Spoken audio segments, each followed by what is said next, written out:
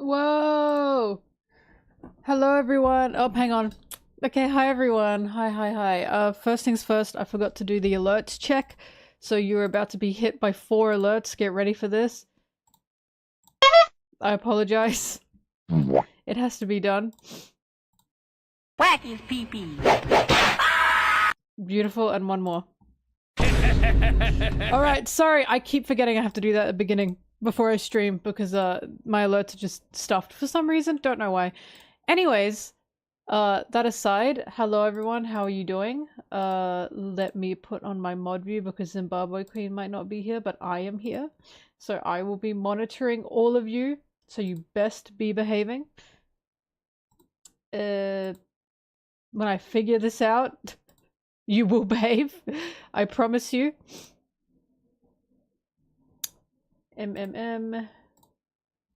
Okay. Alright, hi everyone. I've got some audio editing left, but the audio editing should be done in about under an hour. And then we'll get on to the fun part, which is the visual editing, which is always my favorite part. Thank God, this audio editing has been a pain in my ass. And hopefully it'll be a lot faster as I visually edit.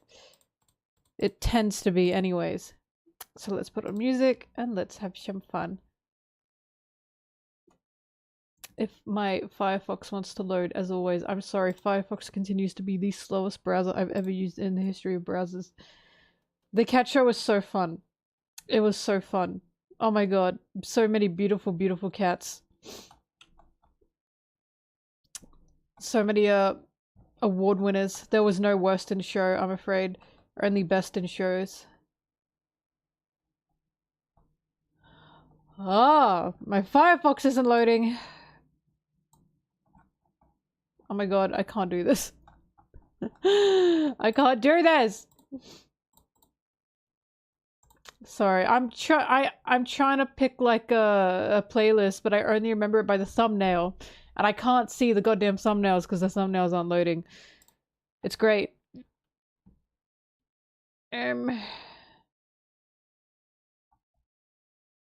No.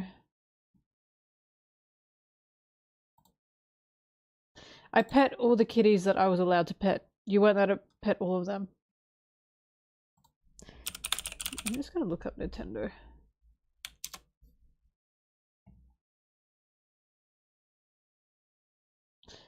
This is not correct.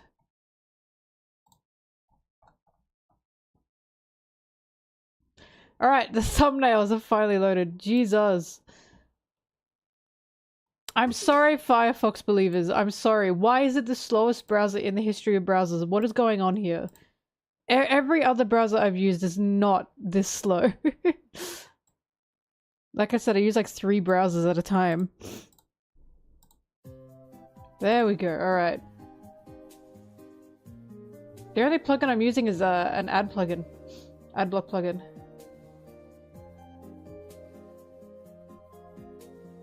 Alright. I mean, I've had this problem with Firefox for ages where I've turned it on to have it so... I have some news for you? Nuh-uh, my other browsers are not that, so nuh-uh. But I have this problem with Firefox where I've set it to make sure that when it's not open, it downloads its updates, you know, by itself. And it still does the thing where every 2 days when I open it, it goes, oh, we're updating a new thing. Oh my god, I told you to do that when you're not open. Why are you forcing me to have to approve this? What is going on? Anyways. Where are my little guys? I have beef with Firefox. I like it! But what's its problem?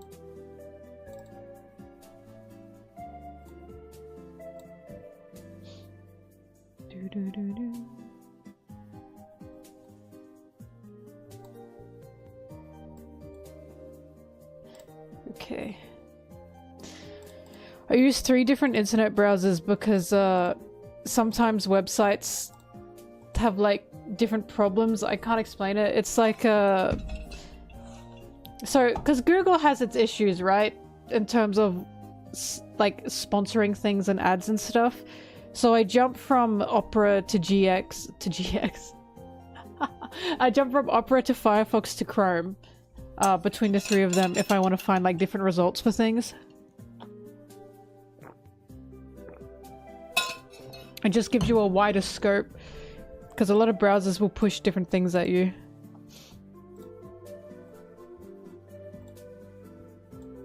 And also add problems as well with Google these days.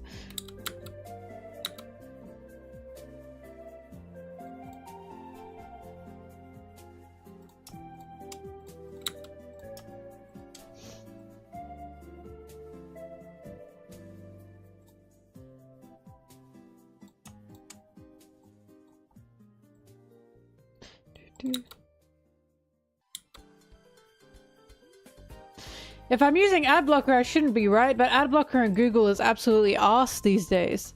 Just arse. But different browsers will still show you different results no matter what.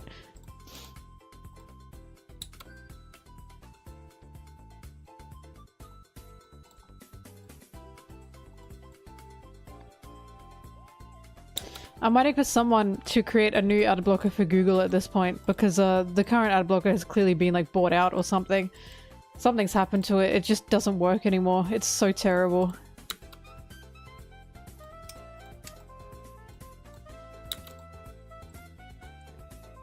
Oh yeah, uBlock is fine. I'm not talking about sponsorship. I'm talking about different browsers will just have different search results, point blank, no matter what happens. So ads and search results are two different things, you know what I mean?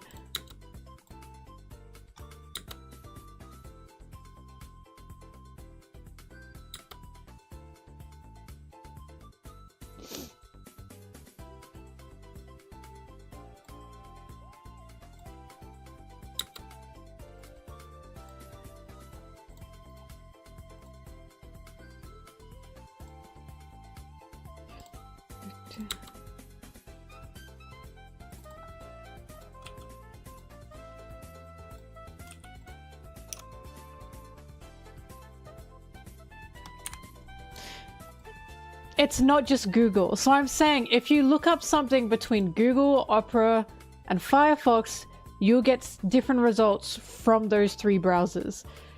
But it's not ads, you know what I mean? I'm saying, like, ads are part of it, but I'm saying that you will Google anything on any browser, you will get different results throughout those three browsers, logged in or not. That's what I'm trying to say. It's just, you get a better scope of, like, searches if you use three browsers. It's essentially going to three different libraries, right? That's what I'm trying to say.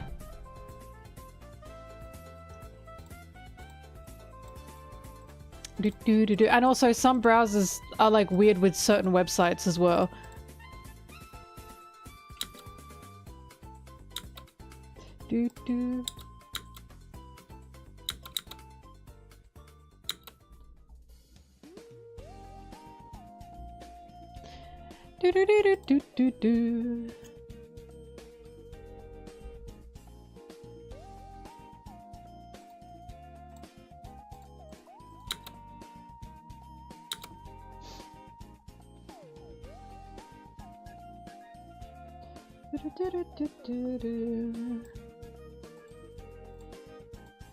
It's just a search engine thing. Search engines run on different search engines run on different search engines. So they will always show different results. Like if they all showed the same thing, then there wouldn't be different search engines. There's a reason people clowned on Bing when it was a thing. Is Bing still a thing, by the way?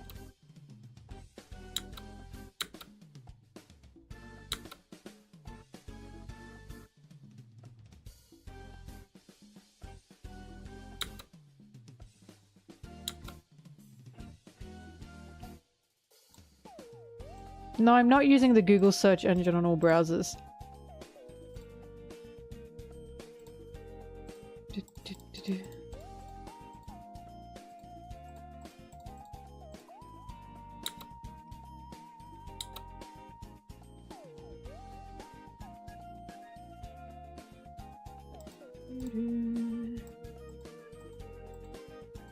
use Yahoo.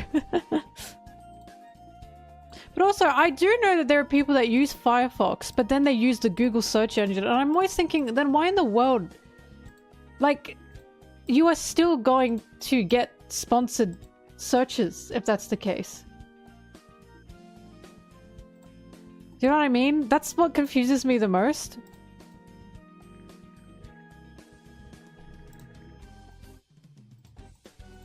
Well, that's why Google shouldn't have the monopoly over search engines.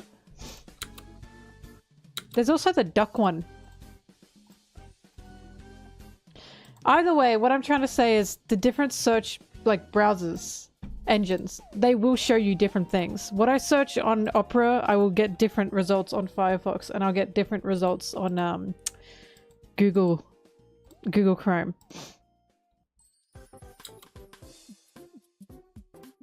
Like, if you don't believe me, do it yourself.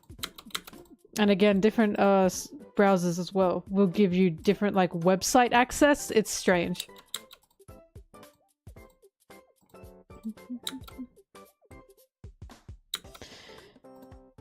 But the thing with, like, the ads and all that kind of stuff, it's like, it depends on the website.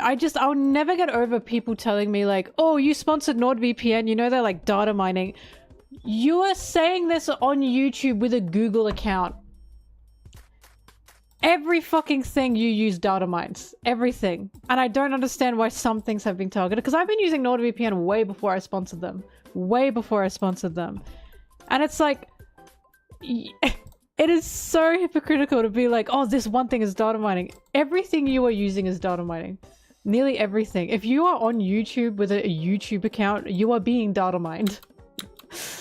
Like, I don't understand why some things have been targeted when it's like, the harsh reality is, if you signed into that cafe Wi-Fi, congratulations, they now have your information and they are probably selling it. This is just the state of the world.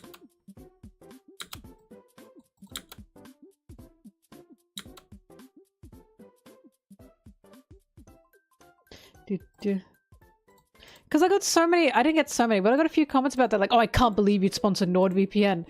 You are literally watching me on YouTube. I just can't believe it. I'd rather have a VPN have my information so it can, you know, block my IP address in areas than, have something, you know what I mean? Like, have, like, Google, or even though it has my information.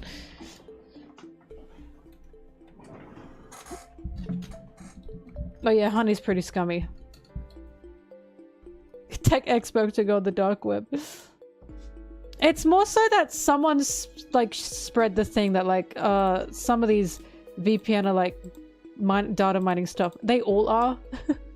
Because they need that information. Should they be selling it? No, but everything is selling your information.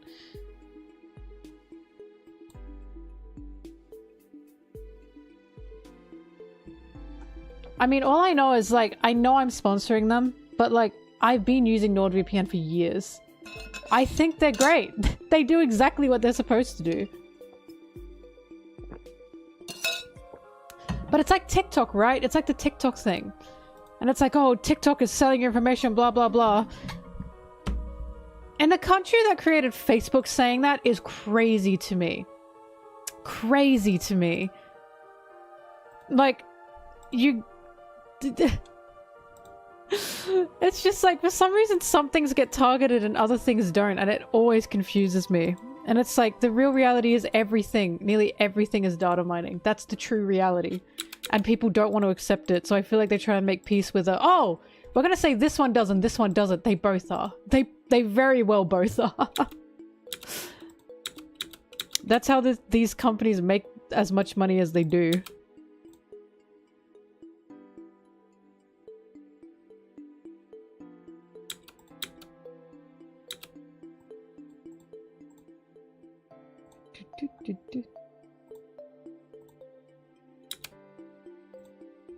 I'm not saying it's good, by the way. I'm saying that they all do it.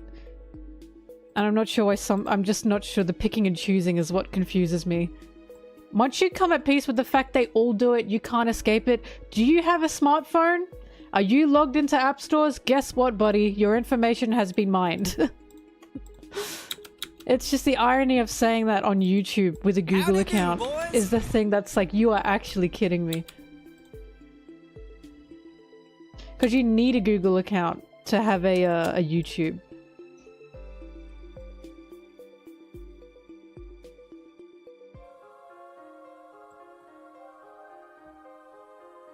Was Brigley arguing about the Apple encryption? Oh god. Apple, notoriously known for not selling user data or being scummy.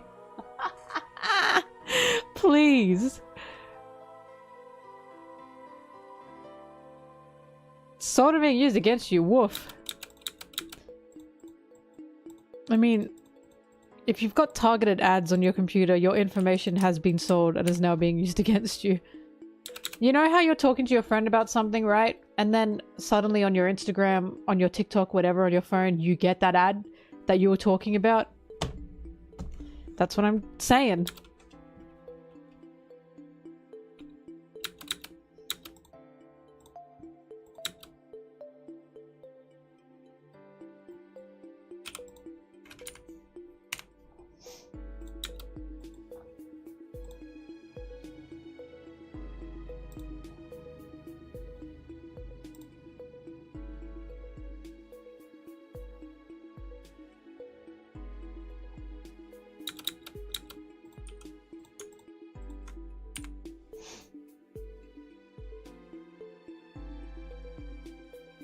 Montreal! Oh my god, hi!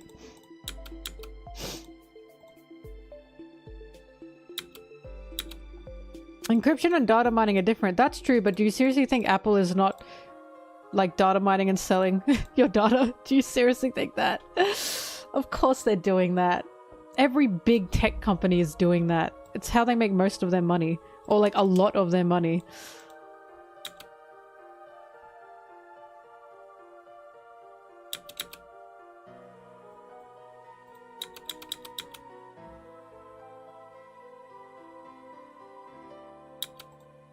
I mean, it was discovered that Apple I know it's a different issue, but it was discovered that Apple were slowing down their old devices on purpose so you'd buy their new devices. A company that scummy. That scummy. Of course they're data mining. Thresh, shut up! Also, Kaido is made out of titanium.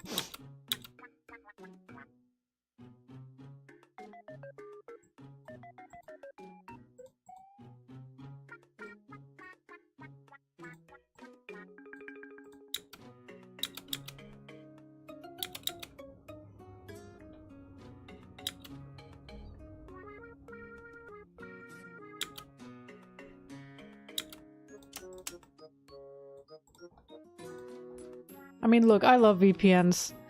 I love them. I always encourage people to get them. So, you know, the fact that I was using NordVPN for years and then they came to me with a sponsorship deal, I went, oh, really? Like, I'm sure there are other alternatives out there, but I've been using this one for a long time. Nothing has happened. Nothing has happened. I have personally not felt, like, you know, wronged in any way, so if you care about that to that extent, then okay, you can find another VPN, but I've been using this one for eons, and it's worked, and nothing has gone wrong. If I get Sanji merch advertised to me as I happen to be using NordVPN, sure. Sponsorships approach you.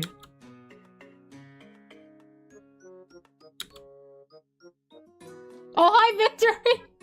Victor, you're back! Mate, oh my god, I just want to tell you, I wasn't actually trying to bully you. I did feel a little bit bad about that. But it is now a running... I'm sorry, I apologize. It is now a bit of a running gag that we say Kaido's made out of titanium.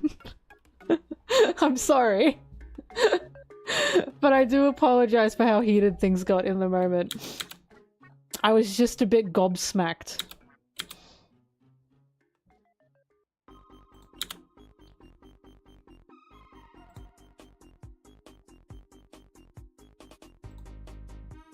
Apology, I have made a grave... What did he say? I've made a grave and terrible mistake or something.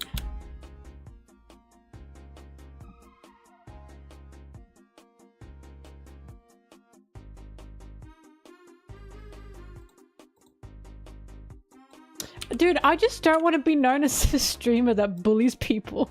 You know what I mean? About One Piece as well? No. Yes, there are 2 more weeks of break. And you know why? Because there's actually a 3-week break. It's 3 weeks until the new chapter. It's confusing, right? When people tell you there's a 2-week break, you think, oh, so in 2 weeks' time we're going to have a new chapter. No, no, no. That's not how it works.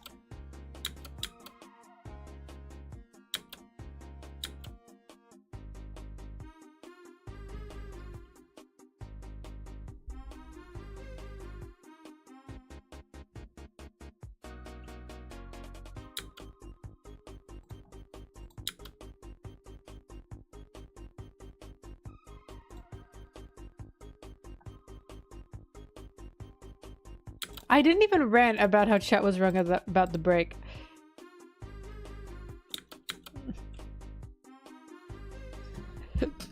It's a 3-week break. Oda's gone for 3 weeks.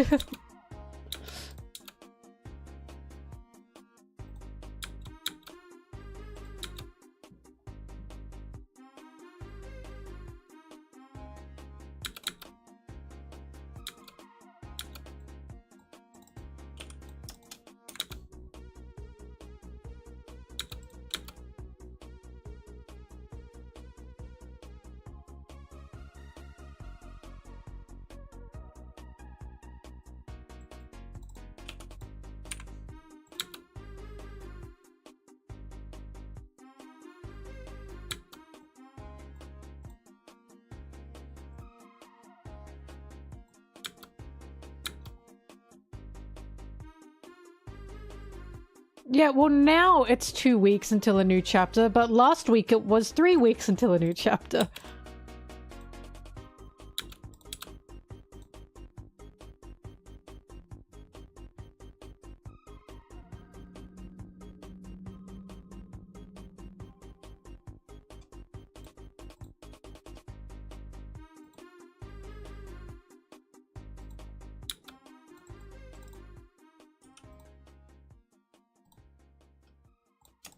I know, time's crazy.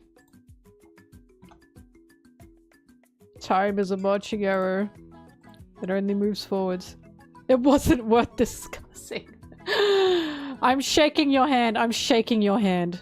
At the end of the day, we can all admit it's not that serious. It's fucking One Piece! It's not that serious. As I say, it's my job.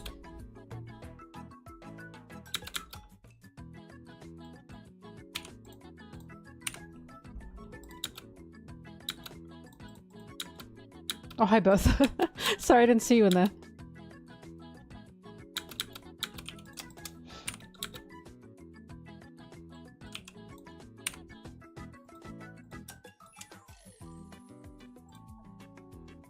I'm so close to finishing the audio.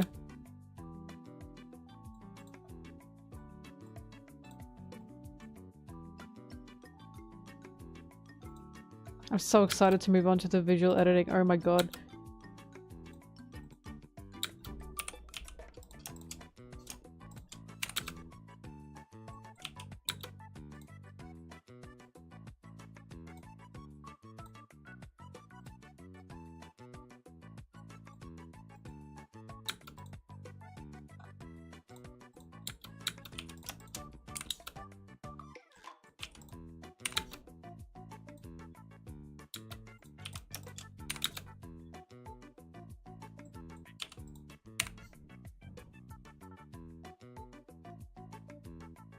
Audio editing usually doesn't take this long. It's because I'm editing between 2 people, so this is a conversation Sarah and I are having. So it's the decision of what to keep, what to leave, and I have to listen to all of it, right? And the recording was over 3 hours long. That's the issue with it.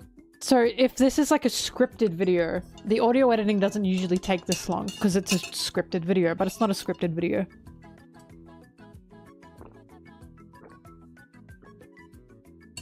I love elves. Oh my god, I love elves, Bertha. The background on my iPad is literally someone drew like Sanji is like an elf. I love elves. Oh my god, I love elves. I dress up more as an orc though, personally. Because why wouldn't I?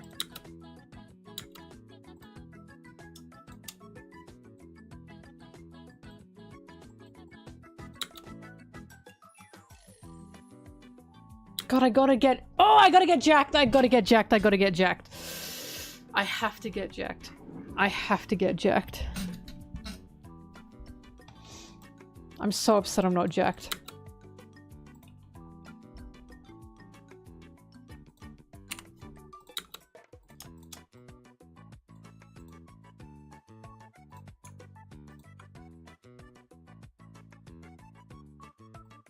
I want abs so bad. Oh my god, I want abs and biceps so bad. I'm so pissed off I don't have them. I've been going to the gym since April. Where's the progress? This is terrible. I just have no fucking meat on my bones is the problem. But I can't eat enough to get meat on my bones. Ugh.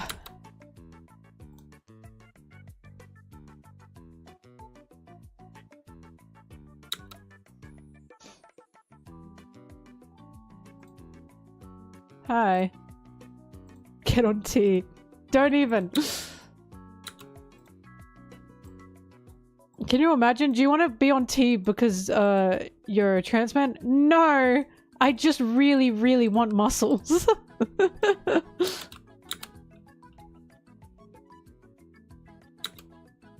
It's not gender confirming.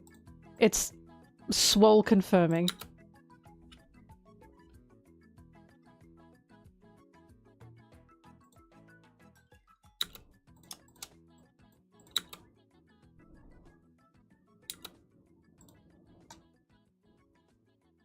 Muscle defining, yeah. Oh yeah, there's cis men who take estrogen and there's cis women who take, like, tea. That's like, this is, okay, because, you know how currently in the UK it's, like, so fucking shitty in terms of the atmosphere around, like, you know, gender confirming, like, surgeries and gender confirming, like, medicines and stuff. Because Sarah and I were talking about this, and it's like, shit like, you know, balding. To fix balding on, like, you know, men. Did you know estrogen is part of fixing that? That's gender confirming, right? There's, like, estrogen and testosterone and things for cis people that they don't even realize is in there. And it's like... So the second it's about trans people, it's a no-go. But the second it's about cis people, oh yeah, take that estrogen and testosterone, baby. Like, what the fuck? What the fuck? It's ridiculous. Older men will sometimes have to take, like, testosterone supplement stuff because of their testosterone levels, like, collapsing as they get older.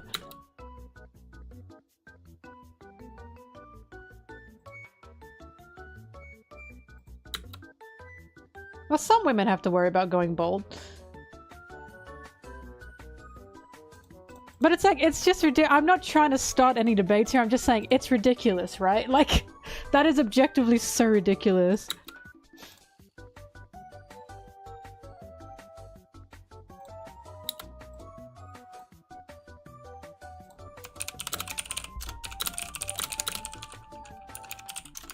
Do do do do do. Do do do do do do do do.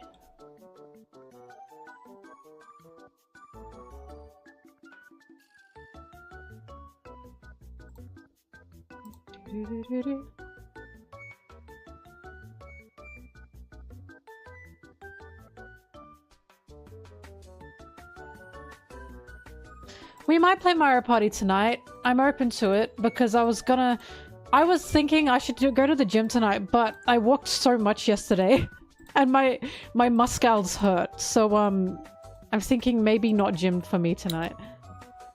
Also, it's a Sunday. I think I'm allowed to rest.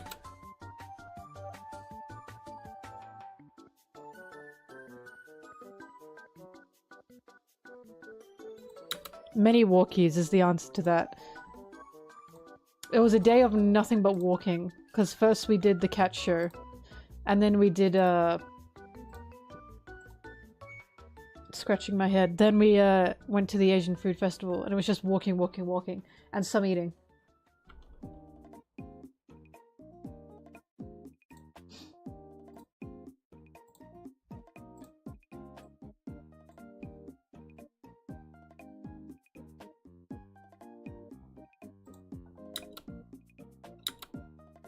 Read the pinned. Read the pinned.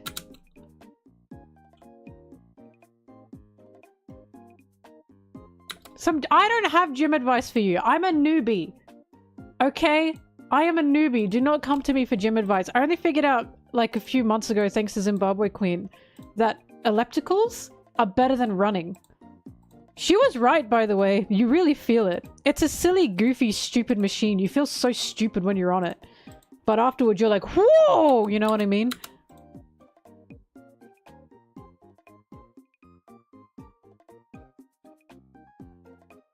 Oh, do I need gym advice? No, I'm alright. I've got my routine. I've decided if I, like, don't end up getting any of these bad boys by the time, like, of next April, I'm just gonna ask the gym stuff for, like, maybe some help. Because you should go to professionals!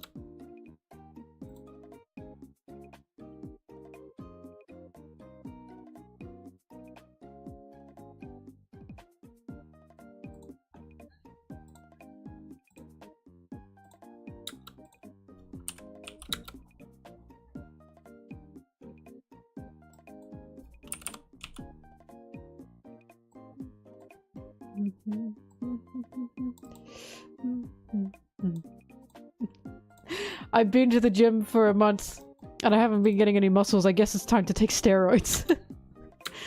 Go on.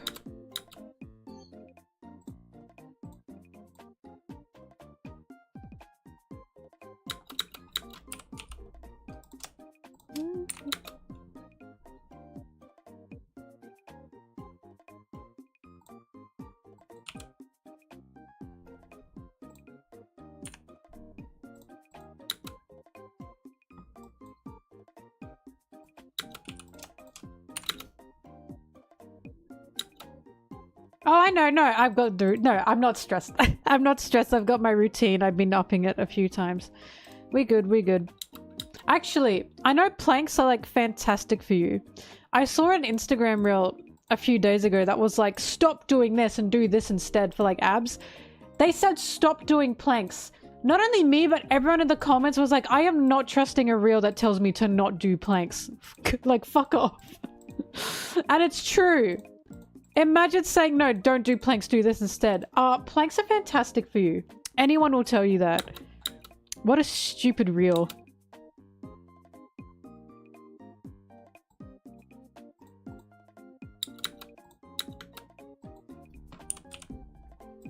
Well, planks are so good for, like, how short they are and what they give you.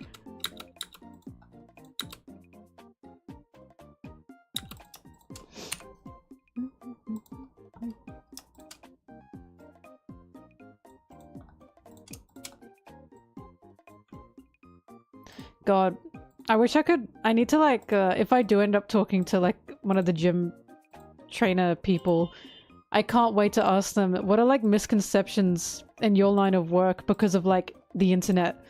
Like, what have you seen people doing when they're trying to do something that, like, it pains you?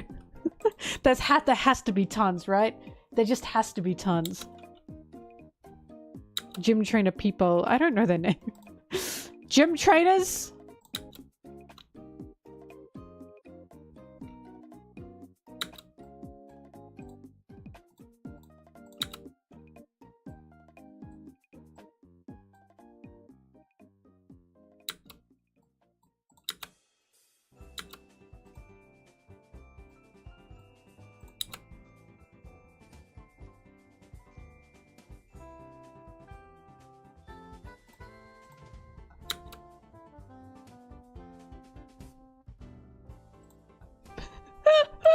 So many people making mustard gas. Peggy!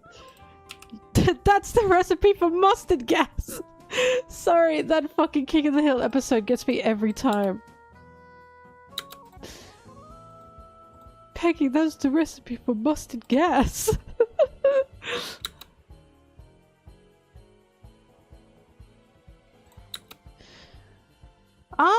Typhlosion wasn't the one I liked the most. Cyndaquil was cute.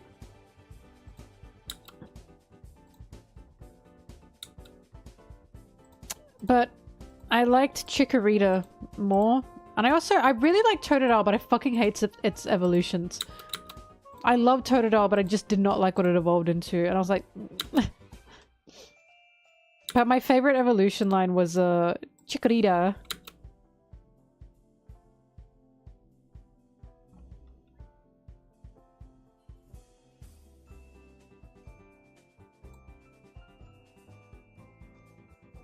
My favorite Pokemon! Oh my god.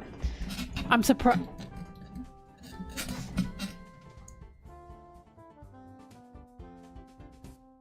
This guy. This gal. You can tell it's a gal because she's got the long little hair strands here. Love Ambipom. I love Ambipom so much. There was a while there where I was like, is Ambipom still my favorite? And then I got Ambipom in Arceus Legends and I was like, oh my god, I've missed this little guy. Ambipom's just so good. I love everything about Ambipom.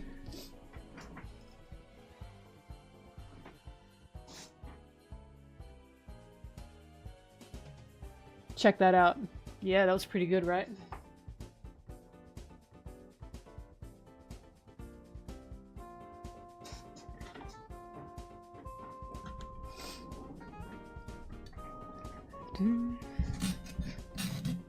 I'm a big Swinub evolution line enjoyer as well. Swinub, Piloswine, and Mamoswine. Oh my god, I love them. And I love Puchy. And Drifloon. And oh god. And Drapion as well. Holy shit. Scorpy and Drapion. Oh my god. Scorpy is like the cutest little thing I've ever seen. I love Scorpy. It's so cute. And Drapion's so... Oh, I love using Drapion. So much I love using Drapion because he's such a tank. Sorry, she. The Drapions I always got were always women for some reason. I never picked that. It just happened. And they were queens. They were queens.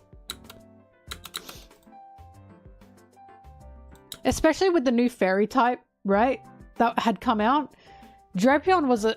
It would just sweep. When the new fairy types first came out, Drapion swept.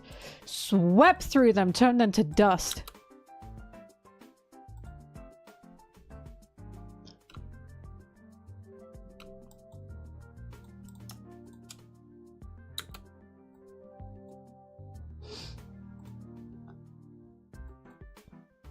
I don't know what Pokemon game you should play.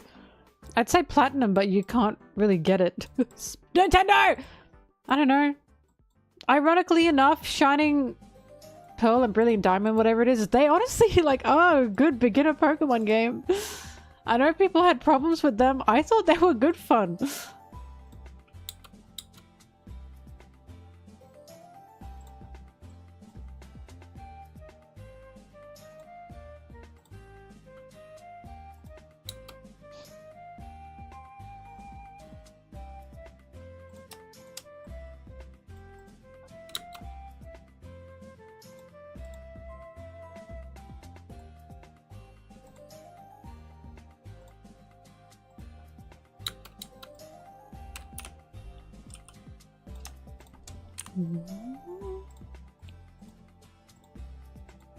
Out of all the Pikachu clones, by the way, or the Pikachu spin-offs, the two most perfect ones are Mimikyu and Pachirisu. I'm sorry, Pachirisu is unbeatable. I know I've got a bias. I fucking love Pachirisu. It's just so cute. Little electric squirrel with the big fluffy tail, and then Mimikyu is so... Mimikyu is so good. I'm sorry, Emolga is trash. I apologize. It's not bad, it's just not as good. It's not trash, that's a really harsh thing to say. Just not as good. Pachirisu is just so cute. Everything about Pachirisu's design is perfect. I'm sorry, you guys know how I feel about Gen 5. I just cannot... I cannot stand over half of Gen 5. They just really upset me. And I can say this because I was a little baby. I wasn't even an adult when this happened. I was like, what, 12? 10? 12? I don't even remember. I would have been 10. And I was like, what the fuck? Little baby Mel was hurt and upset.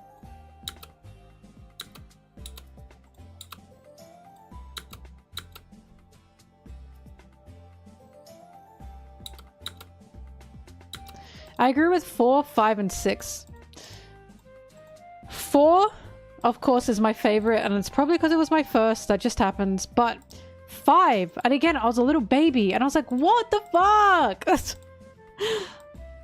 I was like, why? They look ass. What is going on? And then we got to 6, and I was like, oh, thank God, they're looking better now. I don't understand. There was something about Gen 5. There were so many misses. It was really hard to build a team for me. They weren't all bad for me. Not all of them. I just didn't like the majority of them. And I was like, why are they so ugly?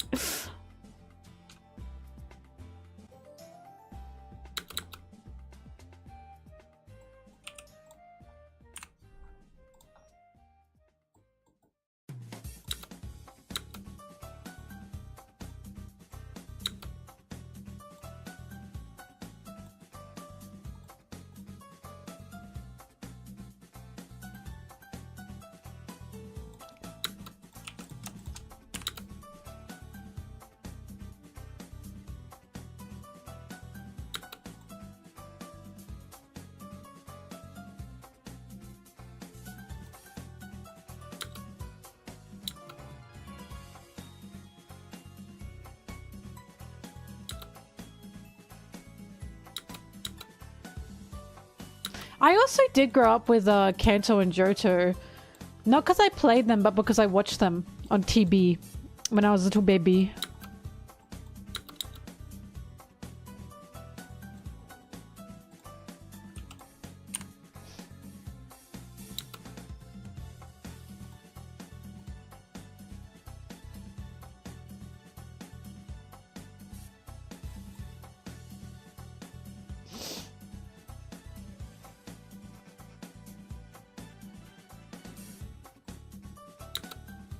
All I know is the gen that introduced the fucking ice cream cone, the snowflake, right? And those ugly ass legendary men on clouds. I'm sorry, criminal. How do you miss so badly 3 times over? 3 in a row, the ugly ass men. Go to jail. I'm sorry, go to jail. That was just, I could not believe that. And I've had this conversation before. Who on the fucking Pokemon team keeps bringing the snowflake back? No one wants that fucking thing. No one wants them. And they keep putting him in the games. In the games that now have a limited amount of Pokemon, they keep putting the snowflake in there. Stop it! No one wants this guy! No one wants this guy! It's someone's favorite, but it's not enough to justify. The games are not us. They are fun, but sometimes I question the picking of Pokemon. Why the fuck? Who on the Pokemon dev team keeps adding the snowflake in?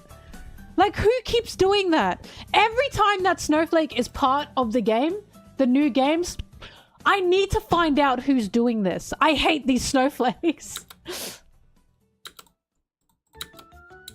Like, who keeps doing this? I am convinced they made the genies good in competitive play because no one would fucking want them otherwise. Nobody. But because they're good in competitions, they're still there.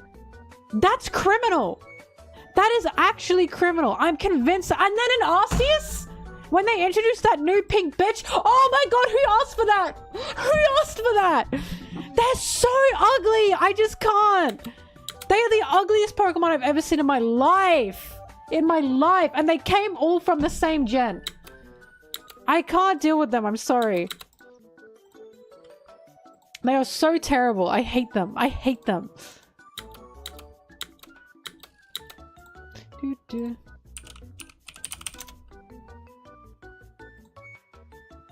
Excuse me, Ice Cube is not that bad. The penguin? The penguin is not that bad. What's so bad about this? This is like peak Pokemon to me. Just a creature. The genie are just men and they're so ugly. I don't think there's anything wrong with this little penguin.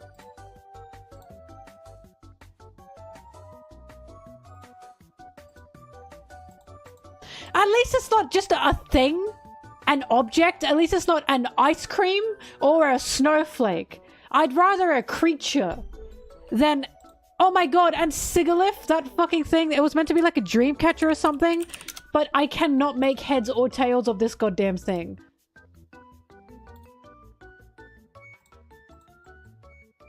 Like, I will go to war to say, this sucks. This sucks. This is just ass. What the fuck is this? What is this? It's ass! Get coconut mold!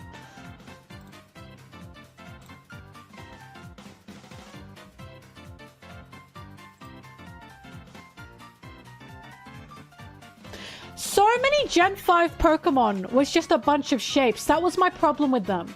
So many of them were just a bunch of shapes. Like the rock one?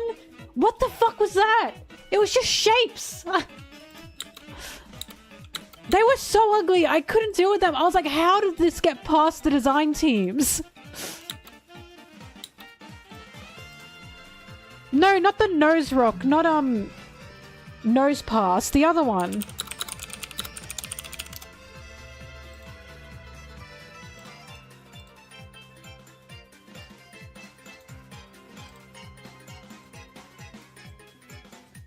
This one! What the fuck is this? What is this?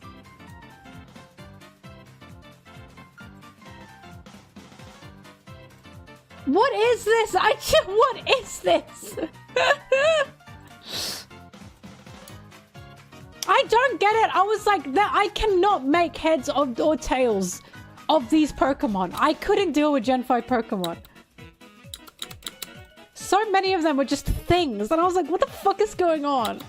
The bugs were good. Gen 5 bugs were really good. That's where they hit their peak. The rest of them, I was like, I don't understand what's going on.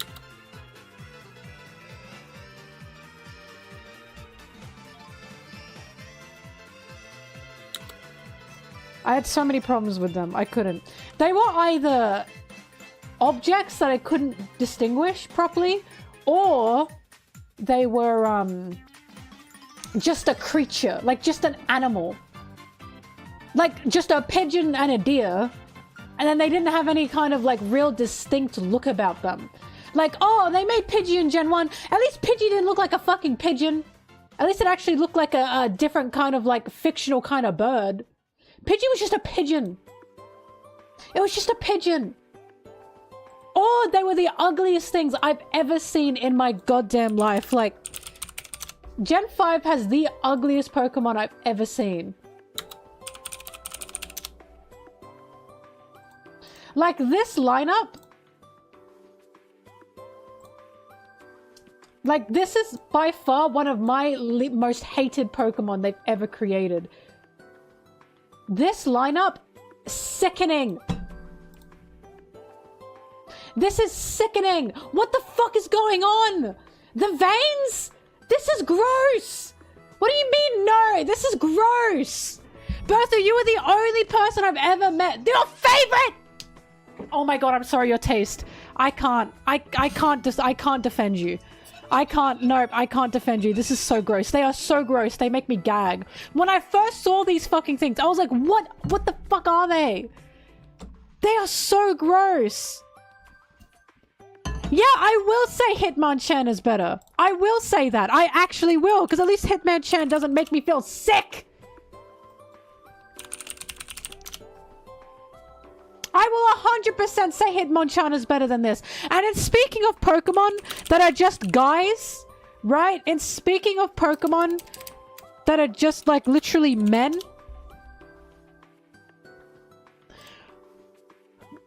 Oh fucking boy, oh boy, oh boy, did Gen 5 have that down as well. What the fuck is this? What is this? I'm sorry, Gen 5 had the ugliest things I've ever seen in my life. They were ugly. Everything, like, there were so many Gen 5 Pokemon that were so ugly. I couldn't. They were either objects that I couldn't distinguish, just creatures, just regular animals, or men. Or like nauseating, weird, veiny creatures. What? I'm sorry, they were so ugly. I will always be a Gen 5 hater to the day I die. I couldn't deal with it. Could they at least look a little bit more like Oni then and not just creatures that walk around? You know what I mean? Just men that walk around? They were ugly. I just couldn't deal with it. I play Pokemon because I like catching and finding the Pokemon. The more I played Gen 5 as a baby, the more I was like, wow, I hate these Pokemon. I couldn't deal with it. The only people I know who like Gen 5 are the people that their first game was Gen 5. Those are the only people I know who really like Gen 5. Anyone who didn't grow up with Gen 5 are usually like, yeah, there were a lot of misses. The elemental monkeys were also ugly.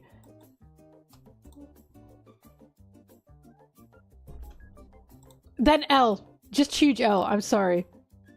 N was a man! Was a human being. Black and White had good human characters. They had good human characters. But the Pokemon... nah, I couldn't deal with it. I couldn't do it. Haxorus was good. I'm not saying they were all bad. I'm not saying they were all terrible at all. I'm saying that there were so many misses that at the point I was like, why am I playing this? Ha ha ha. Anyways. Look, I'm very biased because my first game was Gen 4. I love Gen 4 Pokemon. So many Gen 4 Pokemon I love so dearly. But I can't even say that it's like... Because I was a baby when I played Gen 5. Usually like everything when you're a kid.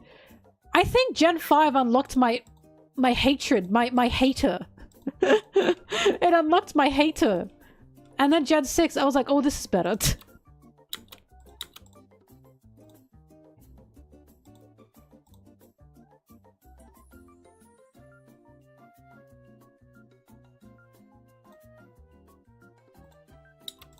Rattata is just a fucking rat. Rattata is more than just a rat. Also, I'm sick of this. I'm sick of this. You cannot compare Gen 1 to Gen 5. And you know why? Gen 1 was the fucking trial generation. Yeah, everyone's got nostalgia. Okay? Everyone's got nostalgia for Gen 1. If by Generation 5, they are still just making an object, that's a problem. You can't do that. You know what I mean? You evolve as you go. Gen 1 just had a Pokemon Ball. Yeah, it was fucking Gen 1. Give them a break. I will give them a break for Gen 1. If by Gen 5 they just make a pigeon, I am going to call them out on that. That's a problem. Oh my god, the Goth from Gen 5. I was so confused about that one. No, Conkeldurr is so ugly. I'm sorry. It's disgusting. It looks disgusting. What is with the veins? It was so gross. It had a good, I like the little cell guy. He was good. I enjoyed the cell guy. And I enjoyed Mian Shao. It's hard to pick outside of that. Why by Gen 5 do we just have a zebra? What in the world was going on? I just couldn't. I couldn't deal with it. And say, look, every generation has their misses. Every generation has their misses, right? Gen 5 just had so many more. And people are like, oh, but it's because they were trying to make a whole new region. Well, maybe they shouldn't have. Maybe they were too big for their britches. You know? Maybe they should have done what they did in Gen 4 and just added some evolutions to old Pokemon instead of make a whole new set. Maybe they shouldn't have done that because there were so many fucking terrible Pokemon from Gen 5 I couldn't do. Stunfisk! What the hell? Gen 5 is proof that it should be quality over quantity and not quantity over quality. Because I'll take a older Pokemon that are redone over a whole new set any day. And I think they learned their lesson because they have not done that again. Like regional Pokemon, that was perfect. And then they made Stunfisk again.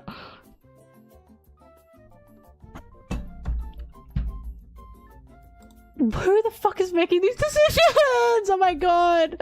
Who's making these decisions? Oh, anyways.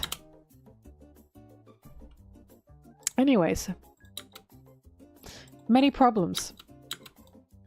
The fact that Gen 4 gave us 2 new evolutions. Then in Gen 5, no EV at all. And then in Gen 6, a whole new evolution and a new type. I'm sorry. Gen 5... Gen 5 was a dip, and then they went whoop, and they went back up. I'm sorry. I will always have that opinion. Gen 5, it truly made my little child self turn into a hater. Regional Pokemon are good when they pick the right Pokemon to be regional with.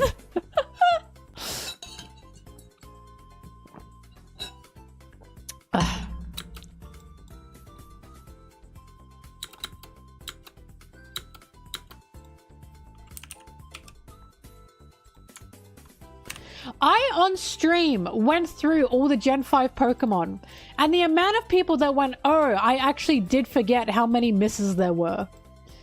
Right? You will go through that list and you will go, oh, fuck, wait, that's right. There were a lot of bad ones. So many people will be like, well, it wasn't that bad until they look through the list and they go, oh, wait, yeah, there were some ass ones on this list.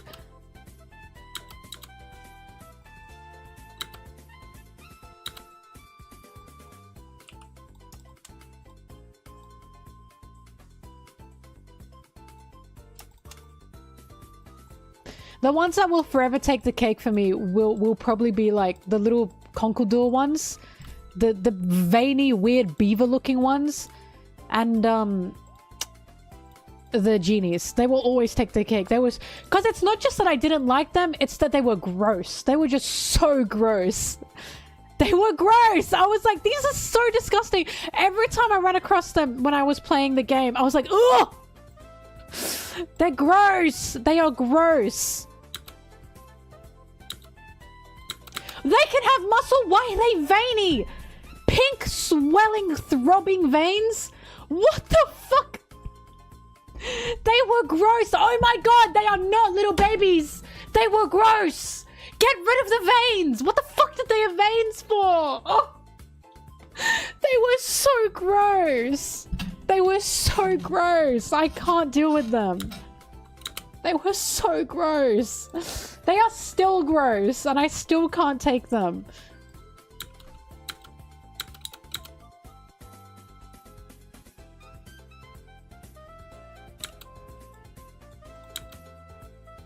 No, Bidoof and Barbaro are cute. Because I can't see their swollen, throbbing pink veins. I'm sorry, it's disgusting. The only reason people like those guys is because you grew up with them. They're gross. They are so gross. And I know this is apparently a controversial one, but Cubchoo, I can't stand snot. I cannot stand snot and boogers. Cubchoo grosses me out. Like, also, its evolution is just a polar bear. Anyways, there were so many things in Gen 5. I was like, these are really gross. I can't deal with these.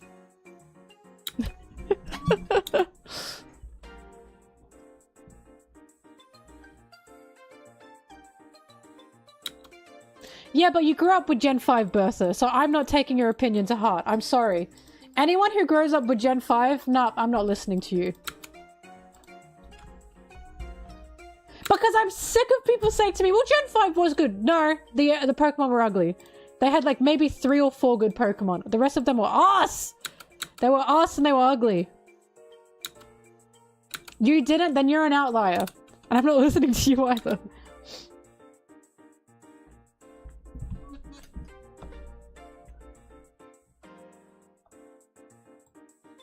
You'll never make me like Gen 5. It's not happening.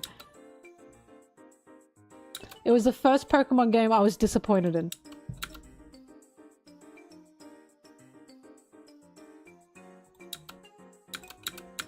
Gen 1 just has an overexposure problem.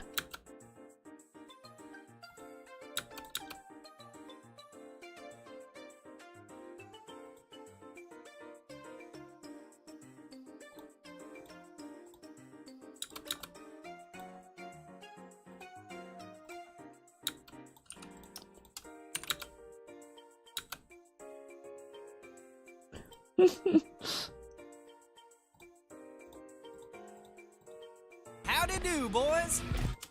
My biggest issue is anything that's like in Gen 5 is outdone by nearly any other Pokemon. Like, well, the dragons were good. Okay, you're seriously going to put Haxorus over Garchomp. Right? Like, seriously. If you do, you have nostalgia blindness for something. Garchomp is just elite. Garchomp is so elite. The Hydra's evolution was good. Its final evolution was good. I don't like its pre-evolutions. I don't like them. No. If you put Haxorus over Garchomp, your opinion is immediately nothing to me. Nothing.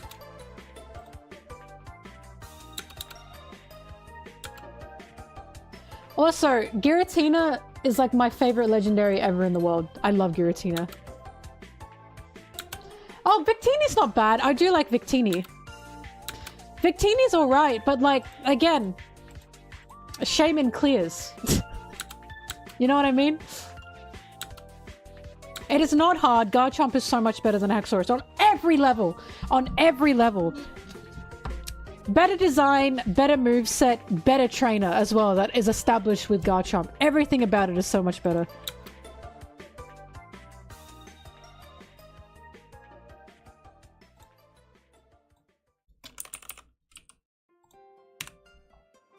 It is not a competition, but it is. How dare you? Oh my god, you didn't watch the Shaman movie. You clearly didn't watch the Shaman movie. I can't believe you just said that.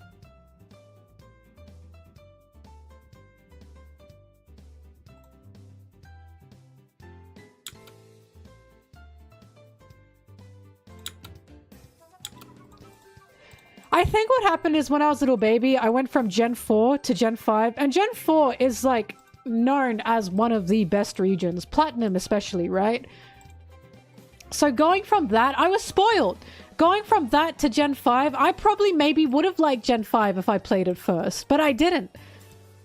I went from one of the best regions ever to, in my opinion, one of the regions where I was like, these Pokemon suck. Yeah, 4's like really well known as one of the better regions Pokemon's ever had. It's hard to come across someone that like will say that like Platinum wasn't peak. Gen 4 is fantastic. I think I should have known that something was wrong when they released the starters for Gen 5 and little baby me was struggling. Was really struggling to pick one because I didn't really like any of them. Especially their evolutions. My controversial opinion seems to be I don't think Oshawott very cute. He looks half-made. It looks like they forgot to keep making him.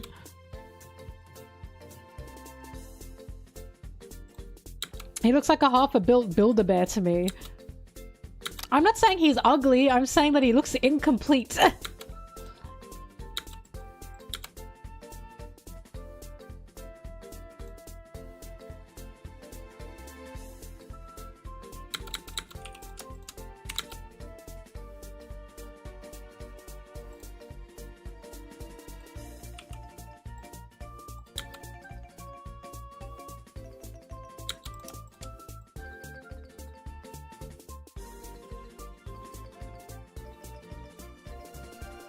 I got nostalgic by Gen 4, but I also like the other gens outside of Gen 4. Just not Gen 5.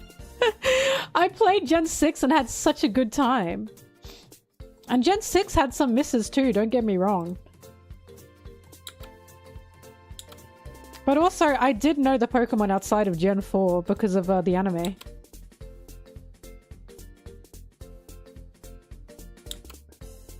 Gen 6 felt short? Oh my god, I've been told that Gen 6 felt too long by some people.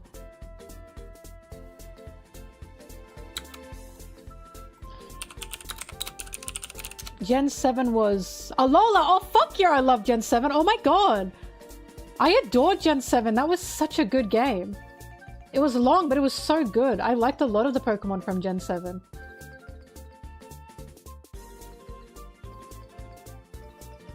That's where Mimikyu was. Mimikyu, Litten. Oh my god, the toucan. The koala? I don't... Dude, I remember the generation... I remember the names, not the generations. That's also a weird thing. Apparently everyone goes by generations, but I'm like, oh, Lola. If you said a Lola, I would have known.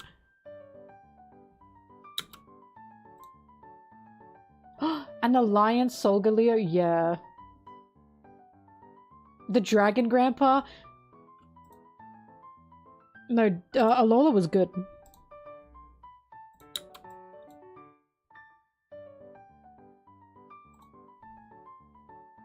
Oh, Foily Wood! The Alola starters were so good! Oh my god, you're the only person I know that thinks they're shit. I've never heard anyone say the Gen 7 starters were shit in my life. Oh my god.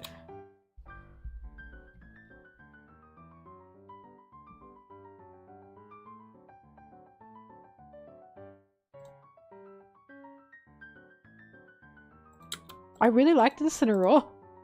I was like, oh my god, big cat.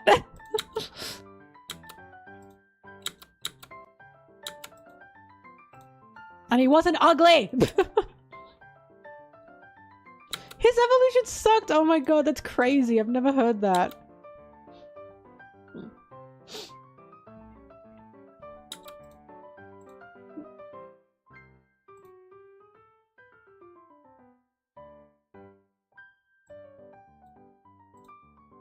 Low-key, I honestly felt like they were expecting the water starter to be the fan favorite. And then it turned into Incineroar. They love Incineroar in Japan.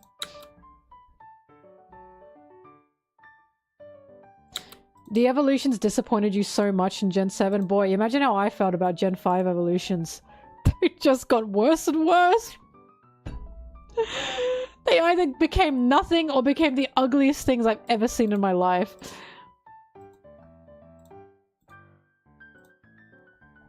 And by the ugliest things I ever mean in my life, I mean Emboar. I'm sorry, that thing is so ugly. I was so disappointed. I was gonna pick Tepig, and then I saw what it evolved into, and I was like, fuck that, I am not picking that. I know Gen 5 wasn't better, I'm just saying. Imagine how I felt about Gen 5.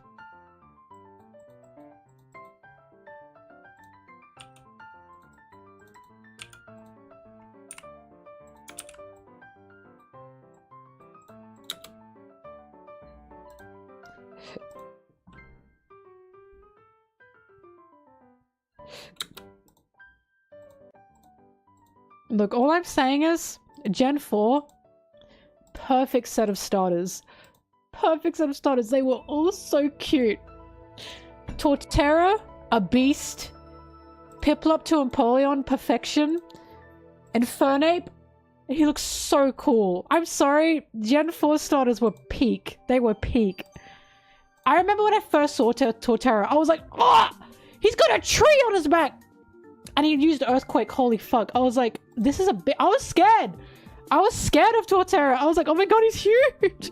Like, versing Torterra. But, Piplup is like peak starter Pokemon. Piplup is so perfect. It is so perfect.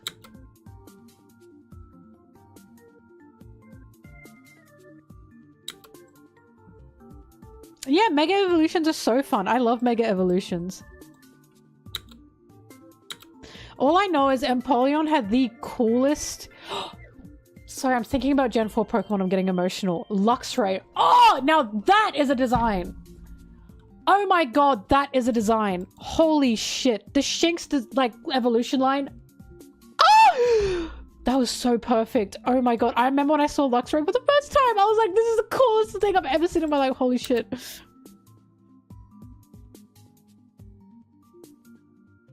Hi, Sarah. But Empoleon's, cry was so cool. Like, oh! I always thought that was the coolest thing I'd ever heard. Sarah, shut up!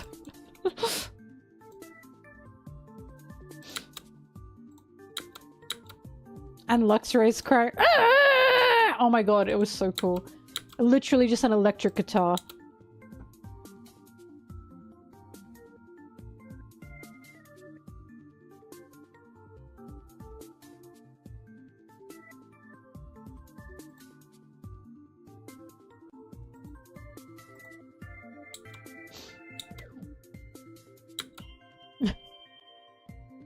I could not do just Gen 4 cries. Because some of them are like high and chirpy. You know what I mean? And wasn't Bridges... Some of them are too chirpy, I can't do them.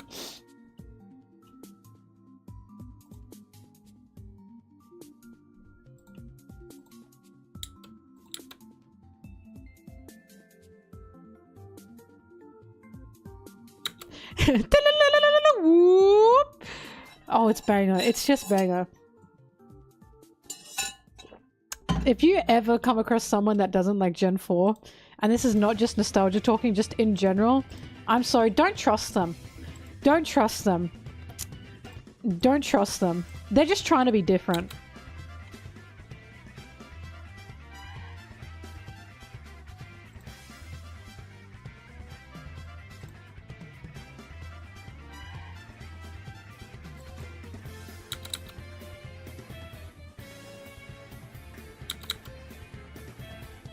I did like Chinchino. I wasn't sure about its evolution though.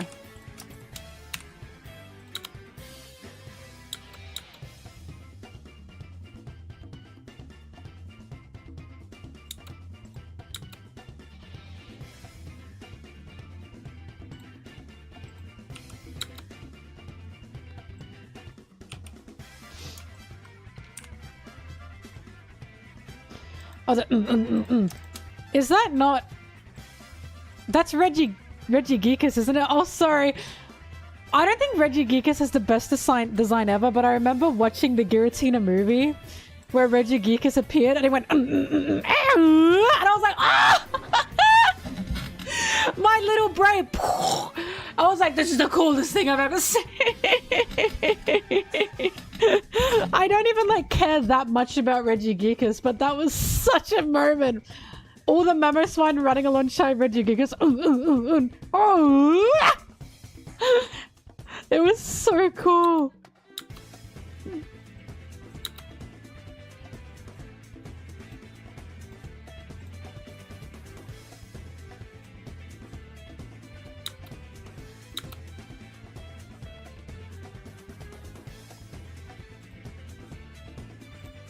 Yeah, I'm sorry. Trubbish is so ugly. I think people have, what's the word? I'm like Stockholm themselves into liking Trubbish, personally. I think that's what's happened.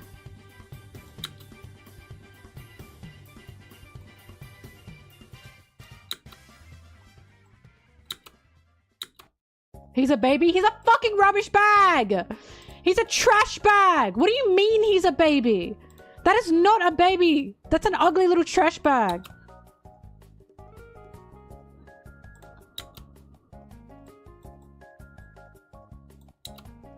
It's widowy rubbish!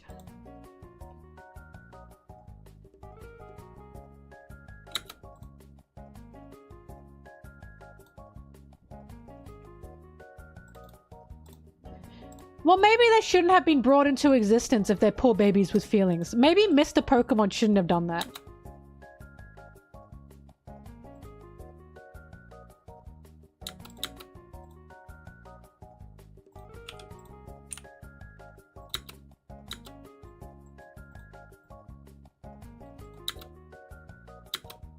All I know is, and I stand by this, if Sanji ever had a Pokemon, he had a Lopunny. And not because people are fucking weird with Lopunny. I don't want to hear that shit. I love Lopunny. I'm not weird about Lopunny. I just think Lopunny rocks. Because Lopunny, like, kicks! Lopunny's whole thing is jumping and kicking. Lopunny and Sanji would be like this. They'd be fighting together. He'd have a male Lopunny. It'd be just like him for real. Why would he have a Blaziken? I don't care much for Blaziken. Blaziken's alright, but why would he have a Blaziken? It's a chicken.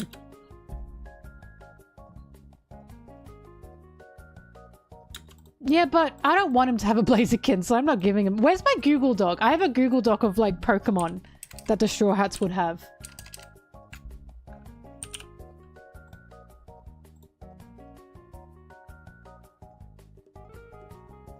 He's already got the one that kicks. It's Lopunny. He doesn't need a Blaziken. I'm sorry. I was never the biggest Blaziken fan. I like Torchic. I think he'd have a Torchic. I don't want it to evolve.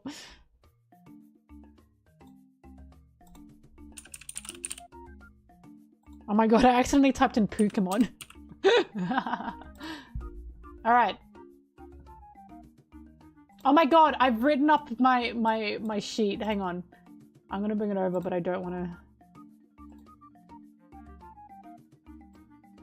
Alright, apparently here are my Straw Hat Pokemon choices. Vivi's on the list as well.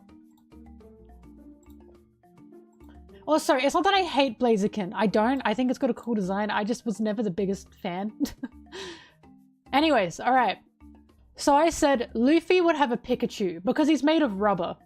And electric doesn't hurt Luffy.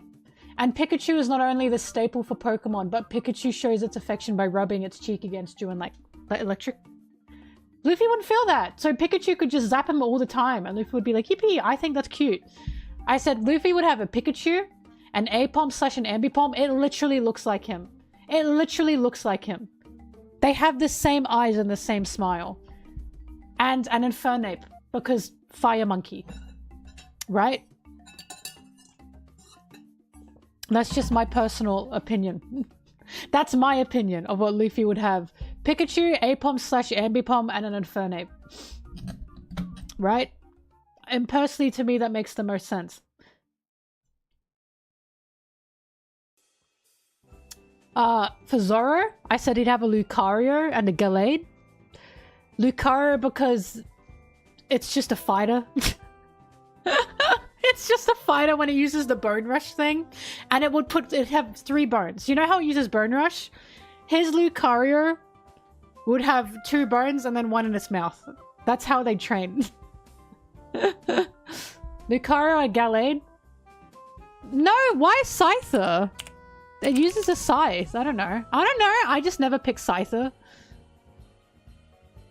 I said Lucario, a Gallade, and a Leafeon because it knows a Leaf Blade, and it evolves with a Moss Rock, and that's really funny. I think the Leafeon would evolve around him because he looks like Moss, and Sanji would joke about that all the time. I don't know. I just didn't pick Scyther. It just wasn't in my head. But I think his Eevee would evolve into a Leafeon, and Sanji would be like, Sanji would be like, I have to joke about this. But it knows Leaf Blade. I don't know. I just didn't pick a bug for Zoro. But I said Lucario and Gallade. What is so wrong with Gallade? Oh my god. Why are you guys such Gallade haters? It's like green like him as well. It also has the 2-sword style. But yeah, I didn't give Zoro any bugs. I just didn't see him as a bug guy. Nami, I said a Glameow. Because that's her, right? Glameow. She'd love her Glameow. A Glameow, a Meowth, because it's literally Money Cat, and a Cast Form, because Weather Balls. I know Cast Form looks like strange, but she'd have one, right? Like, I understand it looks like what it looks like, but a Cast Form's like essentially Zeus. Altaria? I don't know. I don't know why she'd have an Altaria. Anyway, Glameow, Meowth, and a Cast Form. Usopp, I said a Heracross, a Pinsir, a Golisopod because it evolves from a Wimpod. That's literally Usopp. Usopp is literally Wimpod to Golisopod. Like, Usopp will have a Wimpod in the pre-time skip, and in the time skip he has a Golisopod. A Golisopod, however you say it. That's him.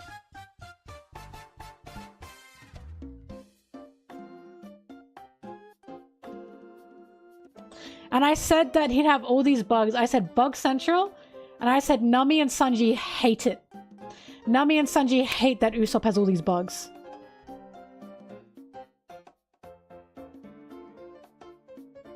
Usopp would have a Heracross and Luffy would be so jealous.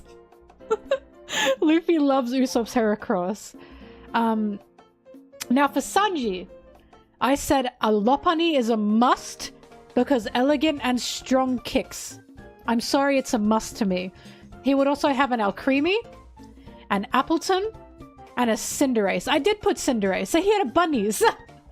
He'd have 2 kicking bunnies and 2 food types of like Pokemon. But I said Lopunny, Cinderace for his like fighters, and then an Alcremie and an Appleton. I don't want to listen to this one. Sorry. They speak too much in this song.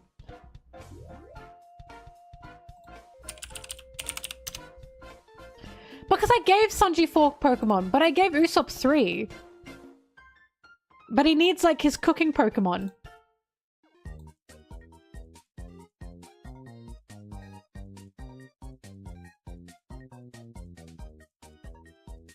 No, Lopunny is a must to me. Because the whole point of Lopunny is they're elegant. They're elegant and they're beautiful. That's Sanji. When Sanji fights and kicks, he's elegant. I'm not giving him a Hitmonchan. No. He deserves beautiful Pokemon. 100% he'd have a Lopunny. I don't care. He'd have 2 bunnies. Anyways, Alcremie is also a must. It's so small. Have you seen how small Alcremies are? It would sit on his shoulder while he cooks. Anyways, I said Chopper. I said Chopper is friends with everyone's Pokemons. He doesn't have any of his own. I just don't think Chopper would have any. Chopper's friends with all the Pokemon. I did not make Chopper a pet. I just can't see him having Pokemon. Pokemon are not pets! They are friends! What are you guys talking about? Have none of you watched or played Pokemon? They are not pets. Chopper's the one that talks to all the Pokemon.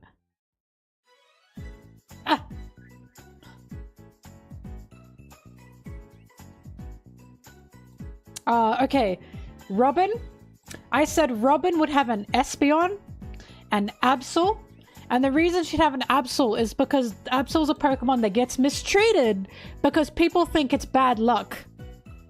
Right? That's literally Robin. She'd be besties with an Absol because they get mistreated the same from when they were little babies. That's perfect, right?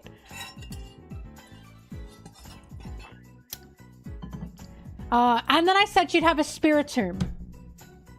I think she'd have a Spiritomb because it's literally like a stone ghost. I prefer Spiritomb. No, it's a Spiritomb. No. Something about this list, I don't have any goddamn Gen 5s on it. Because I don't want them. I don't want them. I don't want them on the list. She gets a Spiritomb. This is my list. Make your own. Make your own. Frankie, I said we'll have a Machamp. Because of course he'd have a Machamp. Like, it just makes the most sense. A Rhyperior, because it kind of looks like him. It kind of... No, he's not having a Conkeldurr. It's so ugly, he's not having a Conkeldurr. He's having a Rhyperior, because a Rhyperior low-key looks like him. And possibly a Melton, because of, like, the gear... little... like, workshop Pokemon. I mean, he can have a Metagross, I guess. Maybe a Metagross. I think Metagross over Melton. You might be right about that. No, he's not having Conkeldurr. I'm sorry. It's the ugliest Pokemon in the world. He's not having it. It's ugly, Bertha. It's ugly. I'm never letting anyone go near that fucking Pokemon. I'm sorry. It's the ugliest thing I've ever seen in my life. All right. Now for Brook. For Brook, he'd have a Marowak. It uses his bones as a little bone club. So I'm saying that Marowak would take Brook's bones. No, it's just ugly. It's not even ugly cute. It's literally just ugly. It's so ugly it's nauseating. It's just gross. Anyways, Brook would have a Marowak and it would use Brook's bones. And then he'd have a Cricketune. Whoop, right? He'd have a Cricketune. And he'd have a Toxicity because of Soul King.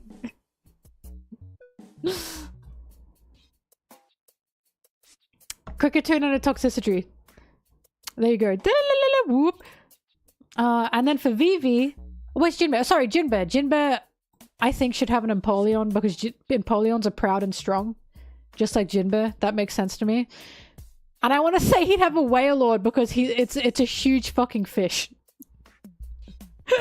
An Empoleon and a Wailord. That makes the most sense.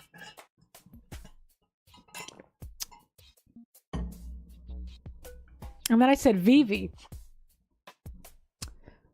I said Vivi would have a Milotic. And I said she'd have a Milotic because it helps give water to her people. Because she's beauty and she's grace, you know. She'd have a Flygon. And she'd have a Galarian Zapdos. Because it looks like Karu. And it, like the whole thing about it is it runs. It's like an ostrich Pokemon. So a Milotic, a Flygon, and a Galarian Zapdos. And there you go. Those are all the Pokemon I think the Straw Hats would have. You're welcome, gamers. Make your own lists if you don't like mine. But those are my choices. Those are my picks. Flygon's a sand Pokemon, mate. The whole point of Flygon is it's like a desert dragon.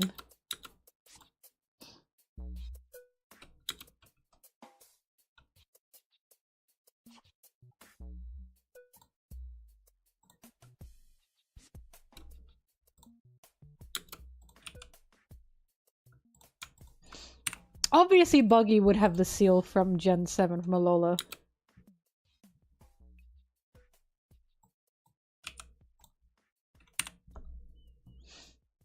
My picks for Supernova? Fuck, I don't know. I haven't thought that far. I mean, Law would have a Chansey, point blank. And everyone would be like, why does this scary looking guy have a Chansey? They'd be like, he's like, imagine how scary, like, because Law looks like that, and then he'd pull out a Chansey, and they'd be like, what? They'd be like, what?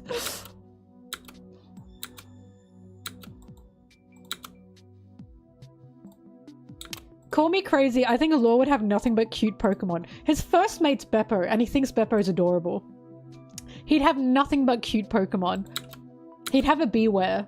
100% Law would have a Beware. A Beware.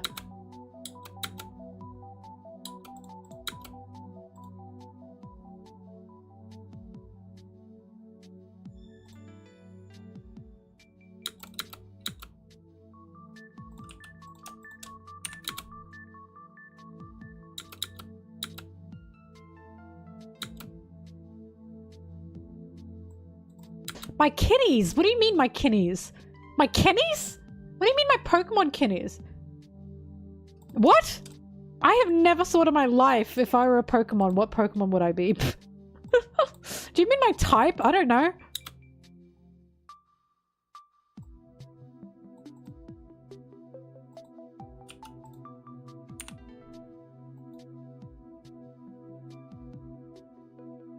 Oh. No, wait, Law having an Umbreon would be really funny. Because the whole point of Umbreons is the only reason, like, Umbreon evolves is because they love you so much as an Eevee, right? And everyone's like, oh my god, wait, hang on, like, why an Umbreon? And it turns out because Law's just pulling all-nighters. So it just evolves one night and he goes, oh. Oh, wait a minute. I feel like Sanji should also have a Vaporeon, right? It feels like he should have a water-type Pokemon because of All Blue. But don't think of it like that. Oh god, I fucking hate what Pokemon the community has done. Because I'm giving Pokemon I'm getting Sanji a Lopunny and a Vaporeon. If I said that to any fucking Gooner, they'd be like, no! It's because I like them and they're cute! It has nothing to do with the weird factor that some people have put on them. I know, but I hate it! I hate it! Vaporeon's one of my favorite Pokemons ever! And people make it so weird now, and it really upsets me. But no one gets it! Sanji's literally Lopunny. No one gets it. No one gets it.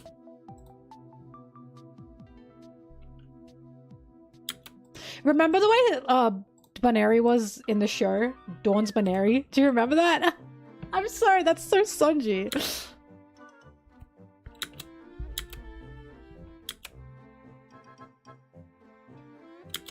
It's only because I want to give Sanji an evolution. To be fair, he might have a Sylveon actually. That's very Sanji cool, but I feel like he needs a water type because of the All Blue.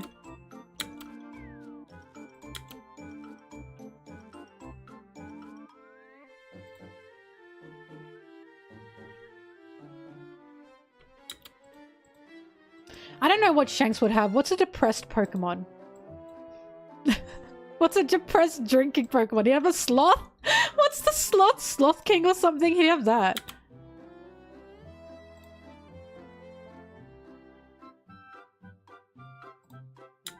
Oh my god, Foily, what if little baby Sanji had a Mimikyu?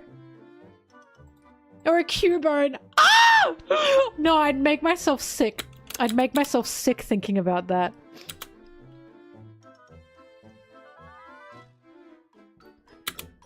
Wait, Cubone wears the skull of its mother and little baby Sanji wore an iron helmet. Oh my god, they'd become unlikely friends. But that's so depressing! That is so depressing!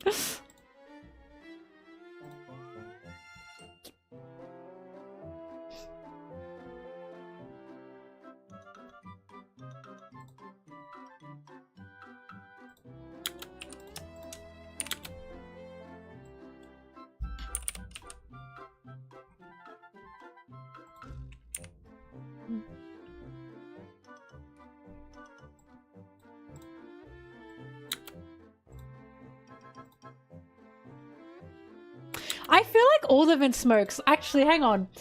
I want all the Vinsmokes to, like, the kids to have Eevees. And, like, the whole point is they evolve into the type that the Vinsmoke, like, kid is. Do you know what I mean? So, like, Niji gets an Jolteon. Ichiji gets a Flareon. I don't know what Reiju... Why haven't they made a Poison-type Eevee yet, actually? That's really pissed me off. But, Yonji, I guess, could get a Leafeon. That would... because it's green. I guess. But I want that to be a thing, you know? I haven't really seen the Gen 5. I stopped watching the anime when Gen 5 happened.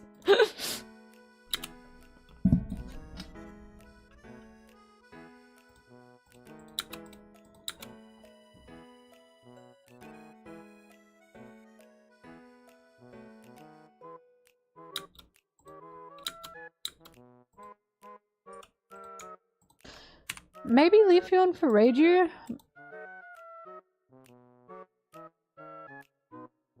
I don't know what the fuck Yonji would have. I feel like Yonji would love his stupid little Eevee, so become an Umbreon or something. Hang on, I gotta look up Electrode. Oh, that's right, the ball. I mean, no, I'm not the biggest fan of him. I remember Voltorb.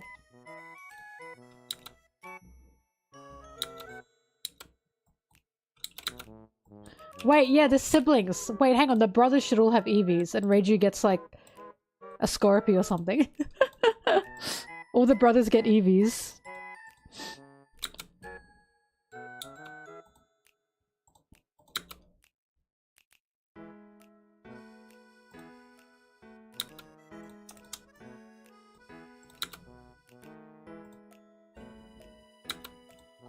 Boa's literally got a snake, like, in canon. She would have a snake Pokemon. She'd have Seviper for sure. Remember, strength to the Amazon Lily Girls is beauty. So she would have big scary Pokemon as well.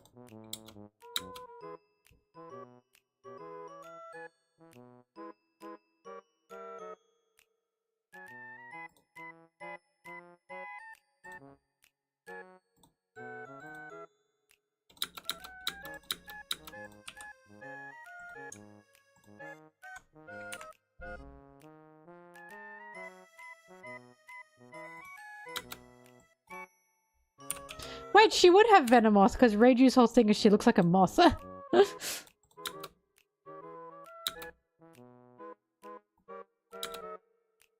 God, I love Pokemon. I love Pokemon. It's so easy to put Pokemon into other worlds.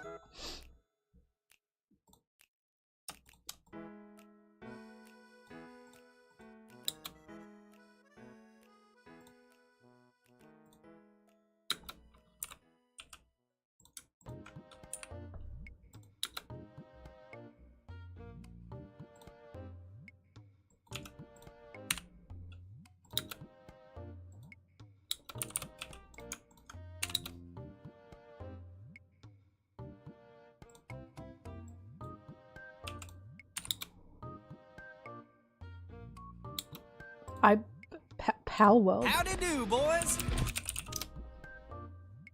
Oh, that's right. I have never played this.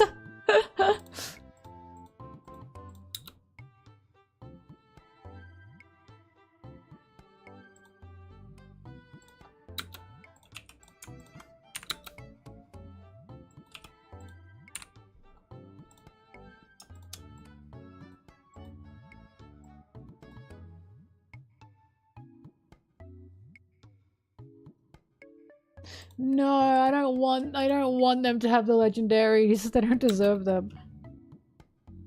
You know what would happen? Somehow Luffy gets a Ho-Oh. That makes sense, right? No! Imu's no! Don't give Giratina to Imu. No! No! I refuse! I so refuse. If Imu has Giratina, it's because it's being trapped! It's chained!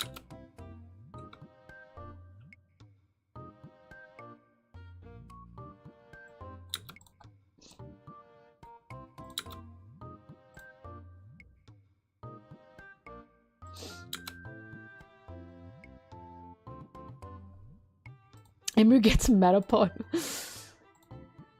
You know what? Imu can have Conkeldurr. Fuck it. I don't care.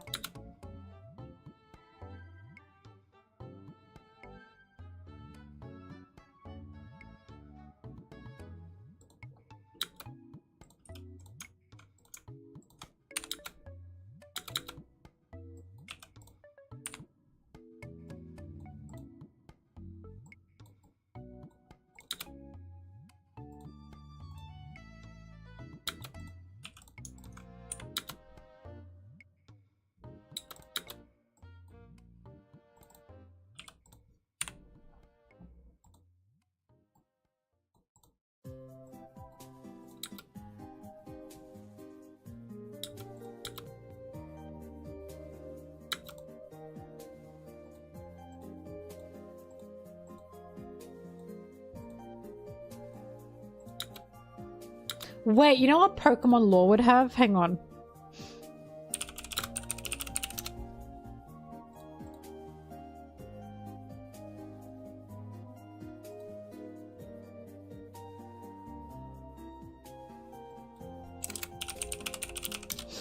I just remembered it.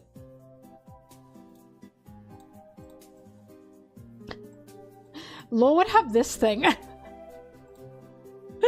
Have you seen its Pokedex entry?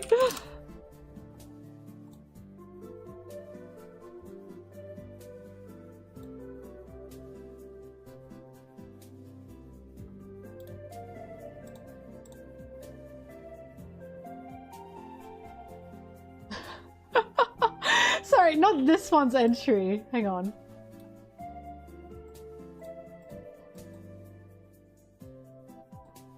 This is just really no matter who you are, if you bring strong emotions near this Pokemon, it will silence you violently.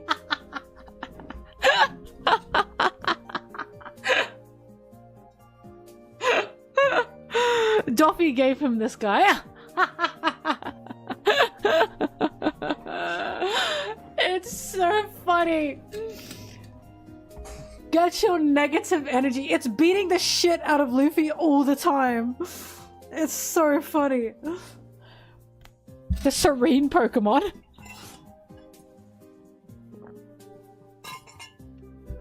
That is so funny. Oh god.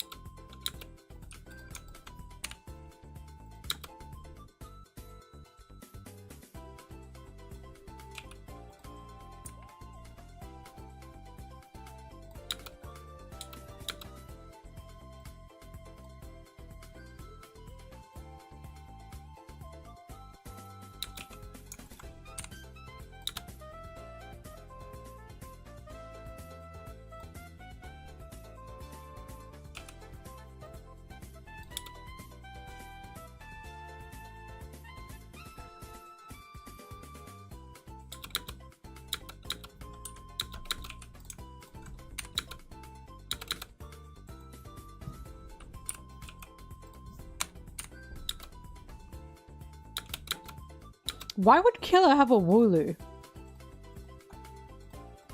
What? Explain.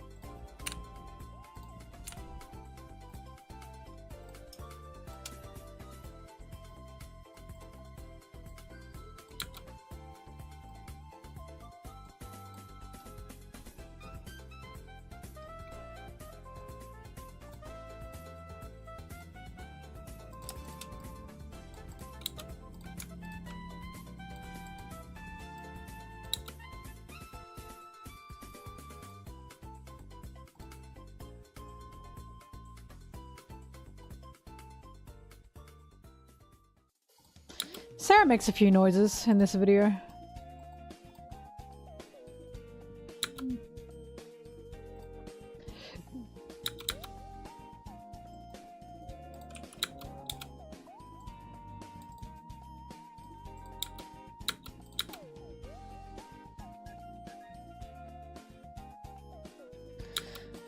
Yeah, I like Corviknight. Corviknight's cool.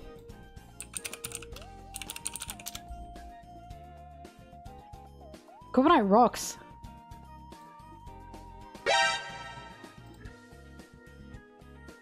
Hi! Hello!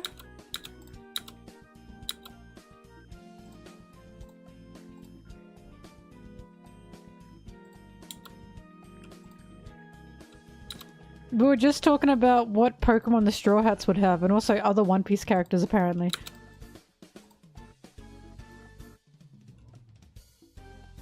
Hi, hi.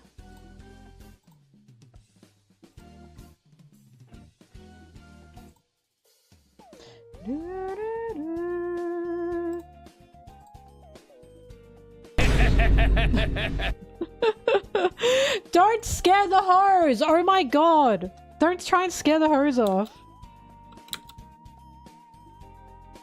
A Duskull's a good one actually. Brooke would have a Duskull. I don't know what Kaido would have, a Rayquaza? Big ass dragon.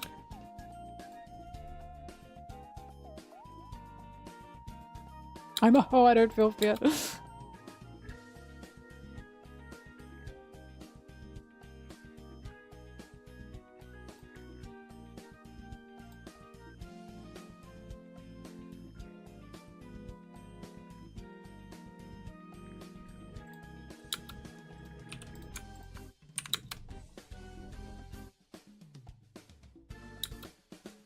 My indifference to what? What? I love Kaido.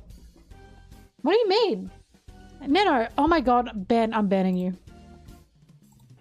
I can't believe you just said that to me. Get out. Get out of here. Unbelievable. Oh my god, Kid would have a Magnemite. Oh, he'd have so many little Magnemites. That's true. I want Kid to have a Plusle and a Minun. Wait, what if Kid has a Plusle? And what if Killer has a Minun? That's so cute.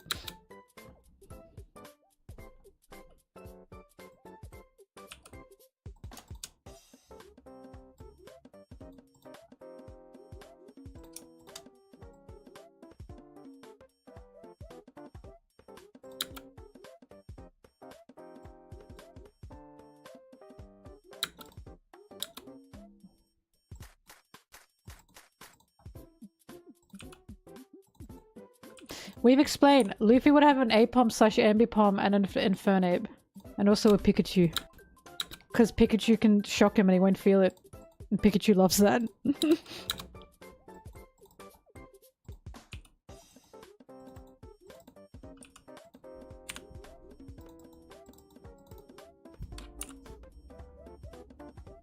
Well, we said Robin would have an Absol. Because Absol and Robin are like the same thing. Well, I did anyway. You can decide what these guys have, but I've made my mind up.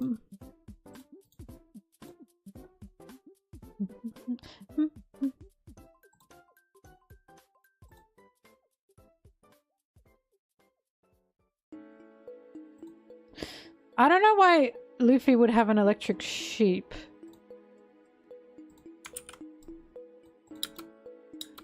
Like, he can, I'm not saying he can't, but for what? What's your basis?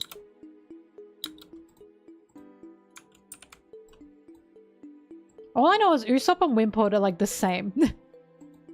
They are the same.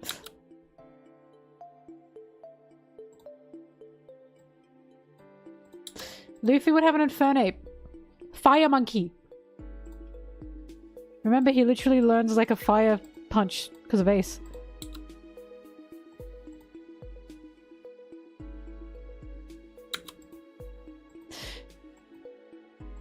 Maybe Ace should have a Cubone. Just give everyone with a terrible past a Cubone. Easy. Everyone has a Cubone in One Piece world.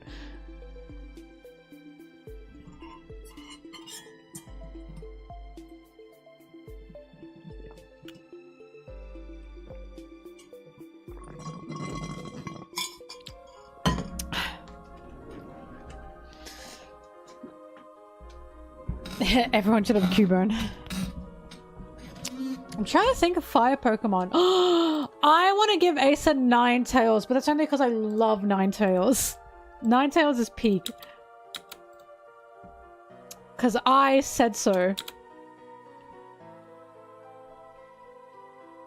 Oh, an Arcanine's good, actually. An Arcanine's really good.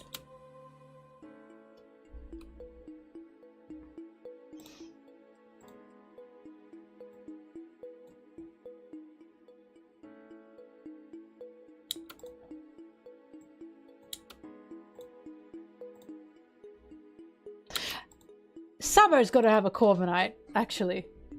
Surely. Right? British? Cheerio.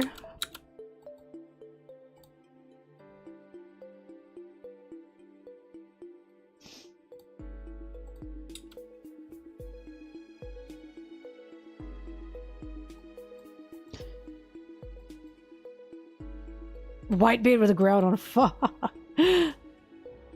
Wait, yeah! Oh my god! Summer with a Charizard makes sense.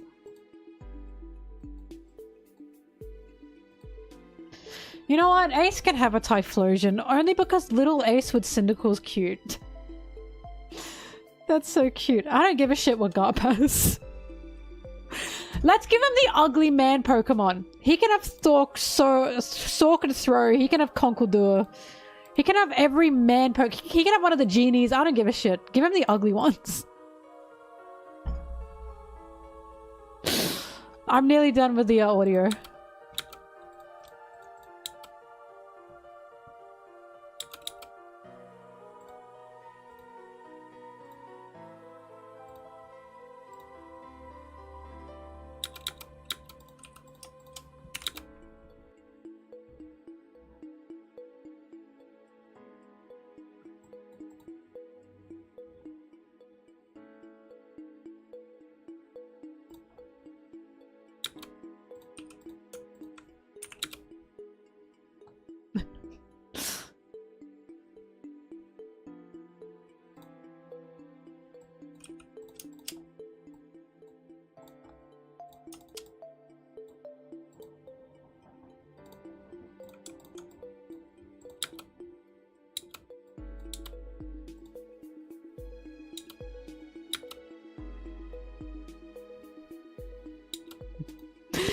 Now, usually when you get depression, it's not your fault.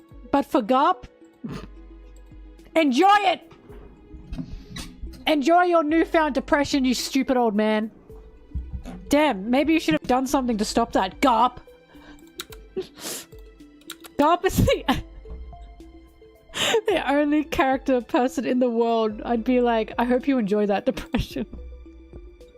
My Dedun's coming out. My Dedun within me is wah!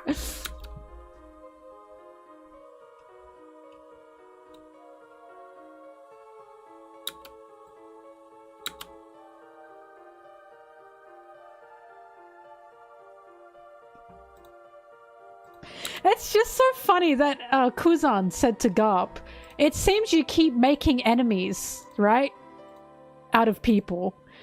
And yeah, Kuzan, maybe think about Kuzan saying that, because he's right. Nearly every single person Garp has tried to make an apprentice has turned against him in some way. His son, Ace, Luffy, Kuzan. Kobe's the only... No fucking wonder he went to save Kobe. Because Kobe's the only one that hasn't sensed Garp's bullshit. Kuzan is right.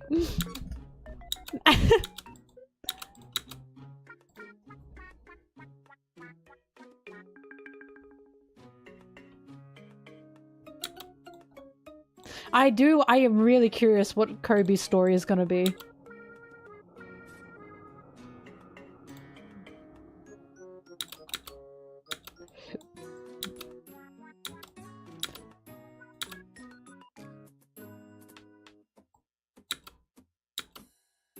It's just so funny that Garp was like punching the ship and he was like, my own son going against me, and that's how he meets like Kuzan wanting to train with him.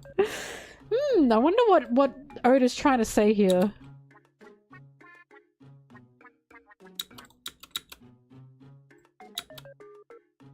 God, I cannot wait for the dragon story. I really can't. I know the dragon story is gonna fucking shatter some people. I know that whatever Dragon said to Garp before he left the Marines is going to be massive. I'm so excited. Please, Oda, please, it has to be soon. I'm the only one who's going, no, I know Dragon's got a good reason. I know that Dragon's going to expose Garp as the bum that he is.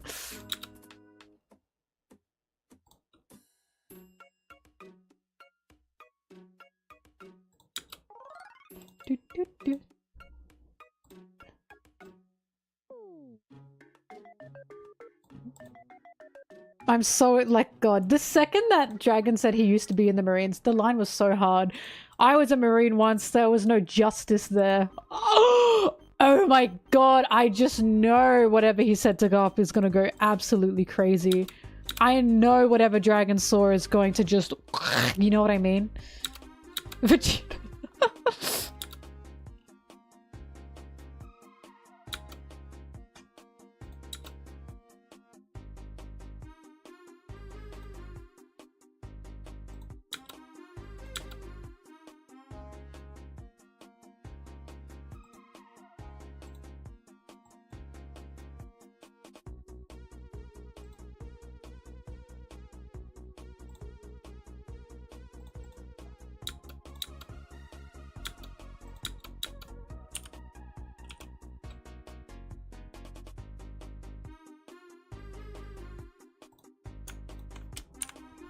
I was gonna say, Dedun is the one that raised those kids, not Garp. Like, we know this. Garp just checked in on them every few seconds.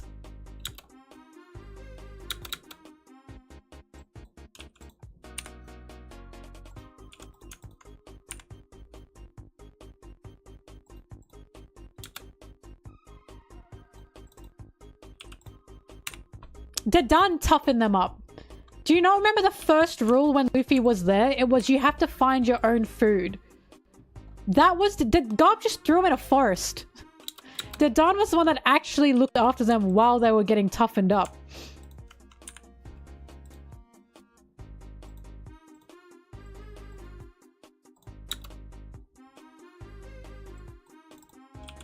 Dedun toughened them up.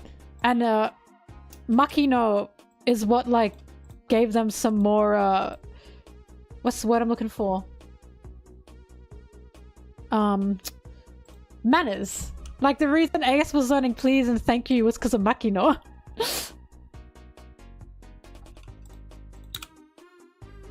Remember when Ace was fighting Blue Jam to save Luffy and Dadan stood there with Ace to fight with him? That was not Garp. Garp didn't do shit for those kids. It was all Dadan. The only good thing Garp did was give the kids to Dadan. All I'm saying is we have like an art of someone thinking about her 3 boys that she raised, and it wasn't Garp, that was Dadan. Dadan loved those boys. She loved those boys so much that she punched the shit out of Garp when Garp let Ace die, and even said, how could you let Ace die? That's how much Dadan loved those boys. I will not take this Dadan slander. Dadan not only raised them, but she's the one that also toughened them up.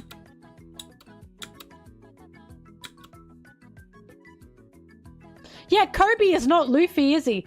Kobe's not Ace, is he? We are not talking about Kobe. Also, the only reason Kobe got to where he was because of Luffy. Garp just found them. Garp did train Kobe, but we're not talking about Kobe, are we? Kobe didn't even meet Dadan.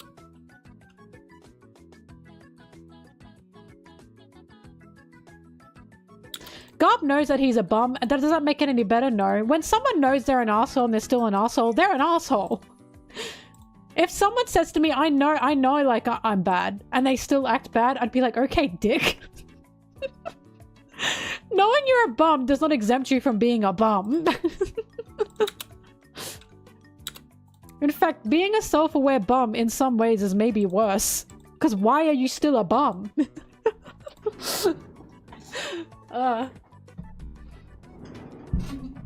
It's giving BoJack Horseman.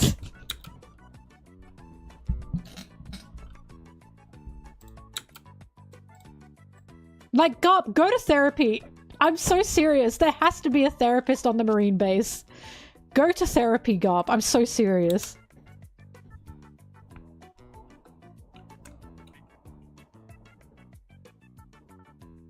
I don't care about Garp. Poor Garp, he dug his own grave. Garp dug his own grave. He's in his own hole. Garp has done, like, Ace is dead because Garp did nothing. Poor Garp, poor Ace, poor Luffy, poor Dadan. I don't give a shit about Garp. I don't care. He's the reason that boy died. Not the reason, but he's one of the reasons. He didn't help him at all. I don't, like, did you learn nothing from the Dadan scene? Because Makino was like, oh, but Garp's hurting. And Dadan said, I don't give a shit. Because guess who's hurting more? Luffy. Luffy would be hurting more. And she was right. That's literally Oda telling us, why should we feel bad for Garp when Garp is one of the reasons this even happened? Like, I'm with Dadan. I'm so with Dadan. Dadan is such, like, she totally gets it.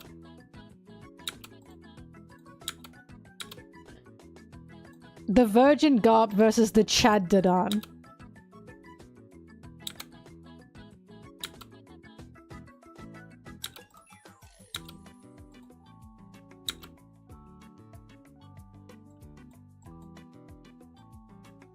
Why is it that so many people put Ace's death on Ace?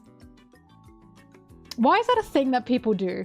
Okay, Ace didn't put himself on the executioner block. I'm sorry? You're saying that boy chained to that execution platform. Like, well, he killed himself.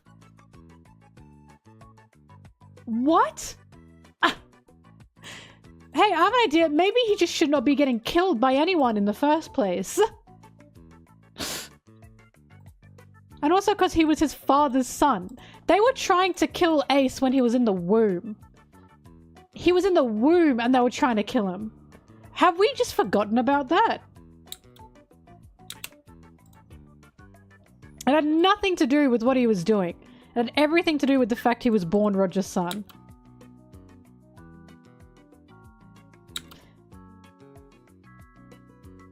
Well, non-existent, that's what we're talking about. Garp could have done something. He chose his job over Ace. That's a scummy thing. He's a coward. Choosing your job over the boy you promised to protect? I'm with Dadan. I'm punching the shit out of Garp. You guys need to watch my Ace video. I'm so serious. Of course Ace turned around because they were bad-mouthing the man who's the only man who, like, took him in. And accepted him, like, in his, like, family the way he did. That was the whole point of Ace's backstory. He just can't turn his back on the people that he loves. That was the whole point.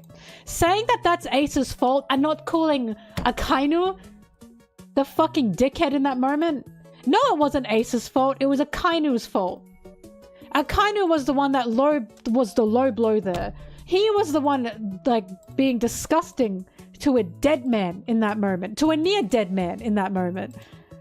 Whitebeard was sacrificing himself for Ace and Akainu said, okay, that bum. And you're blaming Ace for that. Are you for real? That was Akainu. That was not Ace.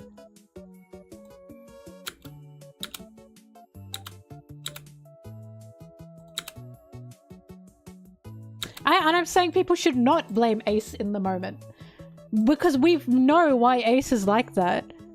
That's like blaming Law for going after Doflamingo.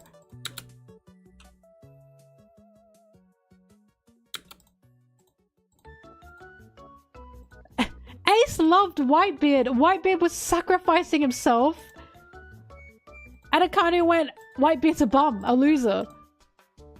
It's so easy to look at that moment from an outside perspective and go, why did he do that? If you were in that same position and the person you loved was sacrificing themselves for you and you were told that actually that person's dog shit, as if you wouldn't see red.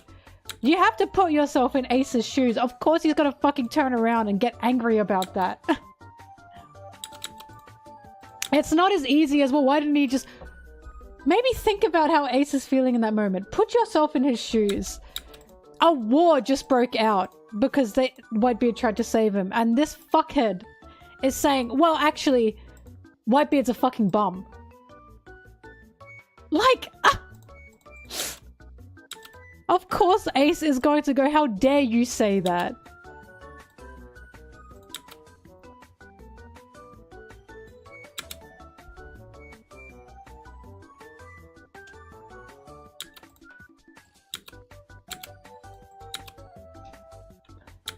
Once the dragon conversation happens, there will be a Garp video, I swear to God. I know that dragon conversation is going to be huge.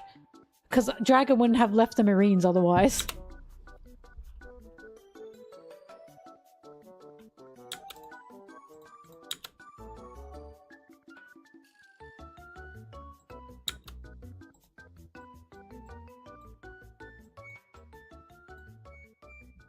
That is so sad.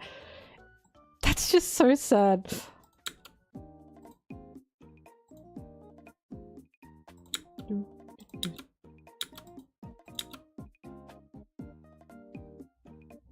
It's just so sad because Ace died because of just how much he loved, right? It was how much he loved his family and Whitebeard and Luffy and everyone. Akainu going nah at Ace, then seeing Luffy behind him and taking a shot at Luffy, and they still blame Ace. I can't get over it. I really can't get over it.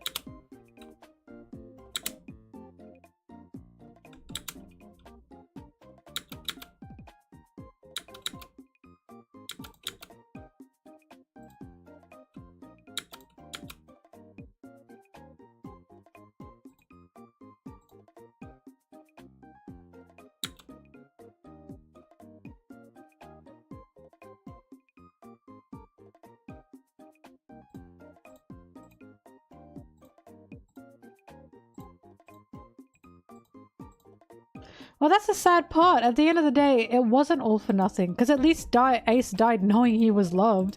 Like, it was sad, don't get me wrong. It's just the fact people blame Ace. and not Akainu for the absolute low shots that he took in that moment.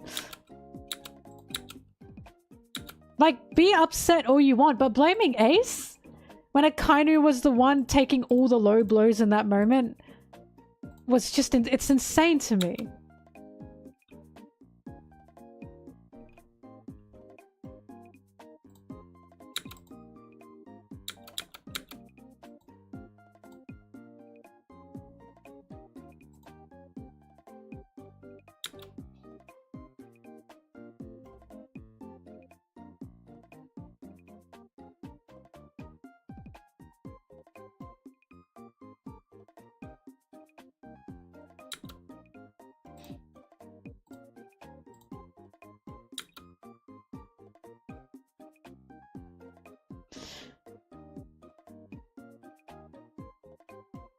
Garp saving a Marine is not the same as Garp saving Ace. I need you to know that. The reason the Kobe thing doesn't make up for the Ace thing is because Kobe was a Marine. The sword was there not saving the common person, but saving a Marine. That's the difference. Garp is not putting his job on the line for saving Kobe, because it's Kobe. He was putting his job on the line if it meant saving Ace, because Ace was the blood of Roger. He was the son of Roger. If Garp saves Kobe, the world will see him as something good. If Garp saves Ace, the world will see him as a criminal. That's the difference. If it was told worldwide that Garp sacrificed himself to save Kobe, everyone would go, oh my god, the Marines! If it was let out that Garp put his job on the line to save Ace, they'd go, oh my god, he's a criminal, he's a horrible man. That's the difference. Yeah, he put his life on the line for Kobe. And he couldn't give Ace that same grace. Because Kobe's the safer bet. That's what we're talking about. That's the difference. So Luffy put his life on the line for Ace. But Garp couldn't do the same thing. Oh, but when it's a Marine that Garp has decided is the future of the Marines, yeah, I can put my life on the line, but not this kid that I've known since birth that I promised to protect, even though I'm seeing my own grandson sacrificing his life to save this guy. He's a bum. He did not learn his lesson. It was a scummy and terrible thing to do.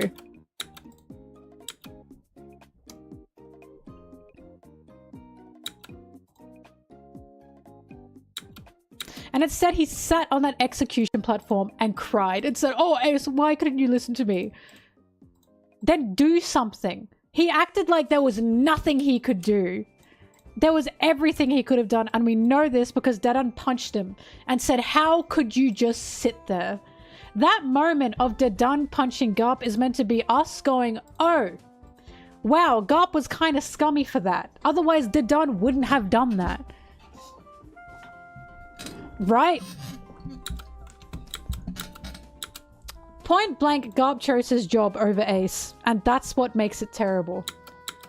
He knew Ace should not have died, and yet he didn't do anything anyways.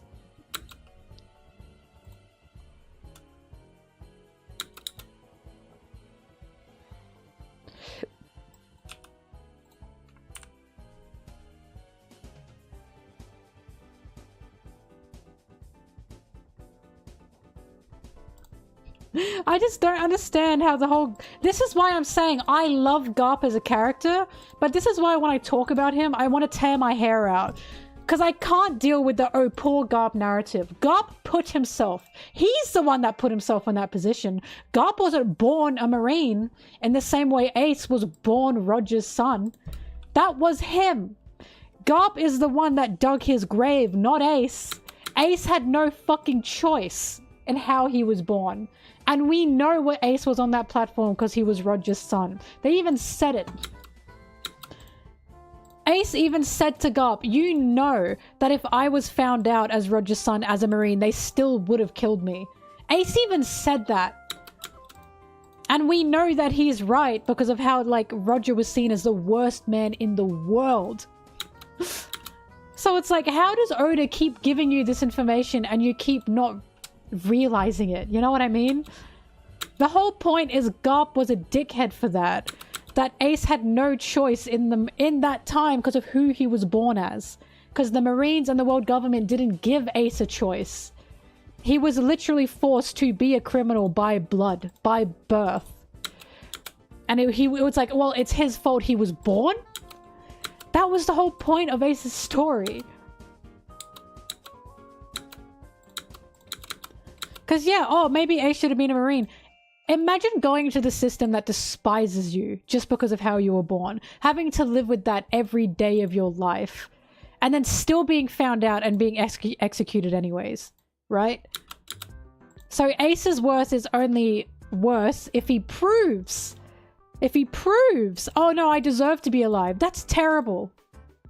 That's terrible.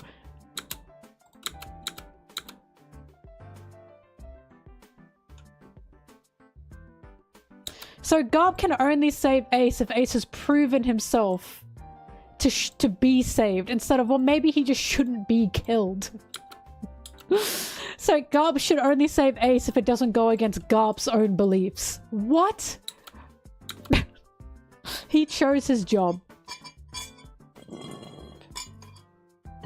Sengoku found out because Garp introduced Ace to Sengoku, and Ace said, I'm Port Gus D Ace. And Sengoku went, what?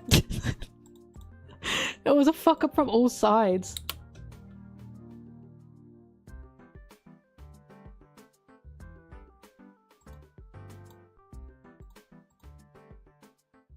All I'm saying is the whole point of Ace is there's meant to be an unconditional love story there. Garp's love is not unconditional if Ace had to prove that. If Ace became a Marine, oh, Garp could have saved him. But why? Why couldn't Garp want to have saved Ace no matter what? Since he apparently loved that boy.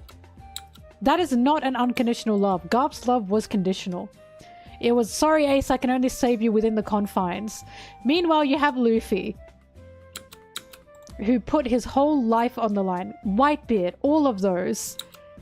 It was a fight of love, and we saw the difference between unconditional to conditional love. The Marines started that war. Don't forget that. The Marines started that war. They knew that Whitebeard would pop up if they put Ace on the execution platform. They decided to start a war because they wanted to take out Whitebeard, and they used Ace as bait. Come on. Garp was totally in the wrong.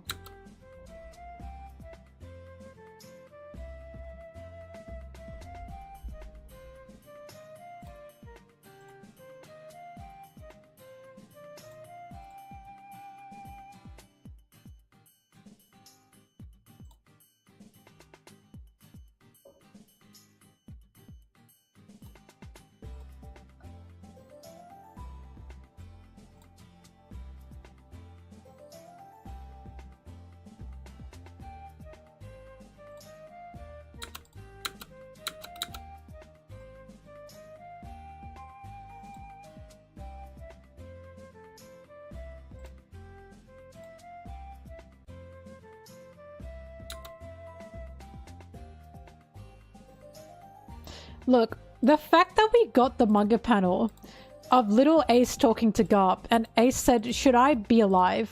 And Garp said, well, only time can tell. As if that's not the shittiest thing you could ever say to a child. And it's even reinforced with the fact that Ace essentially asked Luffy the same thing, and Luffy said, yeah, I like you. I want you to be alive. And the fact that we got Garp's face after he thought about that, and he looked remorseful, he knew he shouldn't have said that to Ace. He knew that was an absolute scummy thing to say to that child. When people go, well, that's Garp's way of caring. Yeah, and it was a shit way of caring. And you know why it was a shit way of caring? Because Luffy did a better job. Did a better job at reassuring Ace that he should be alive. And he was 6. He was like 8. 6, 7, 8 years old. And Luffy did a better job. I don't give a shit if that's Garp's way of caring. He fucked him up. And I know Garp knows that, because his face in that moment after he remembered that was nothing but remorse. Like, I cannot believe he said that to that little child. The answer to the question of if like a child says to you, should I be alive, is yes, of course. Not, well, maybe prove it. How can you possibly defend that? Like, how can you possibly defend that?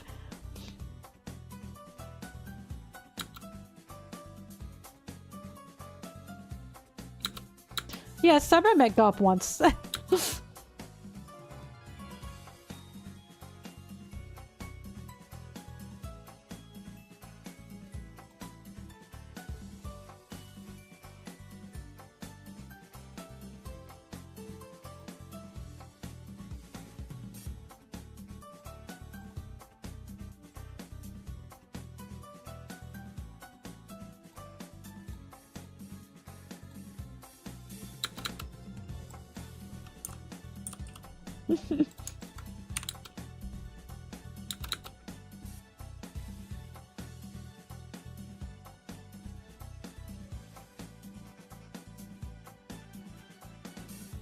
I know there's a nuance with Garp. I understand Garp's perspective, and I'm still saying he made the wrong choice. I get what Garp is trying to do. And it seems to me Garp just cannot accept the system he's in is fundamentally broken, no matter what. This system killed the boy that he was raising, Ace.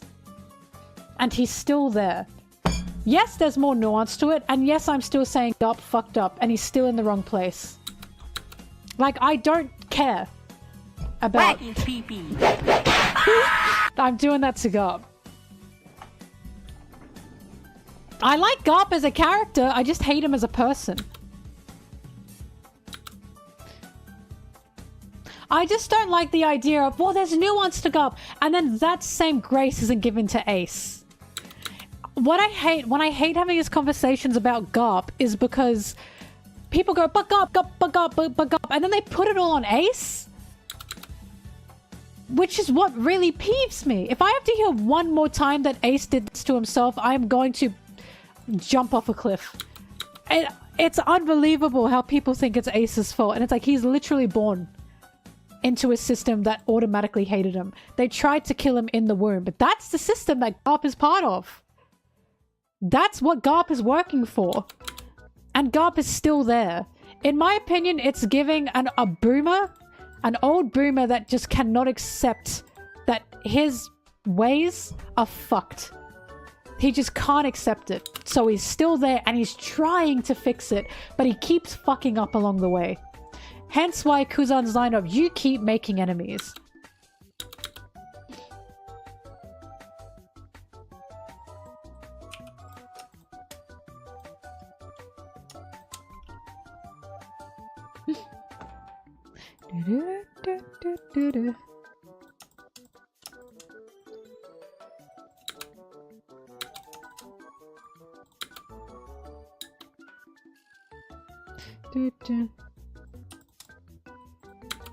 Garp is, you know...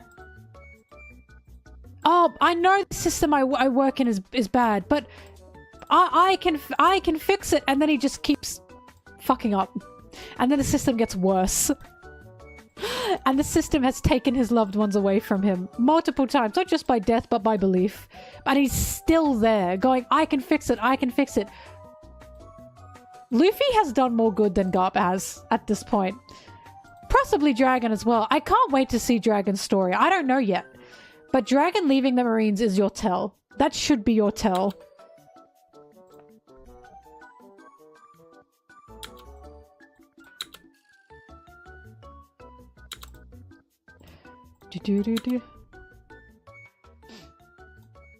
Garp is quite literally, alright, Grandpa, let's get you to bed.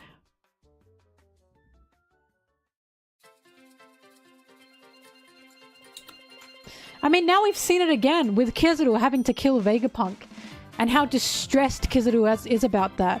We are literally seeing again and again and again that this is a system that is making people kill their loved ones. It's making people have to let their loved ones die. We keep seeing it.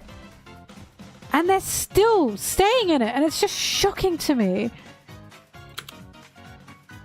Like, they're old dogs that don't want to learn new tricks, essentially.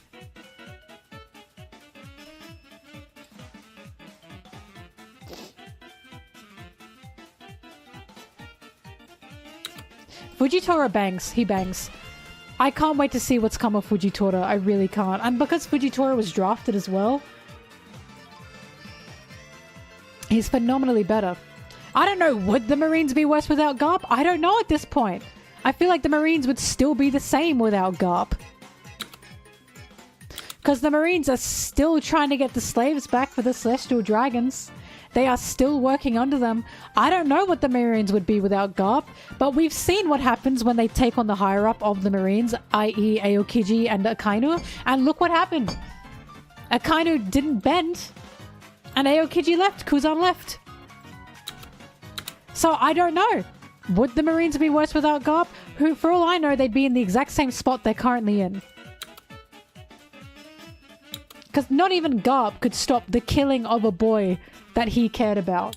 So what the fuck is Garp doing? What can he do? He can save other Marines, apparently.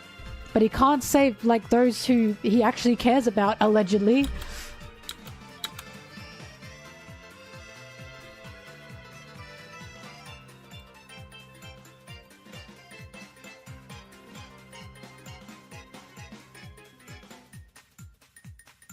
I'm really waiting for the God Valley flashback.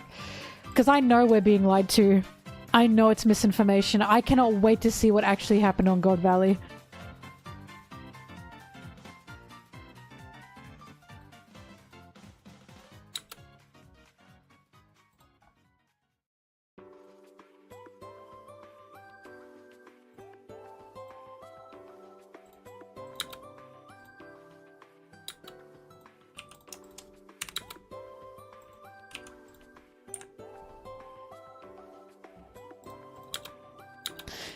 I don't know why people think Sword... I've had this conversation so many times before. Why do people think Sword is like the good one?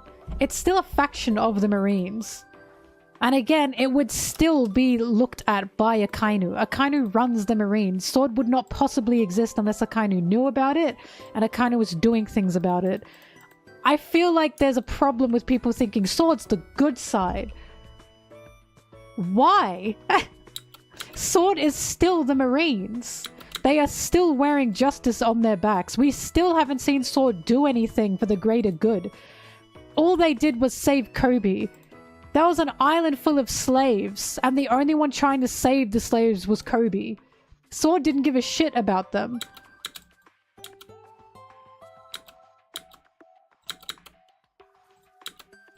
I still don't really know how I feel about Sword. I need to see them do more things. But in my opinion, Sword's a huge red flag.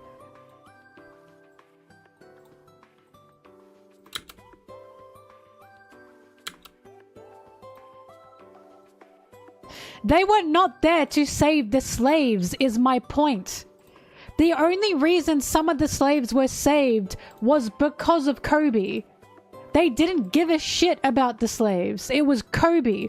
The person that we have seen save the most people and slaves. Yeah. Oh, thank you for the sub. Volticun! Hi, Volticun. Oh, you're so nice. I don't know if they knew about the slaves, but we've seen who saved the slaves the most have been the Revolutionary Army and fishermen. The Marines and Sword do not give a shit about the slaves. Only Kobe was saving them. They weren't there to save the slaves. They were there to save Kobe. They literally begged Sword, can we please save Kobe? Had nothing to do with the slaves. The Revolutionary Army we've seen have saved more people than the Marines have. We've only seen them act like 3 times. And yet we've seen the Revolutionary Army try and save as many people from the Lucia as they could. What the fuck are the Marines doing? Like, I'm sorry, Sword means nothing to me right now.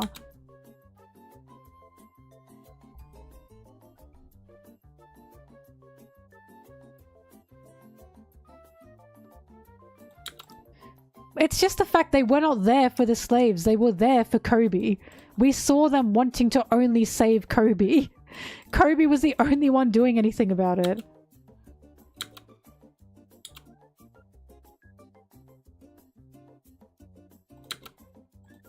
Did the Marines know that there were slaves at Fuller Lead? I don't know. Is Sword making moves to save slaves? No. That's my point. Sword is screaming, we care about our own more than we care about the general person. They proved that by saving Kobe.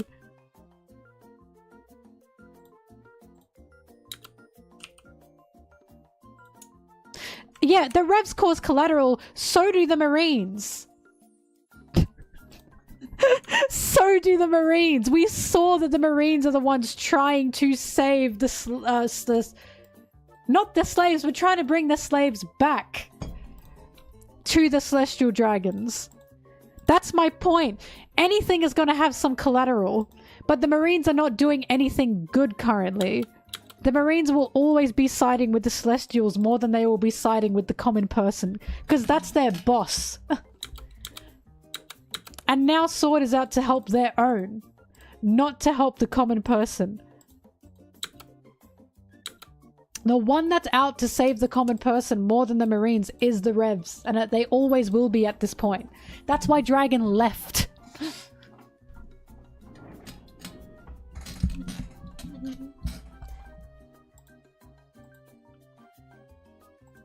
Yeah, Garp thinks he's fixing the Marines, and how many times has he fucked up? That's my point.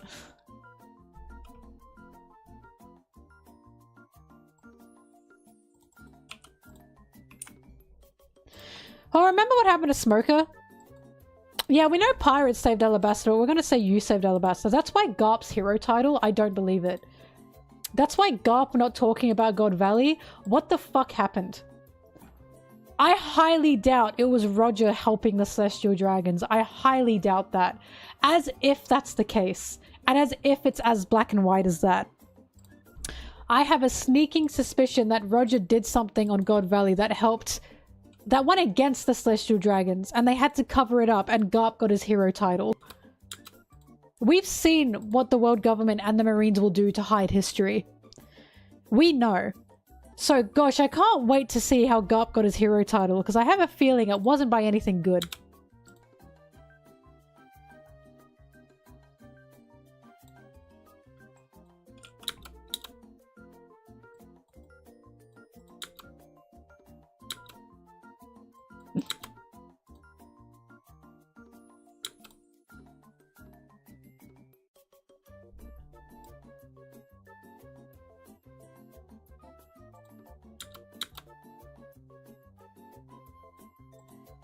Danny, they'd never want to say that Roger stood against the Celestial Dragon.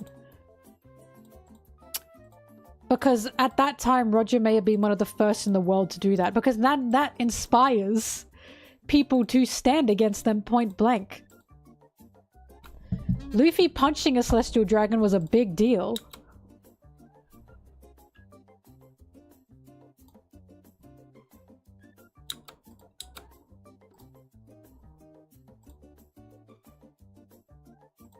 Like, I don't know what happened in God Valley, but I feel like it's going to be insane.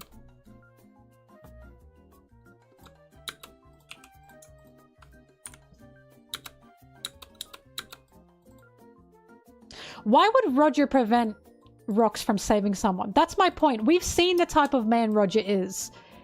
He is not a villain. So why would Roger prevent any kind of saving? We know Roger was not... Roger even had the rule to not hurt the common person. We know that Roger didn't want to hurt civilians, nor steal from civilians. So what the fuck happened on God Valley? There's definitely so much misinformation around God Valley, and I can't wait to see what actually happened.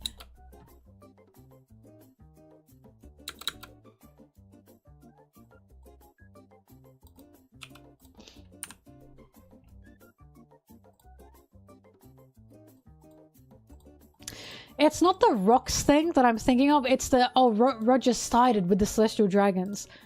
As if, you know what I mean? Like, what actually happened?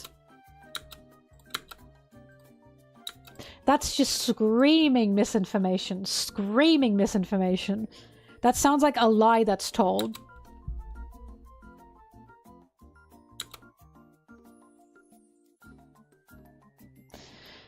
Well, here's what I'm saying. When people say Roger trusted Garp with Ace, Roger knew the type of man Garp was, and what happened? Garp still didn't protect Ace. That still didn't happen. He still let that boy die. And I keep saying Garp separated with his crew. And then Rouge got pregnant. Sorry, But Roger separated with his crew. Garp was Roger's best shot, but he wasn't the pick. As fucking if Roger wouldn't have wanted Rayleigh to help with Ace, but the crew had already split up. They'd gone their separate ways. Roger didn't know where they were. Roger was dying. There was nothing else he could have done in that moment. And Roger knew that the Marines were going to try and kill Rouge while she was pregnant with Ace. Garp was the only one that he could get help from. So what happened on God Valley? I highly doubt Roger sided with the Celestial Dragons. I highly doubt it. For all we know, it was Rox, Roger, and Garp trying to do something against the Celestial Dragons. Because we know Garp fucking hates the Celestial Dragons, right? For all we know, it was the Celestial Dragons against the pirates. And Garp didn't want that to happen. We have no idea what happened.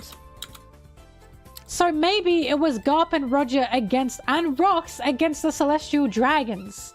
Because we know that the world government was there at the time protecting the Celestial Dragons. Like, we don't know what happened. For all we know, Rox isn't even that strong. Rox could be a buggy type.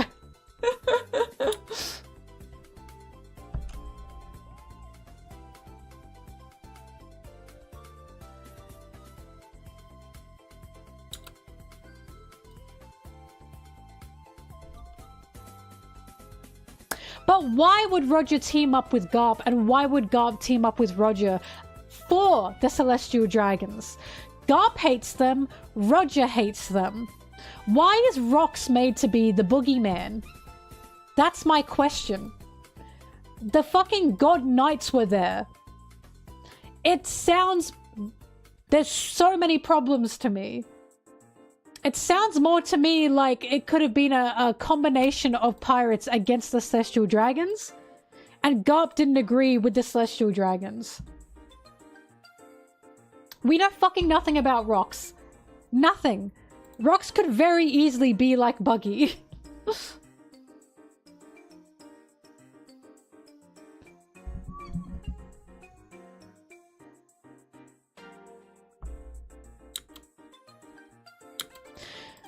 The point that I'm trying to say is, but the Celestial Dragon thing. Why would Roger ever fight for the Celestial Dragons? Again, it's screaming misinformation. Why would he ever side with them? I highly doubt that's what happened.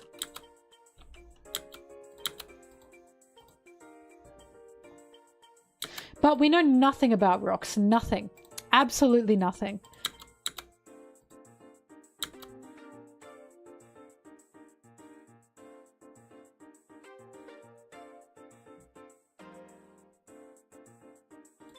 I just can't wait to see the truth. I really can't.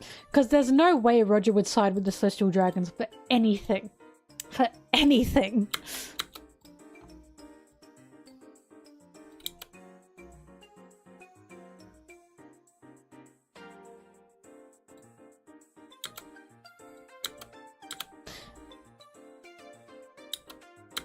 The greater evil is the Celestial Dragons and the Holy Knights. I highly doubt Rox is a greater evil, you know? But who knows? All I know is Roger would never side with the Celestial Dragons, ever. That was the system that was trying to kill Roger and go after Roger. So what happened? And I can't wait to find out.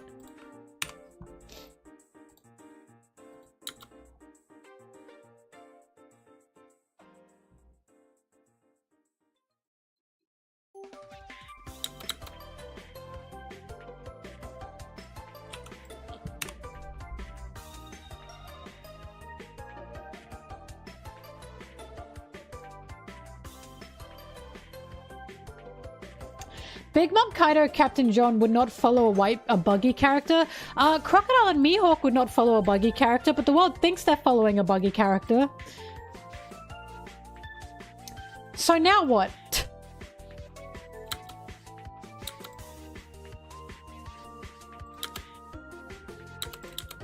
We have to remember that One Piece's world is riddled with misinformation. That's one of the themes.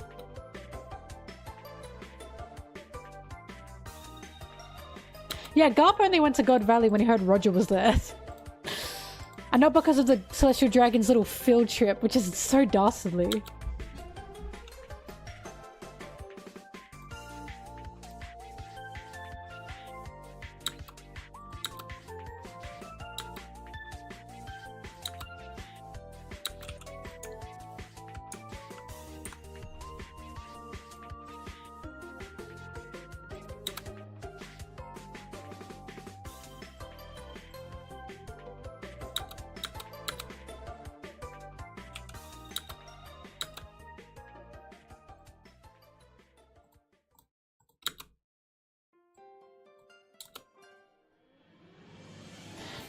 That's what I'm saying. They're not following Buggy.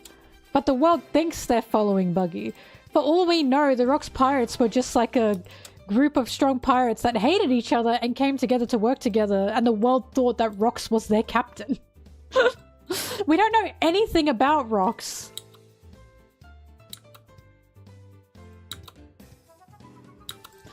Like, I don't know what Rocks is going to be, but I'm saying if he is a Buggy type, don't be surprised.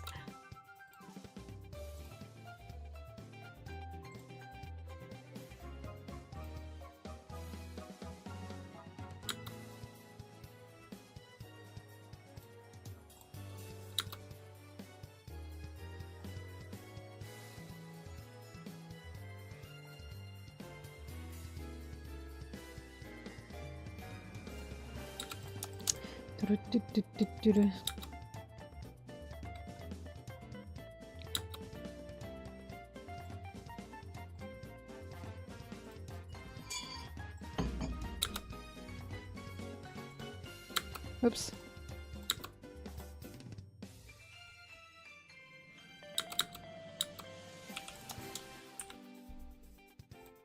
I'd scream in joy if he was just another Buggy, because this is One Piece. Why are you reading One Piece if you're not expecting the stupidest answer sometimes? What? As I can totally see Oda doing that. Because Oda's not writing the conventional shonen, we know this. He literally made Gear 5 because he fucking hates how serious shonen has gotten. He's been hyping Rocks up as this evil madman this whole time. Oh, it's actually another Buggy. That's so Oda. That is so Oda.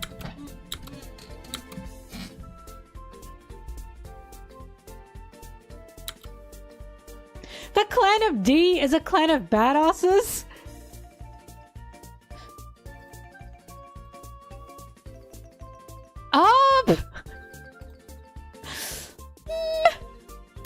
No!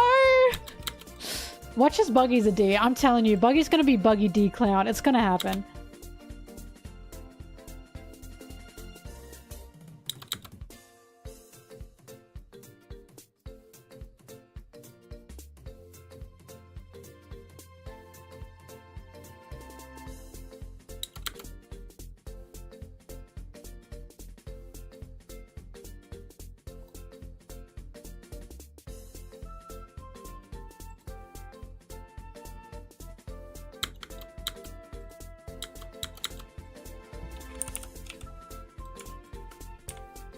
He's gonna be a D?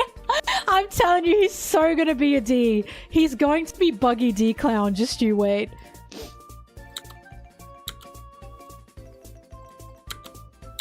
Why are you so uppity about the D thing? We don't even know what it means.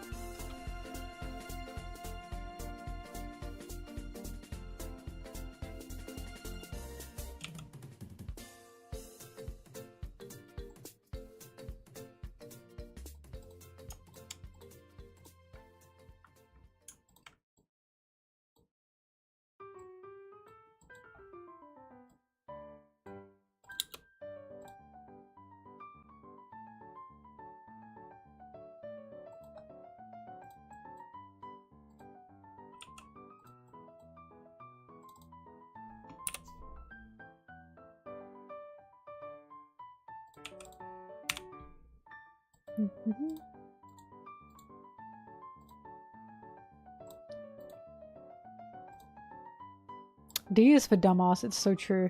Not you, Vivi.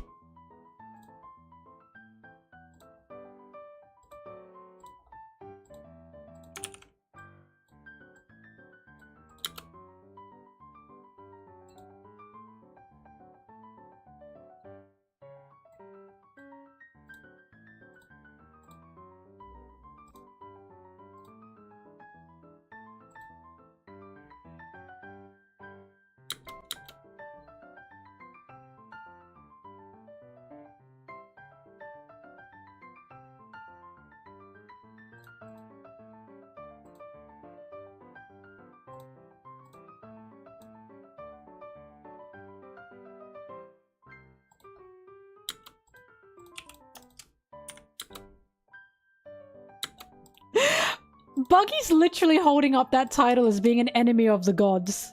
He literally is. He's doing it right now.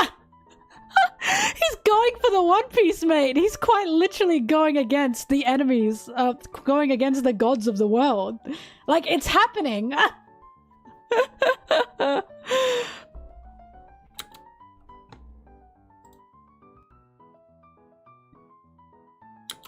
Dude, Buggy is one of Oda's favorite characters. You're gonna have to, like, let this one go. We know that Oda loves Buggy. Buggy's going to have some things happen.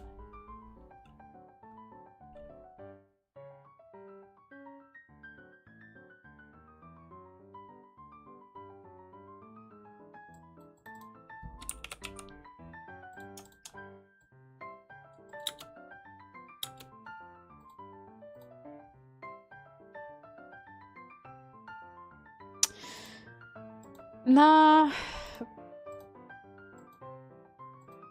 Because the D... Weren't the D's around before Joy Boy? I don't know, I don't believe in that theory.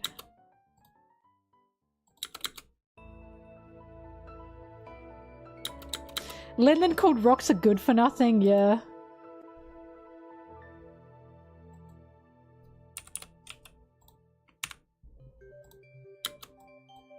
I only say this because the first D we knew apparently was Lily. And that was when the world government was formed. But I guess we don't know. But being a descendant of Joy Boy's crew, I don't think so. I don't know. It doesn't hold up to me for some reason.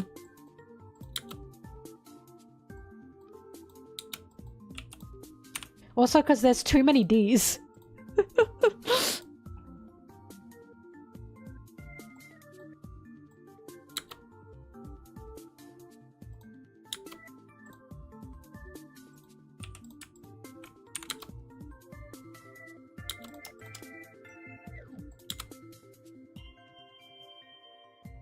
My Elbaf predictions is Loki has daddy issues, and that's why he's the way he is.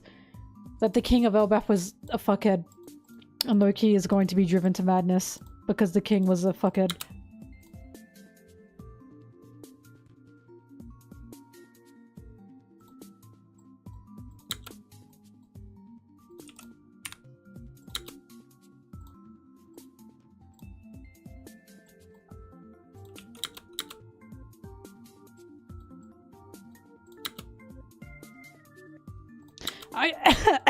I said this audio was going to take like under an hour, but I've been distracted talking about One Piece. Oh god.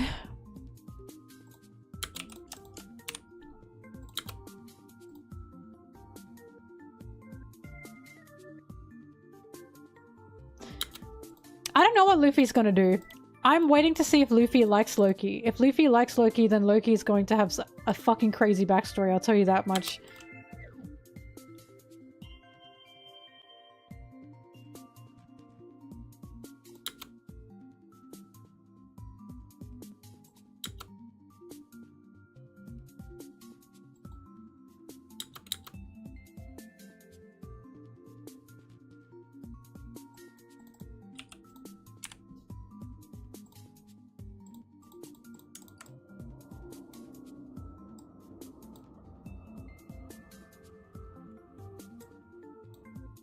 Well, Usopp doesn't actually have daddy issues.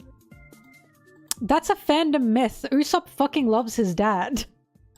Again, I know it's a joke, but Usopp in story does not have daddy issues. He loves his dad.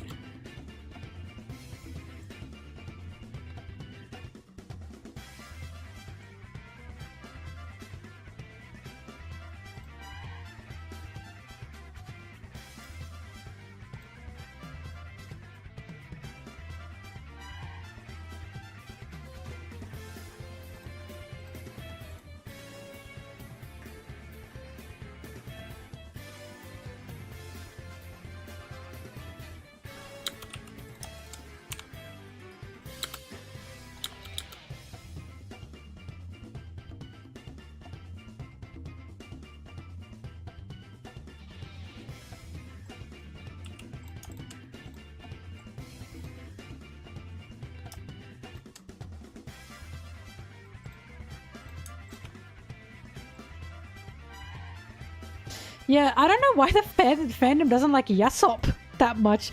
Yasopp even said he misses, like, his home, his wife, and his child. But his dreams were calling for him.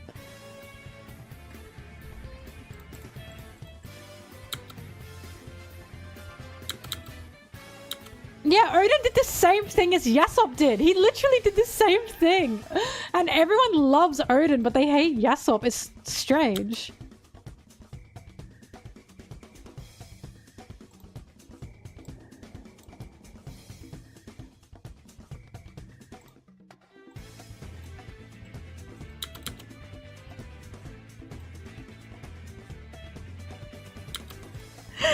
I'm not saying Odin doing it doesn't make it okay for Yasopp. I'm saying that people love Odin but hate Yasopp, and they did the same thing.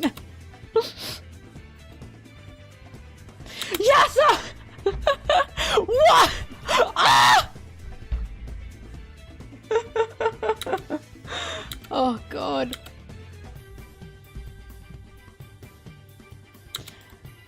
Odin met his wife on the seas. They had children, and then he left his wife and children behind. It's the same thing. Like, I don't know where Yasopp met his wife. It's the same thing.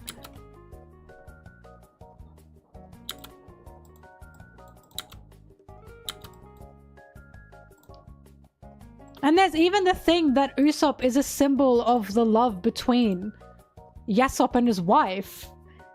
And it's like, I understand people have problems, but there's also a sense of such, like, sweetness to it. Where Yasopp wanted to go out and live his dreams. His wife wanted to stay where she was. So between them, to symbolize their love, they had Usopp. That's not the worst thing in the world. Like, I don't think Yasopp's a bum for that. He did not walk out on her when she was dying. She did not. If anything, Toki was sick, and Odin left Toki and the kids by themselves on Wano. If anyone was walking out on their sick wife, it was Odin. But she wasn't sick when Yasopp left her. She got sick afterwards. What? If anyone was walking out on their sick wife, it was Odin. Usopp was 10 when his mom was dying, and when did he leave? Like, what? Like, when did Yasopp leave?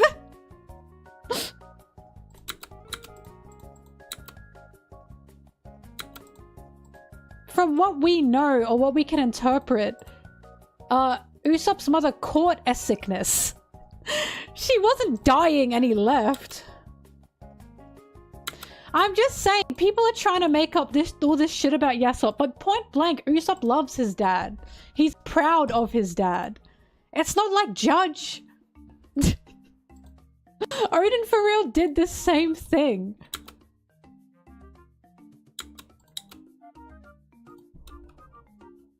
I don't know, it's just strange to throw Usopp's feelings aside. To be like, no, actually he was shit. Usopp literally defends his father. Why are we ignoring Usopp's own feelings about his own father?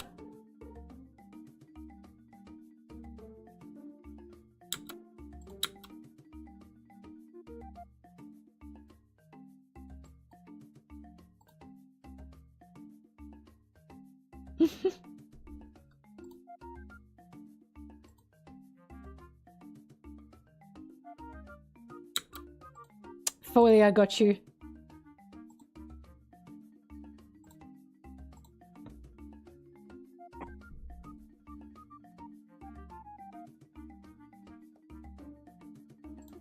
I didn't finish.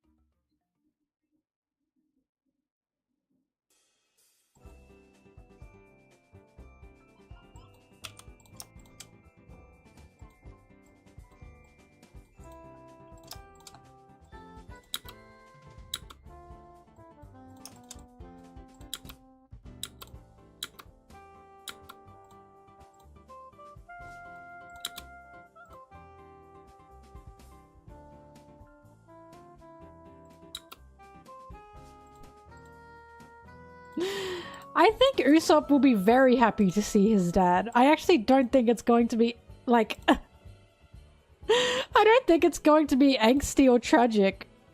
The only reason Usopp is who he is today is because he wants to be a brave warrior when he meets his dad again.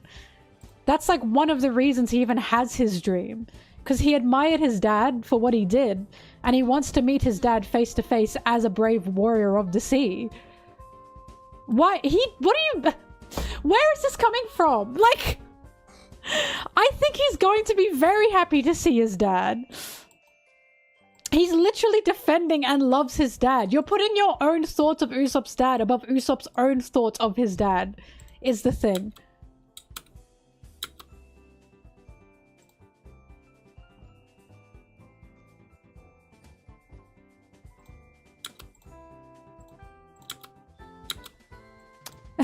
We've just seen time and time again how proud Usopp is of his father. His first lines were even, "I'm so proud of my dad for who he is." Why would he be mad at meeting his dad again?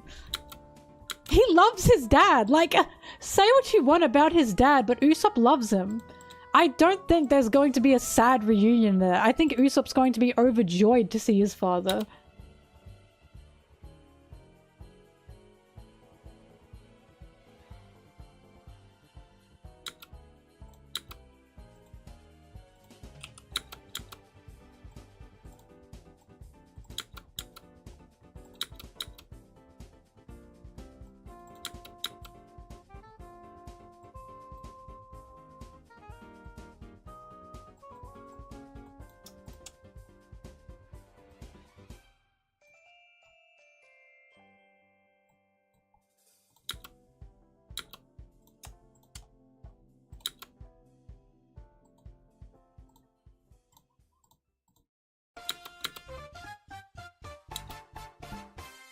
Usopp loves his dad. What?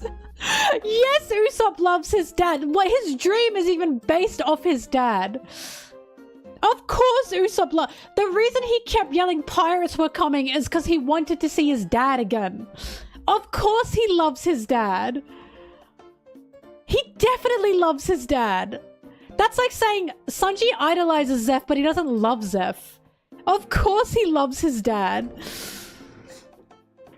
Like, it's just literally one of the main points of Usopp's character is how proud he is of his dad. How much he wanted to be his dad. How he wanted to meet his dad again out at sea. That's literally one of the cores of Usopp's character. He definitely loves his dad. You can think about, like, Yasopp's dad in terms of, sorry, Usopp's dad all you want in terms of how you feel personally about him. That doesn't change the fact Usopp loves his dad. Like, that's my point. Personally, you can feel personally all you want about Yasopp. It doesn't change that Usopp loves him, is proud of him, wants to meet him again. Like, there's a huge difference. The live action made Usopp upset about his dad. Oh my god, I fucking forgot about that. Oh. For God's sake. Damn, no wonder people are having this argument again. That's just so frustrating because one of Usopp's cores is that he is proud of his dad, wants to be his dad, wants to see his dad, loves his dad. That is literally one of the cores of Usopp's character.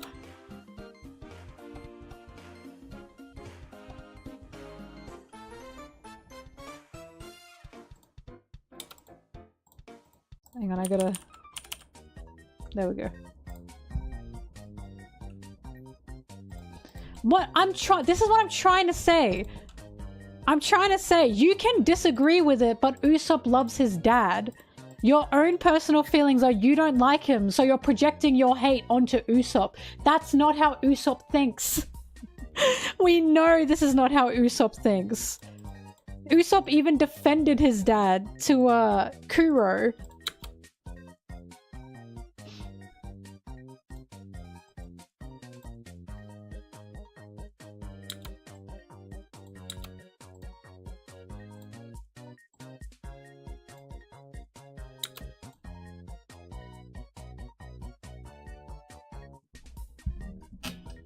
Yeah, that is what projecting is. That is. People are projecting their own hate onto Usopp. That is 100% what projecting is. They don't like Yasopp, so they're projecting their own hatred for Yasopp onto Usopp and saying, well, Usopp is going to be upset when he sees his dad. No! Usopp loves his dad. He's very happy to talk about his dad. He's proud of his dad. You are projecting your own hatred for Yasopp onto Usopp. That's 100% what projection is. It's like people projecting their own masculinity onto, like, Zoro. So they make Zoro want to be with Robin because they like Robin. Or they want Robin to have a... They want Zoro to have a girl because they think Zoro needs that because they are projecting themselves onto Zoro. That's exactly what that is.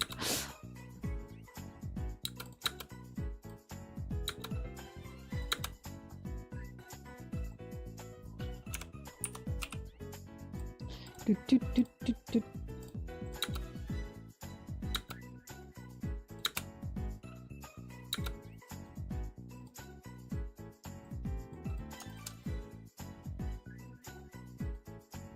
Do, do, do.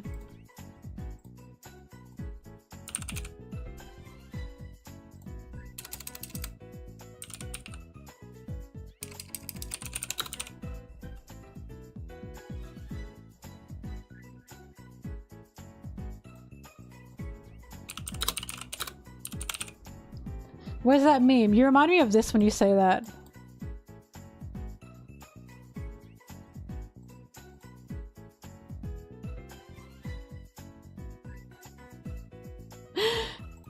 Jay, I'm not talking about you personally. Sorry, Joe. I'm not talking about you personally. You said that's not what projecting is.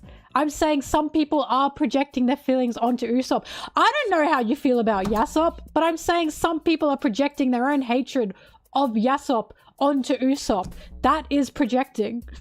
You can think whatever you want. I'm not saying you personally are doing that. You said that's not what projecting is, and I'm saying yes it is. Feel however the fuck you want to feel about Yasopp. Just don't push that onto Usopp. That's not the point of Usopp's character. It's someone on YouTube. You can't see them, but I can. Anyways. When I talk about this, I'm not talking to you personally. I'm talking about what a majority of people have been doing.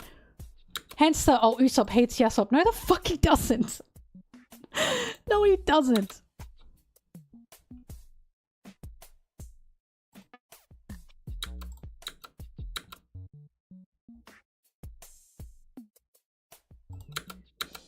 What? Okay, hang on. Why is Shanks blowing up Bartolomeo's ship so weird to people? They are pirates. Bartolomeo burnt the redhead flag. They burnt that flag. We know how important a flag is to a pirate. Why is that shocking? They couldn't just let Bartolomeo leave after doing that. I don't understand why that's a shocking thing to people. Why is that confusing people?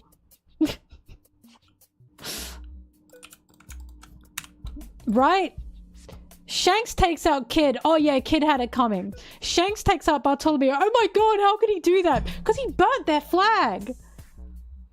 We know how important that is. Why is that really confusing? Like, so many people are so conflicted about that. I'm like, they are pirates and the pirate flag is their whole thing.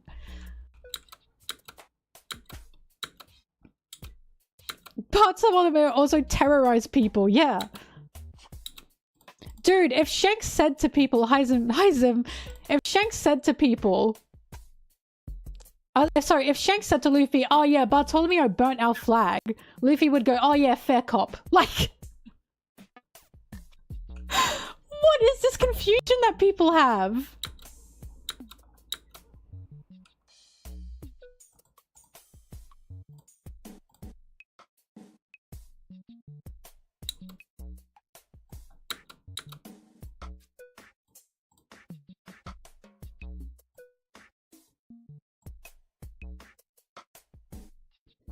Bartolomeo trolls, but you don't burn someone's pirate flag. There's a whole arc showing us how important the pirate flag is to a pirate. And people are still confused at why Shanks and Yasopp took out Bartolomeo. How can you be confused about that? I just don't get it.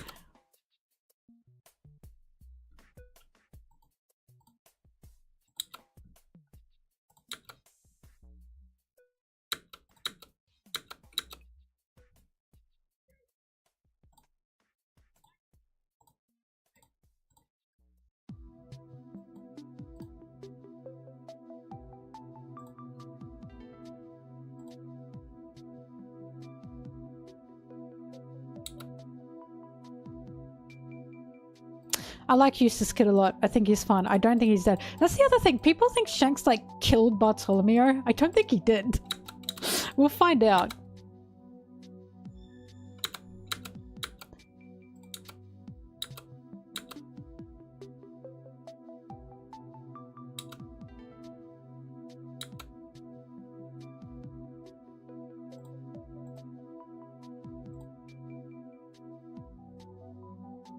Hey, so you know how power scalers have nicknames for characters?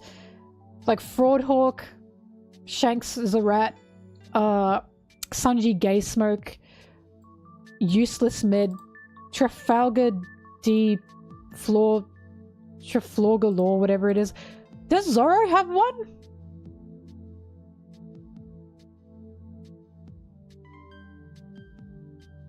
I've never seen Zoro with one. 0.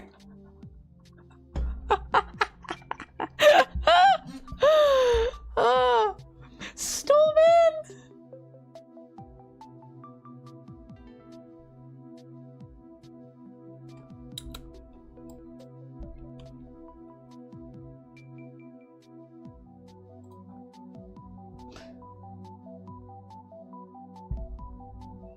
Does Zoro actually have one? I've never seen it.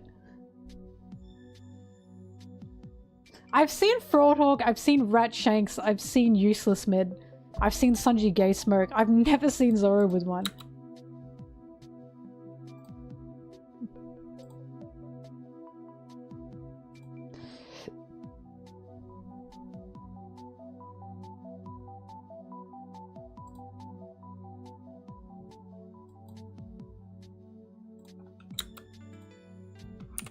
Pin Zoro? What does that even mean?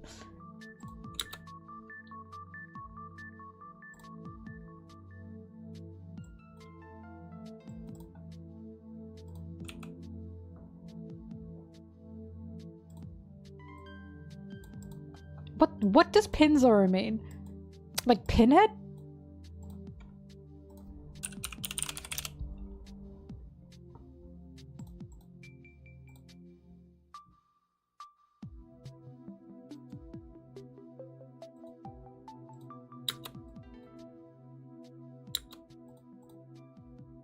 I'm so lost. I don't understand why that's a bad thing.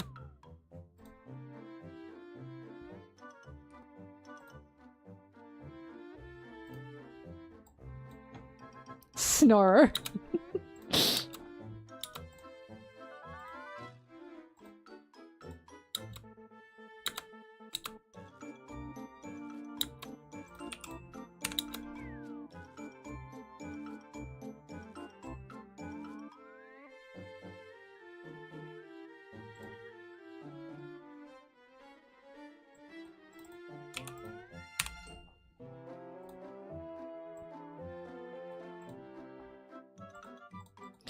Zoro the pirate hunter, more like Zoro the can't bend iron bars loser. Am I right, fellas?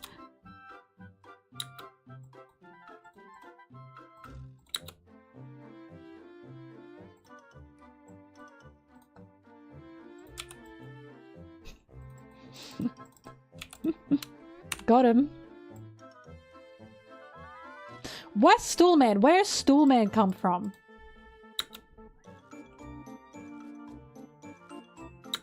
More like Zoro can't dodge attacks. Am I right, fellas? That's something I notice about Zoro. He just doesn't dodge.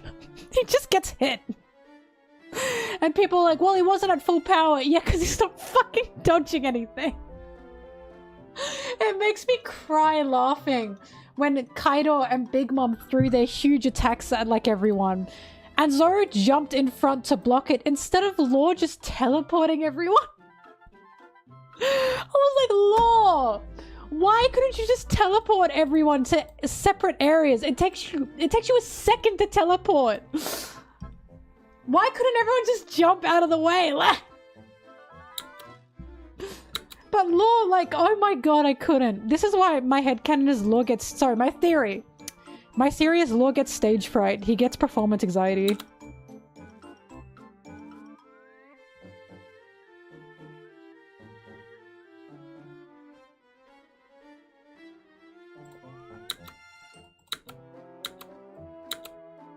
Every time, like, Big Mom and Kaido threw attacks at them, I was like, Law, this is what I'm saying. Law needs to work as, like, the back support. If he just stood back and just went teleporting everyone, they would have been cooked.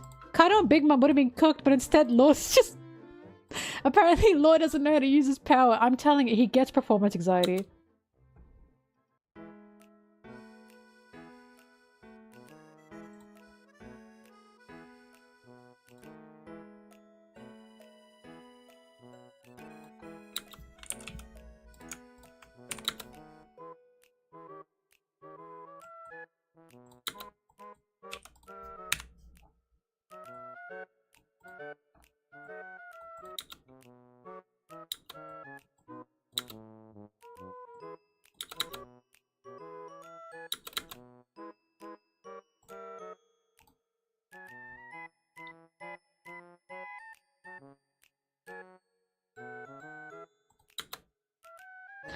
Oh, he's called Stool Man for Lucci.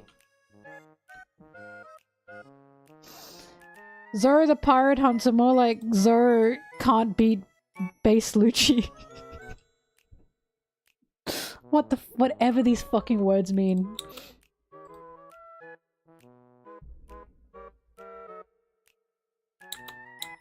Thank you.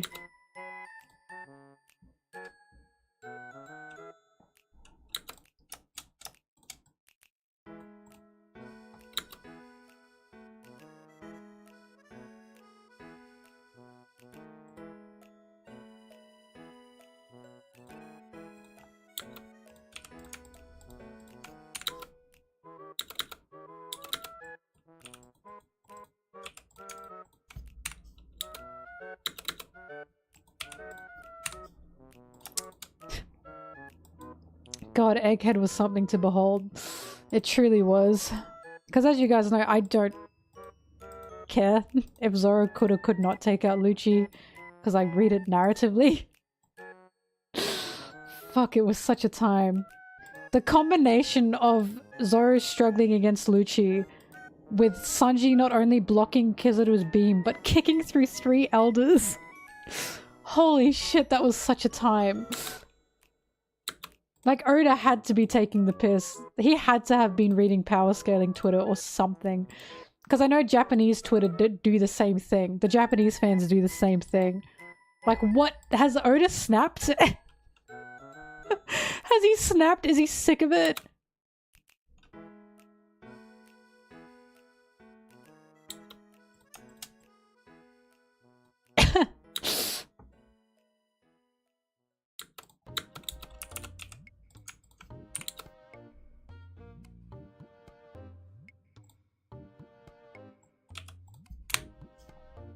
Oh my god, the S-Shark punch. Oh, dude, crazy work, just crazy work.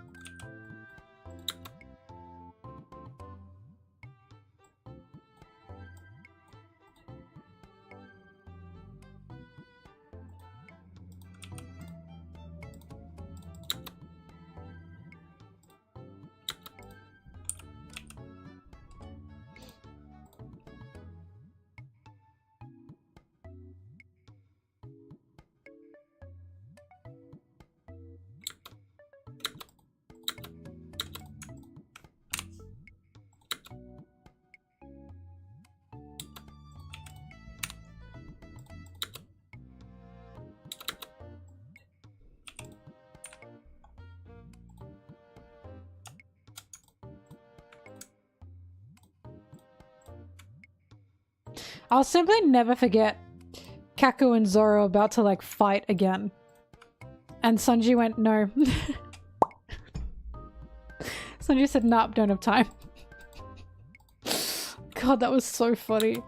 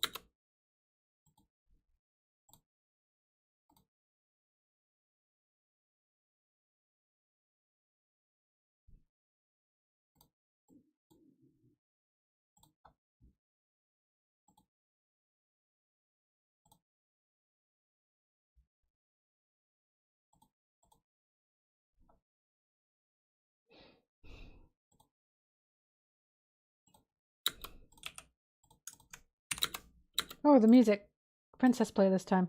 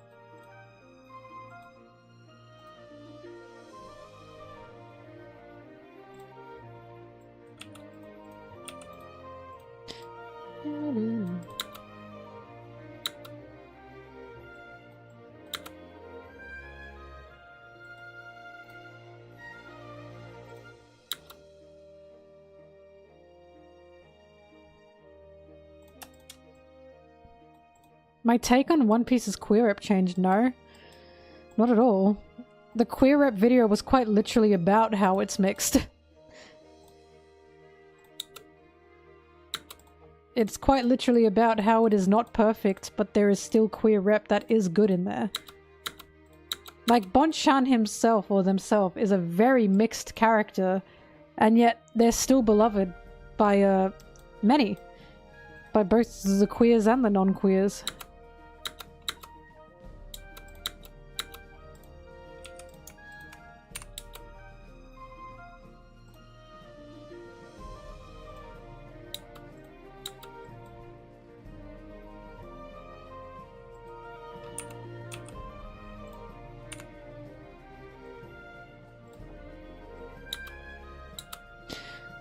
Well, look, the funniest thing about Bonchan is, like, so many people talk about, you know, the stereotype. Bonchan, you know, they're a bit of a stereotype. And of course my argument with that is, yes, while Bonchan is a stereotype of queer people, you can't deny that Bonchan is a queer character. And the funniest thing my friend said to me, well, Anna, because I was talking to Anna about it, and I was like, Bonchan quite literally wears the word like queer on their back. And Anna said, as crazy as that is, I know many queer people that do the same thing. So Bonchan is so interesting because it's like, yes, they are a stereotype, but in some ways, while they're a stereotype, it's like, they're not the most harmful. They are still beloved. There's still some problems, but they're still fun. You know what I mean? Like, it's 50-50 on if a queer person will see Bonchan and feel upset about Bonchan.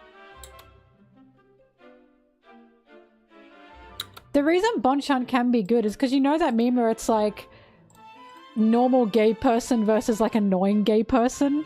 And Bonchan's like the annoying gay person. Bonchan also does embody a lot of sides of a queer person in terms of just not caring. And did Oda do that on purpose? I don't know. But Bonchan's still beloved. And Iva's the same as well.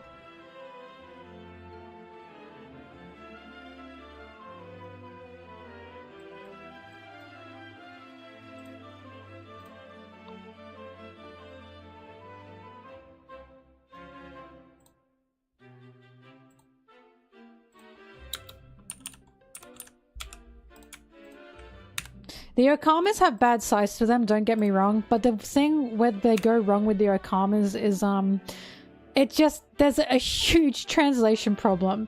Because again, it's about context. I will always listen to any trans person who talks about the Okamas.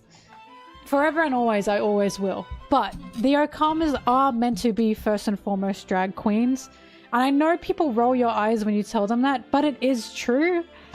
And my point with the Okamas is if you talk to a drag queen about them and you showed like a drag queen that, you know, this is supposed to be a drag queen, a majority of drag queens would find that funny. Because the whole point is they're chasing a dude who's like, I don't want to wear dresses! You know what I mean? And yes, there's an issue there as well, don't get me wrong. But in a drag queen sense and in a drag queen sense of humor, there is comedy there in terms of we are chasing a man who's like insecure masculinity wise going, I don't want to wear dresses. Like, that's why a lot of people in terms of Sanji and like the Okamas, they feel a connection to Sanji because it's like outrunning that feminine side of yourself. But at the same time, again, I understand where the negativity comes from. I'm also going to say, yes, it wasn't the best in the world. But we also do have to consider the context of what they are supposed to be.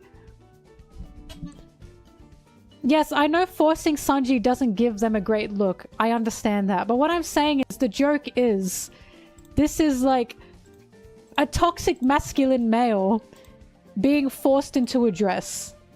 That's the joke, right? And again, a drag queen is probably going to think that's funny. So it totally depends on... I'm not saying they're good.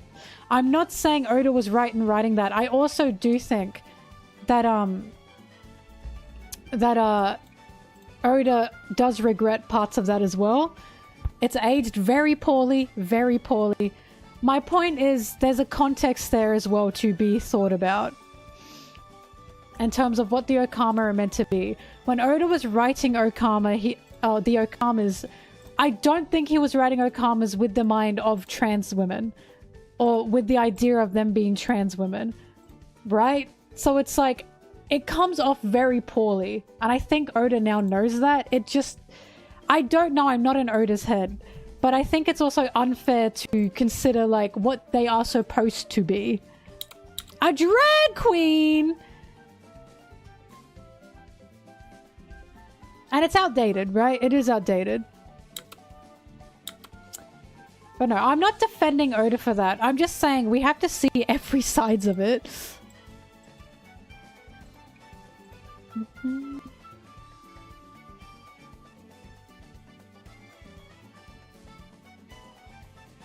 I mean, I always say, if Okama and if the Kamabaka Island got changed to, like, Drag Queendom, would it be taken differently?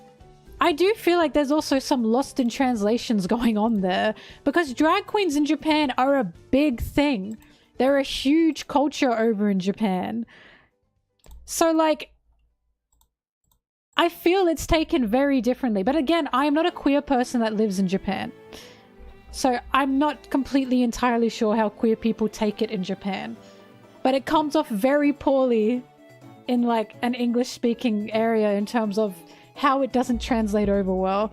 But again, I do think Oda has also kind of regretted that too, because he's definitely portraying it differently these days. Well, again, we know Oda has friends who are drag queens. So my thought is, was he showing these drag queen jokes to, like, these jokes to his drag queen friends? Were they finding it funny? Because again, imagine telling a drag queen, the joke is a bunch of drag queens are chasing a man who is, like, toxically masculine, and he's saying, I don't want to wear a dress. If you think about it in that perspective, that's not objectively, but there's a humor to it, right? There's a side to it that, like, you have to look at, but also it's still aged poorly. It is still aged poorly. It does depend on if you see the Okama as, you know, drag queens or not. Because if you see them as trans women, yeah, that's disgusting. It is disgusting.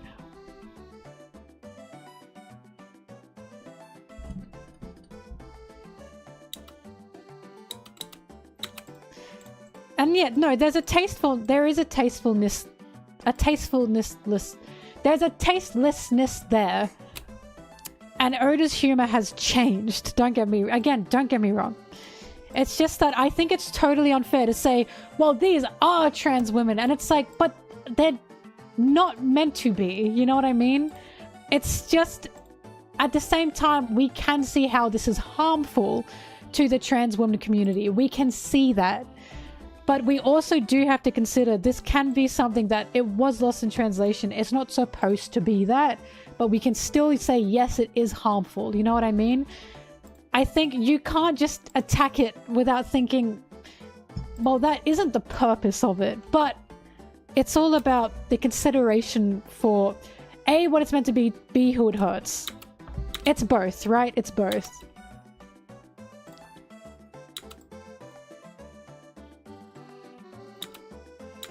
All I know is I can see drag queens looking at that and thinking, yeah, that's funny. If you see it as drag queens from a drag queen perspective, you can indeed have a laugh that this is a toxic masculine man trying to outrun, like, the feminine side that drag queens have opened up to him. And again, there is a humor to it, but it has aged poorly.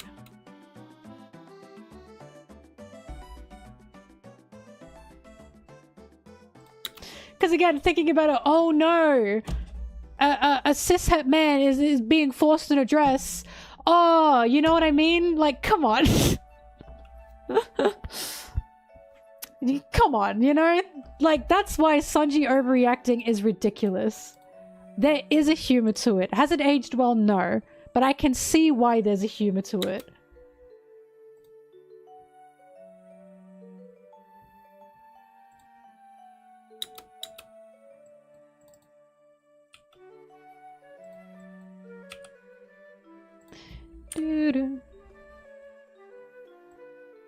Well, that's the question. Do they run behind every cishet man and make them wear a dress?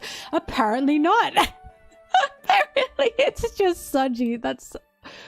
I don't want to say that's funny, but that is also kind of funny.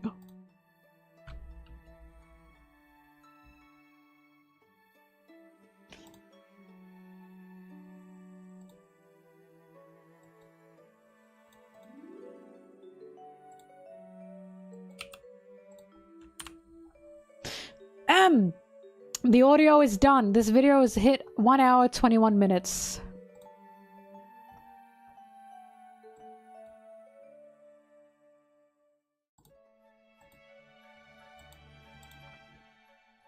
Whack his pee-pee.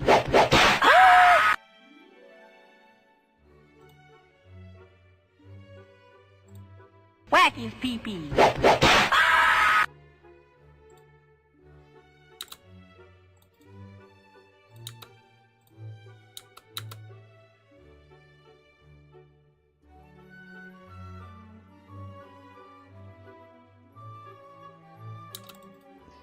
Doo-doo.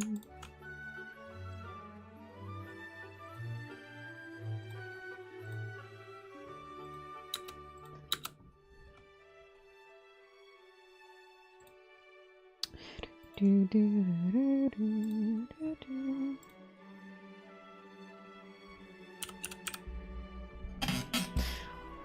I have to pee so bad. I'll be back.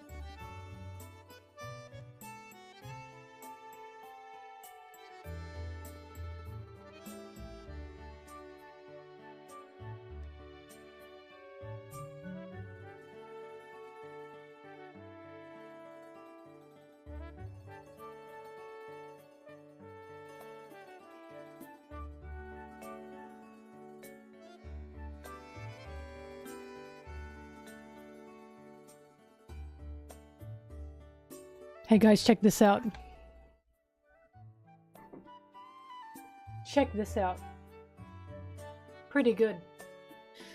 Pretty good, right?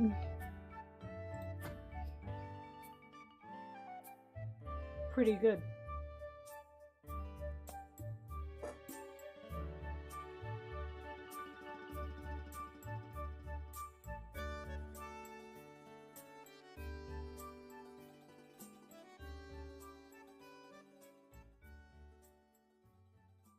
Catcher was good fun.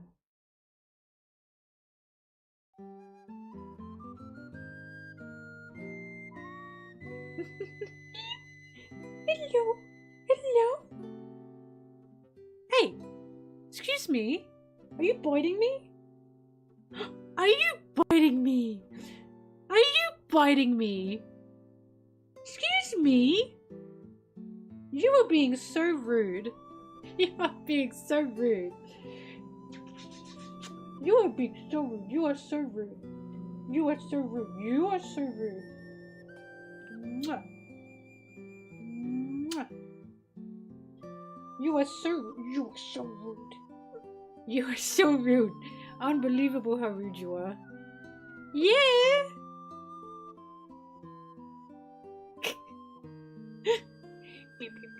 She's so shaped. She's younger than Blueberry, by the way. She's bigger than her. Yeah. You're a big girl. Alright, I'll put her down.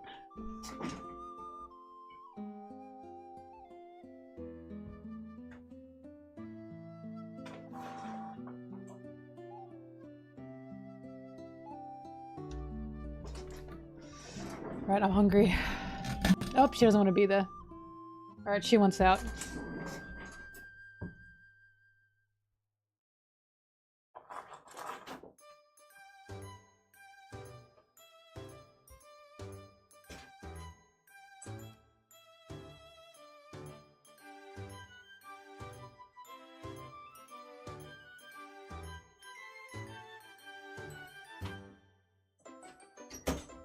Now check this out.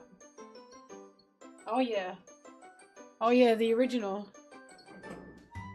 Hello.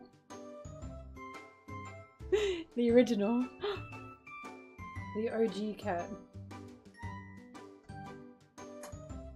Isn't she so cute?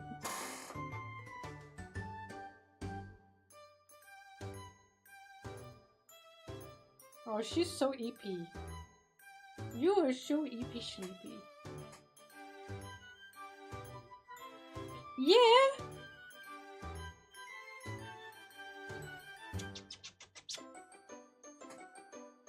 See how she complains as if I'm doing anything?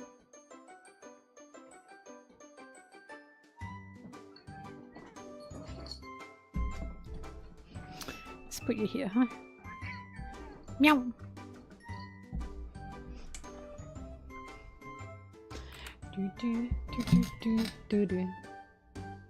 Alright. Hang on, I'm gonna order some FOD because I'm a little bit hungry.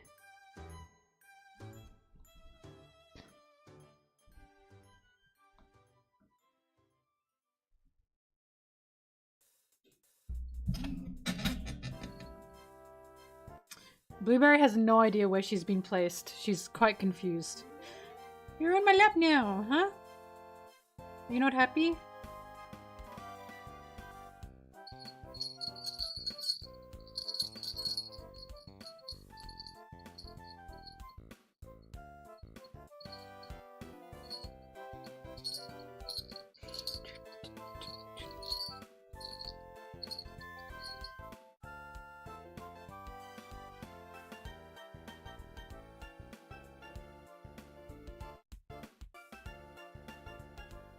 Would Zoro stand by using 7-in-1 shampoo? If he even has that, I honestly think Zoro would use a bar of soap. And even then, that's a stretch. Zoro's the type to not wash his legs. I mean, like, why do I have to do that? The water's, like, already, like, you know, washing me.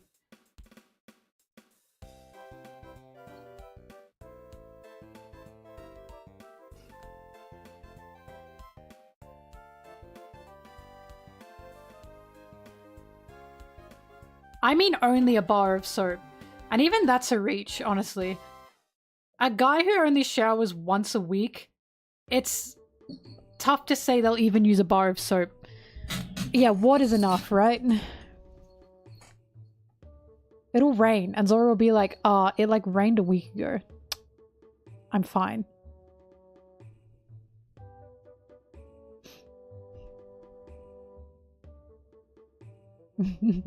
Oh my god, don't say that. Oh my god. I mean, technically speaking, they all bathe with each other. They have, what did Zoro, what did Oda call it? A shower party or something? All the guys have a shower party because of the one day that they all get together for like their single week shower.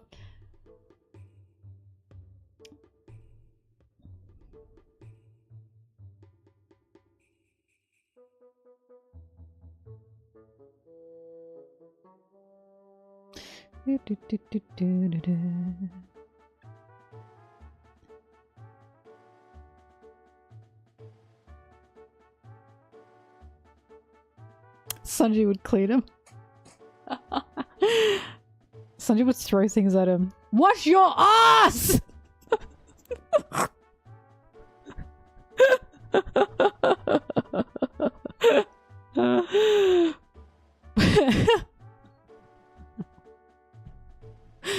the hose.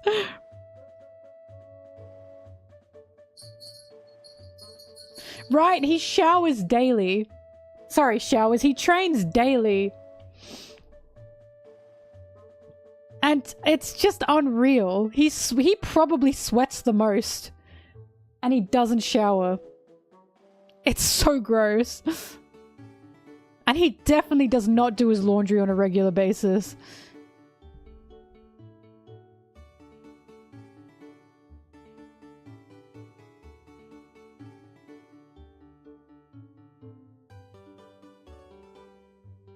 Hey, Bobbing. Bobbing's not sure. She's not sure. Bobbing, do you want the ledge? Bobbing. Bobbing. Look. Look. Do you want the ledge? Come here. Bobbing, don't embarrass me. Bobbing, I'm live. Bobbing. Bobby! I look crazy. Ugh, I can't do those stretches. Mwah, mwah, mwah. Look out the window, look, there's things out there. Look at that. Oh, look at that. Isn't that cool?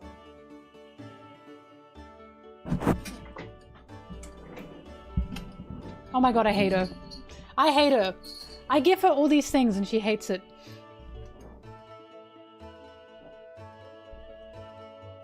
Sorry, I'm getting food. That's why I'm acting up.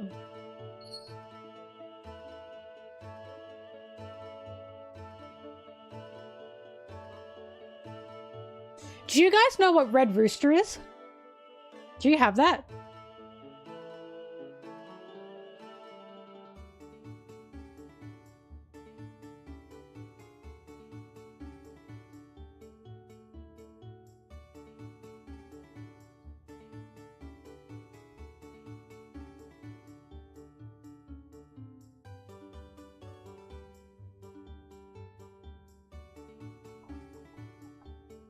You don't know Red Rooster? It's like a chicken chain that I guess Australia has. They used to have a delicious burger. And they stopped making it! And instead they replaced it with this shitty burger. That's like too much. Too many herbs in it. What is the Picklebird burger?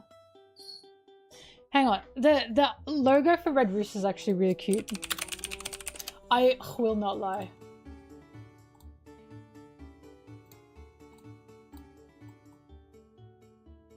So this is the Red Rooster logo. So see how it's... Oh, you can't see it. See how it's 2 R's? Now do you see the chicken in it? That's cute, right?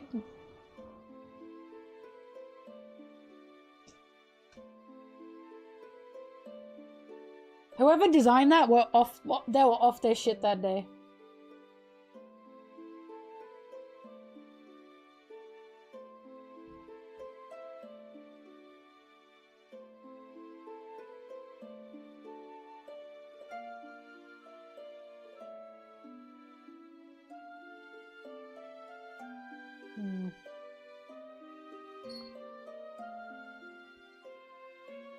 Sorry, I'm like deciding on the chicken burger that I want.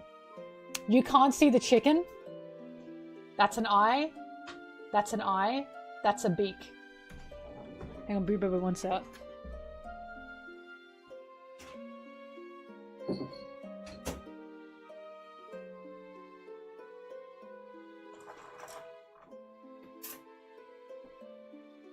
Face forward chicken. The frontal chicken.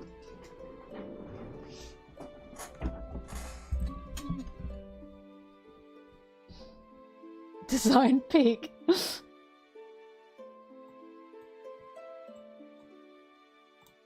The chimkin.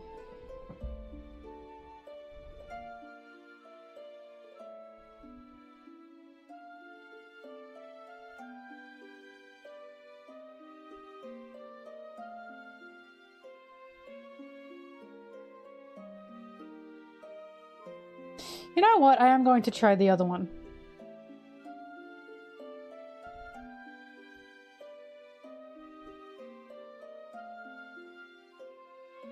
I might as well.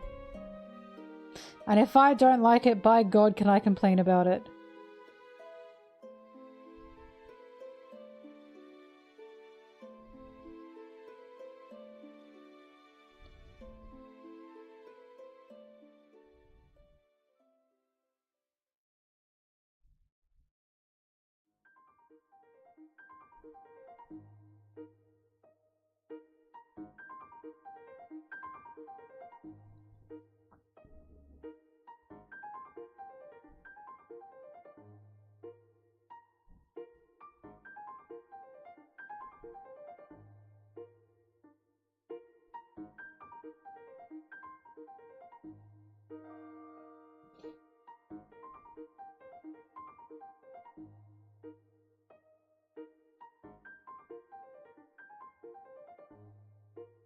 Alright. This is the fun part of editing. I'm very excited. But first I gotta find the music that I want.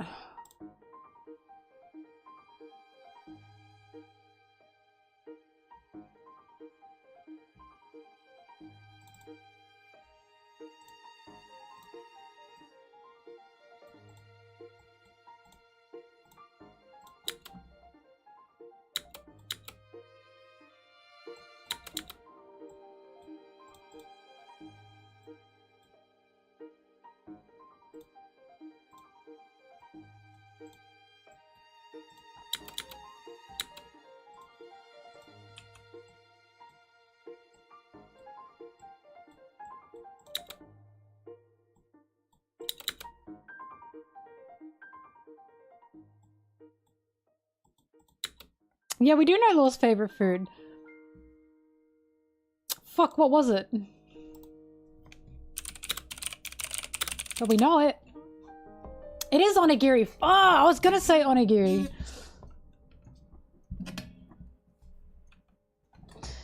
I like the idea that Law only doesn't like bread because Corazon didn't like bread, showing just how influential Corazon was to Law.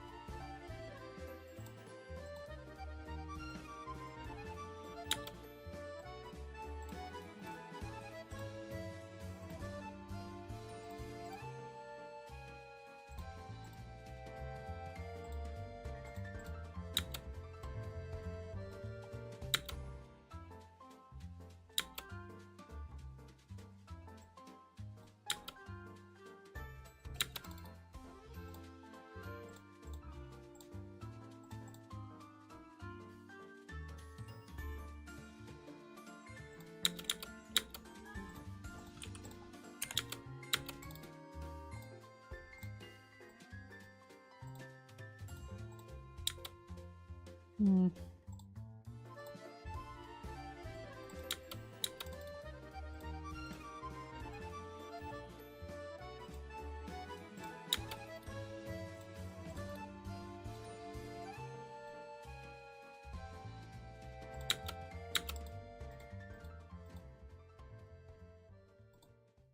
Fuck, I don't know where the spoilers are for this.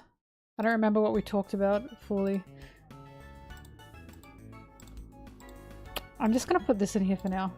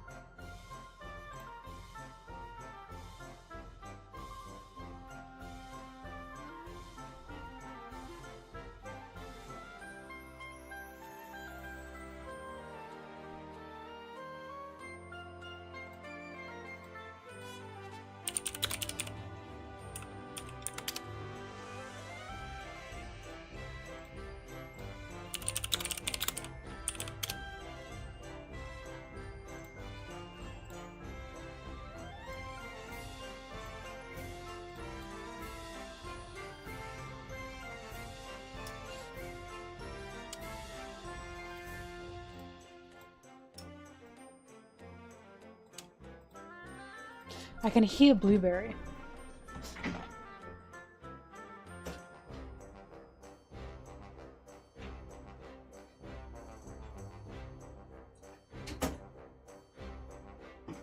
So her and Mary were fighting, I guess.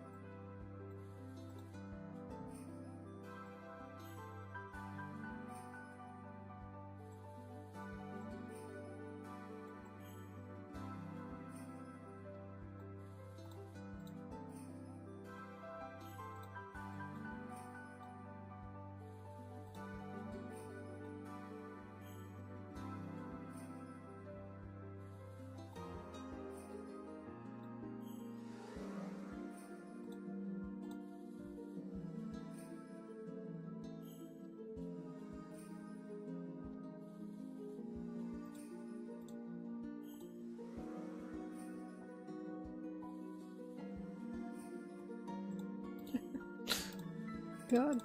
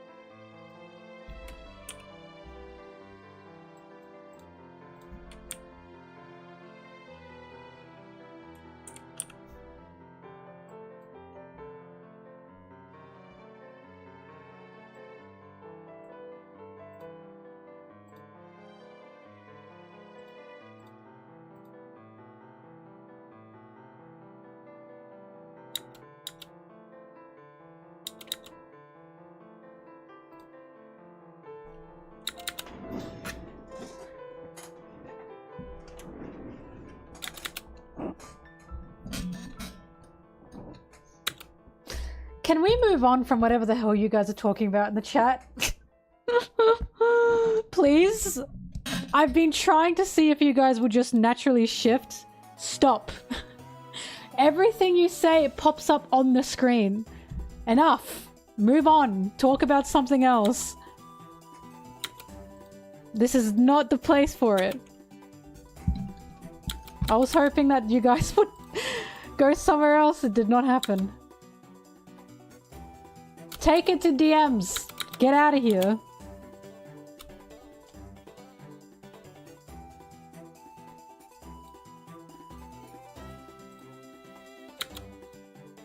Talk about what Straw Hat would wear Crocs the best.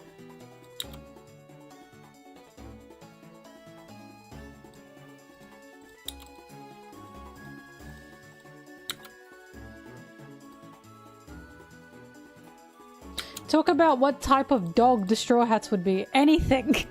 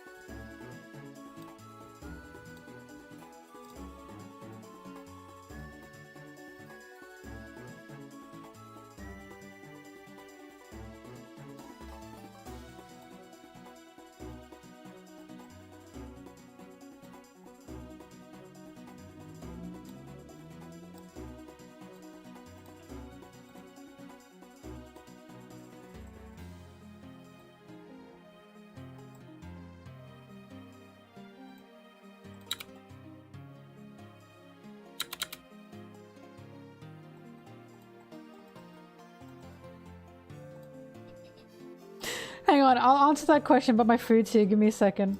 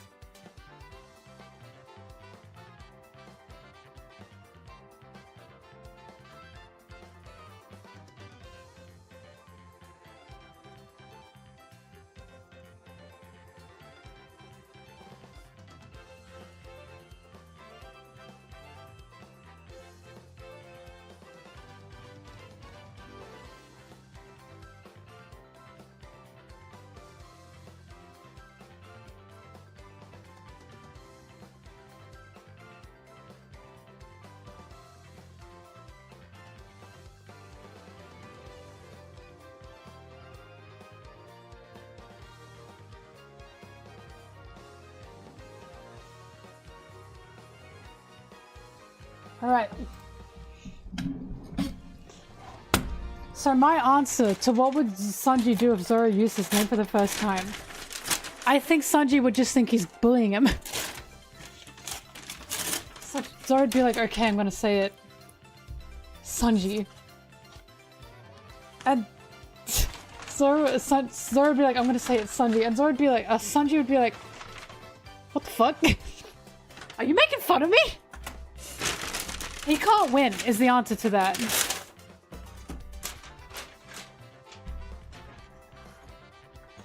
No, the answer is it doesn't matter what Zoro does. Sanji's gonna be like, are you bullying me? Ah. Doo-doo-doo. My chimkin.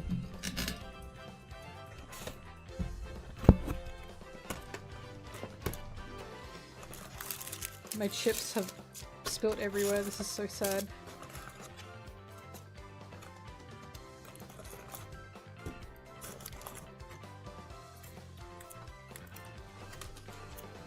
My delicious chips! Ah! Okay, there we go.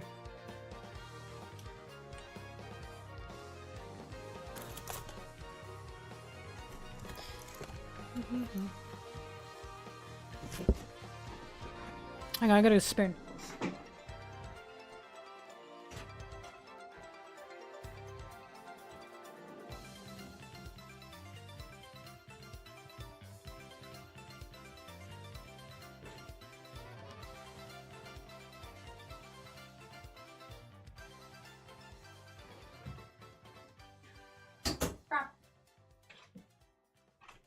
Oh. He must be about to die, it's true. Sanji would be like, what's wrong? Why are you saying my name? Oh. Is there anything better than potato and gravy? No.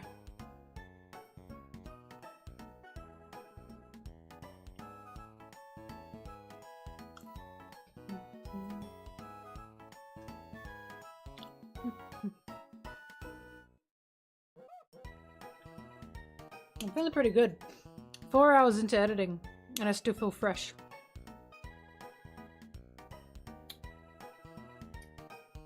Boa would decline to joining Luffy's crew.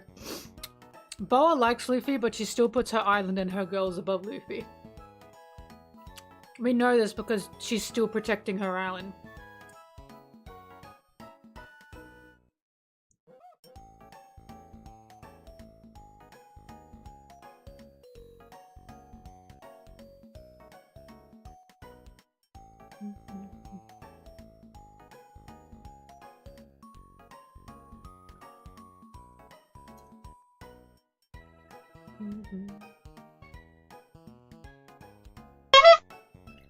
Okay.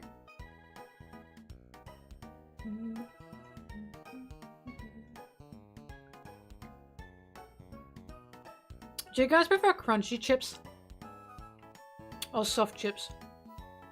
For the Americans, fries. Do you prefer crunchy fries or soft fries?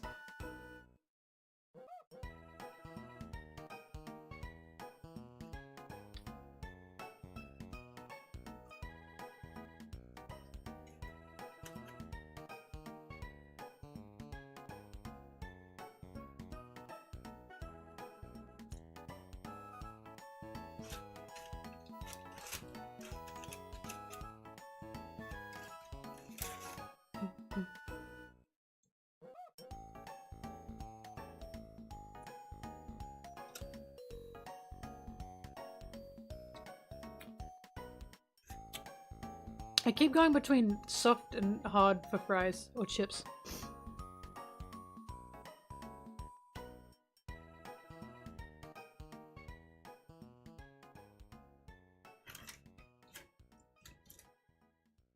But I've discovered it and I always forget. Americans are addicted to crunch. Still not sure why.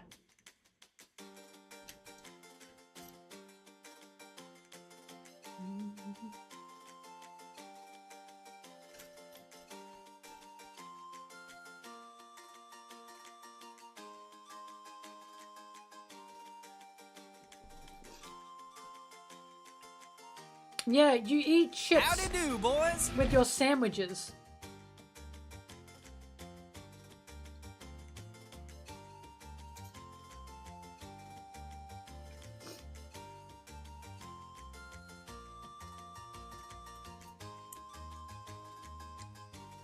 And you apparently put crackers in your soup?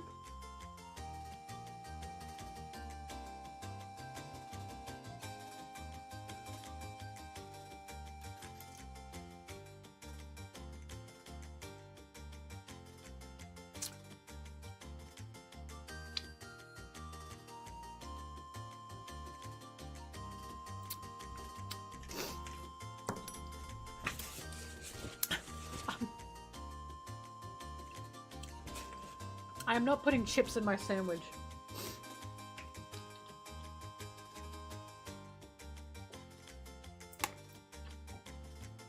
That's weird. Sorry, just spilled water all over myself, don't mind me. That's weird. You're weird.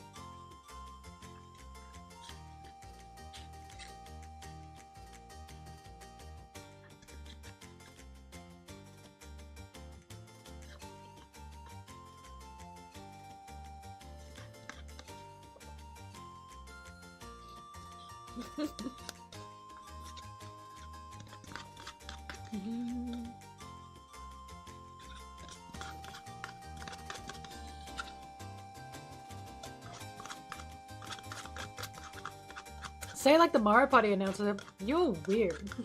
How does she speak? Here comes Bowser. You're weird.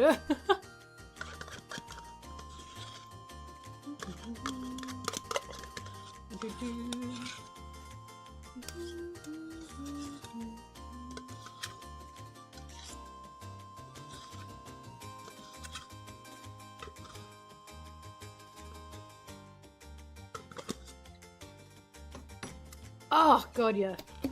Alright, we're on to the best parts.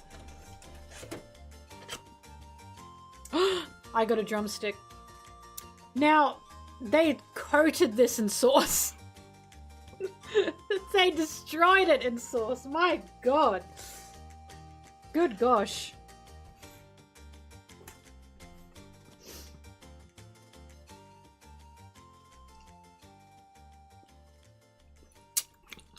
It is good though. It's a spicy sauce. Mm.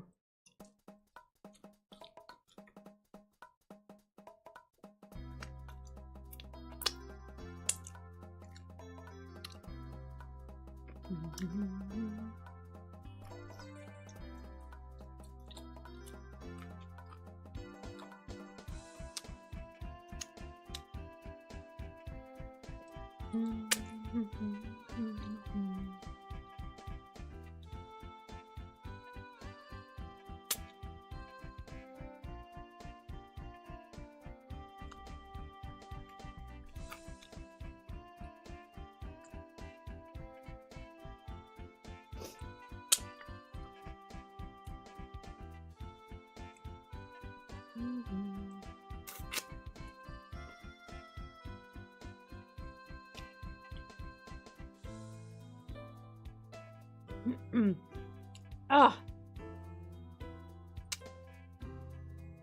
Yeah, bitch.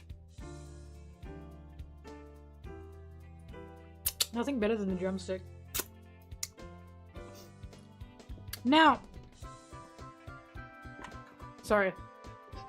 Demolishing the sauce.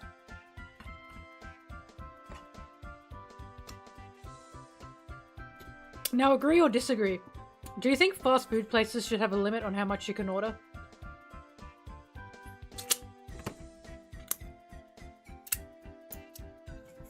Because, like, at a fast food place, right?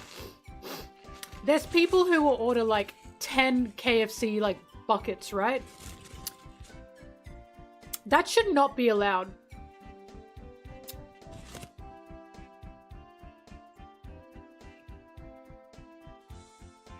Or like someone will order like 30, 40 burgers for one person. It should not be allowed. Because for an order that big, that is something you should call ahead for. Not be able to order on the spot. I think they need a system. I think they need a system of, if you want a big order, you have to call ahead to schedule your big order. Because asking like a fast food team, who are usually a bunch of teenagers, to pack an order that big on the spot is fucking crazy. As someone who used to work at KFC when I was like 15, it's so crazy. It's like not fair at all.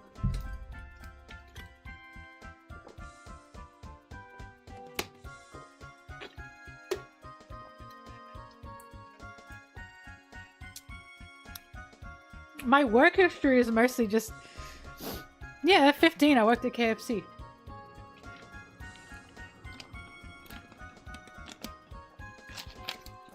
It was a hell job.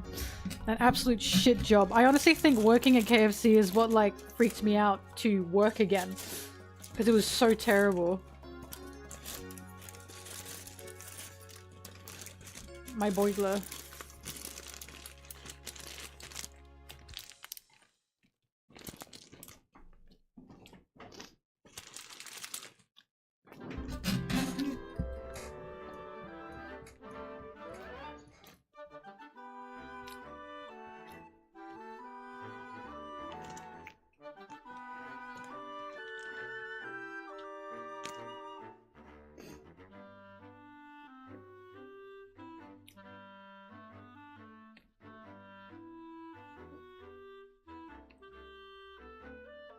Can confirm the pickle burger's good.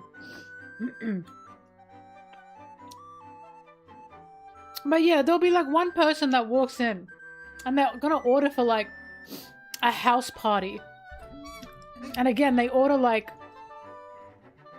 10 buckets, 10, 15 buckets on the spot. It's ridiculous. And it's like, not only are you now making the cooks in the back work overtime, but you're holding up the orders point blank now. Because all that food that is cooking is going into that one order.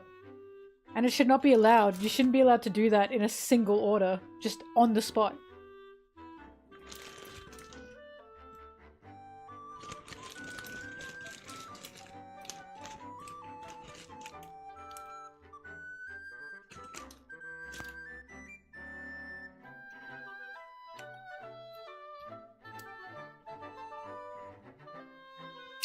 Why is there 100 people here? What are you doing with your Saturday, Sunday night? Whatever it is. Saturday morning? What are you doing here? Sunday morning?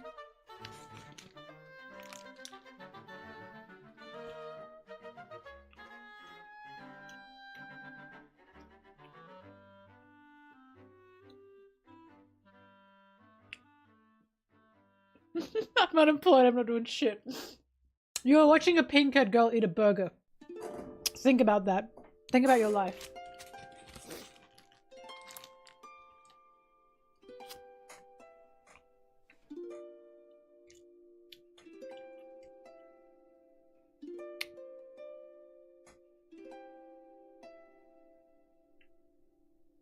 Either way, there are tons of teenagers that work at fast food places, right? And there needs to be measures taken to protect those teenagers, because like the amount of like angry adults who will like throw their food. My friend at 16 had a milkshake thrown at them through a driveway window. How can that person not go to jail for that? For assaulting a teenager at work? You know what I mean? Like, that should be go to jail, do some community service. That's literally a 16-year-old and you're a full-grown adult assaulting a 16-year-old worker. Because what? They got your order wrong? Your order wrong that they will fix? Calm down.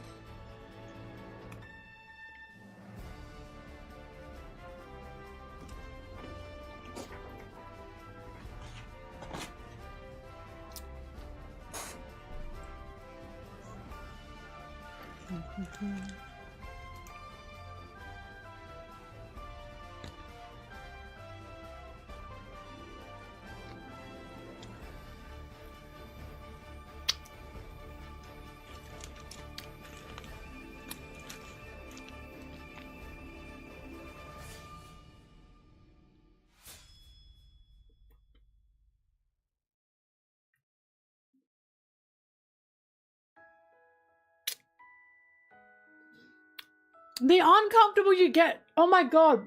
Dude, I was 15, 16 working at KFC. I would have full-grown men telling me I looked beautiful. I was a fucking teenager working behind a cash register. I couldn't say, please don't make those comments, that makes me uncomfortable. I just had to smile. Or I'd get like, you know, taken to the back by my manager and told, no, you have to be nice to the customers. What the fuck? I remember this. And I remember saying like, ugh. Sometimes the customers like will say things and they'll be like, well, you have to treat the customer nice. I mean the old people. I mean like old men. You just have to smile. And then I remember someone was like, well, why is that such a bad thing? And it's like, well, first of all, that's like an old man. That's kind of weird. Second of all, I am in a position where I'm kind of like barred to be there. I will not give you my actual opinion because I'm currently your service worker. I'm not going to be truthful to you.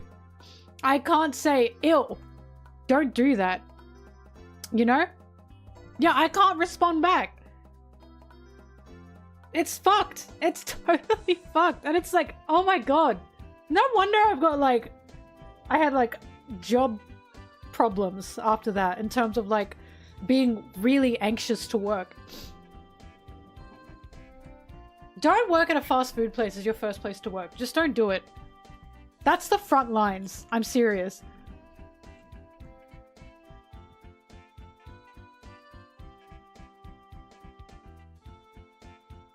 Oh god. Yeah, no, it's fucked up.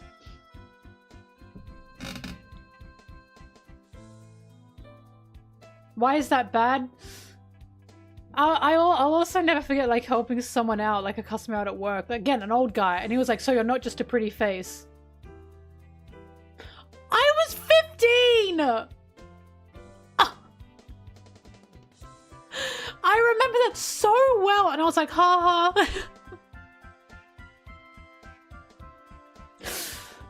What in the world am I meant to do? Like, oh my god. Do not try and flirt with your service workers, especially not teenagers. They can't honestly respond back to you, for one. For second, they don't want that. They're just there to work. When I'm working, I don't want to be thought about how people are looking at me. Do you know what I mean? Like, I understand you are looking at me. I don't need to know I'm being looked at like that. Leave me alone. I'm here to do a job. Oh my god. It was insane. Oh god. No, listen. I'm so sorry.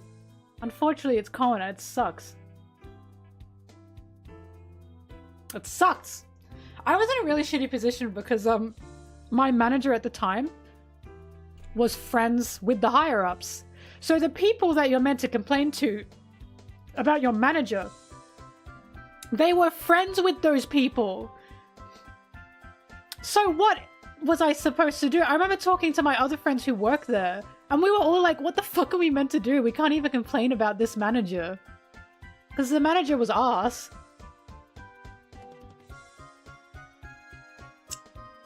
Terrible loopholes.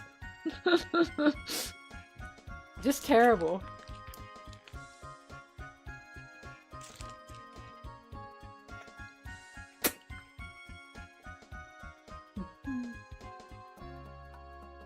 Well, the funniest thing is you'll have customers be like, I'm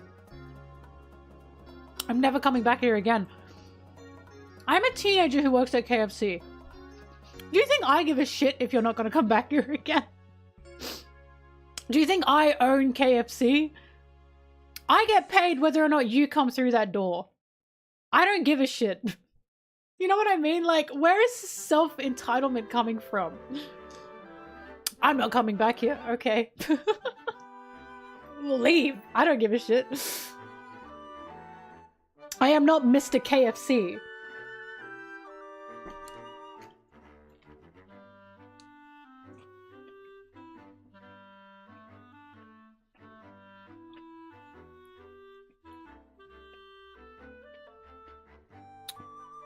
Oh my god.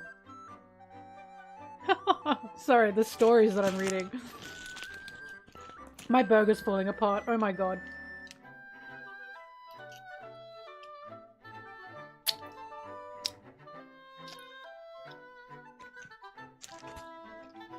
Colonel Mel.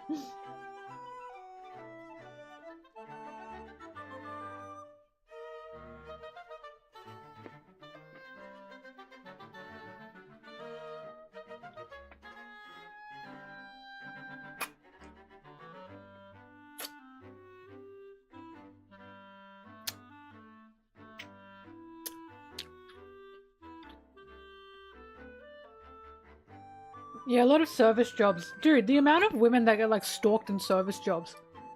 It's happened to my friend. There was a customer coming back every day. And it was just to follow her around the store. What? And no one was listening to her.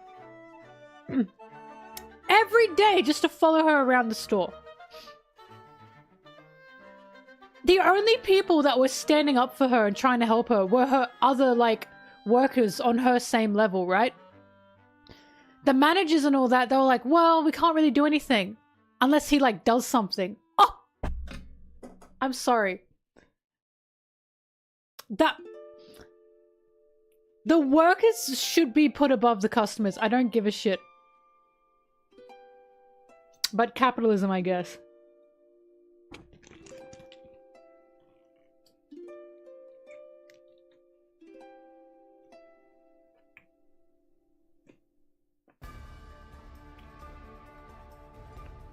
Working a service worker job, especially as a woman, is wow, I can't wait to see what gross comments I get today. Without fail.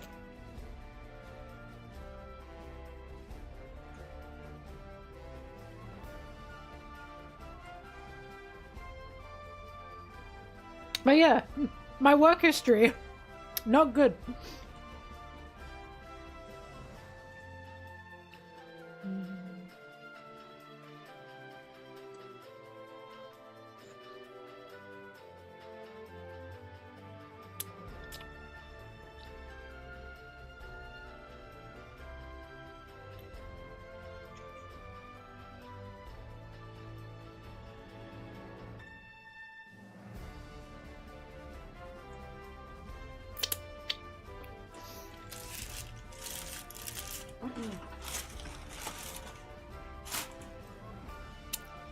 Hang on, I need a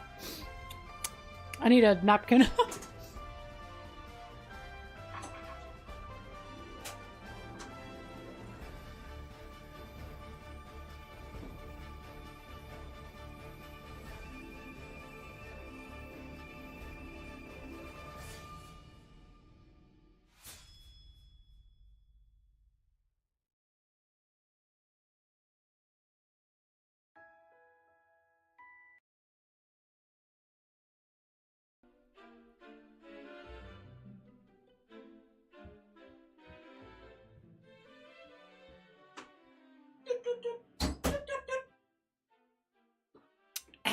All right.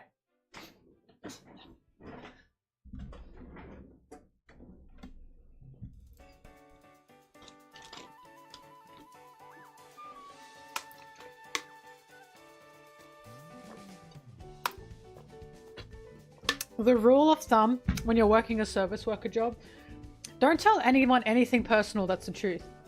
If you have customers trying to ask you personal questions and you have to answer, because you have to, right? If you say, oh, I prefer not to answer that, they might keep pushing. And you can't exactly say leave the store because they're not doing anything violent, right? So the rule of thumb is just don't tell them the truth. What's your favorite color? Oh, blue. Like, you know, where do you go to university? Oh, fucking no-name university, you know what I mean? Like, just don't tell them the truth. You do not owe it to them.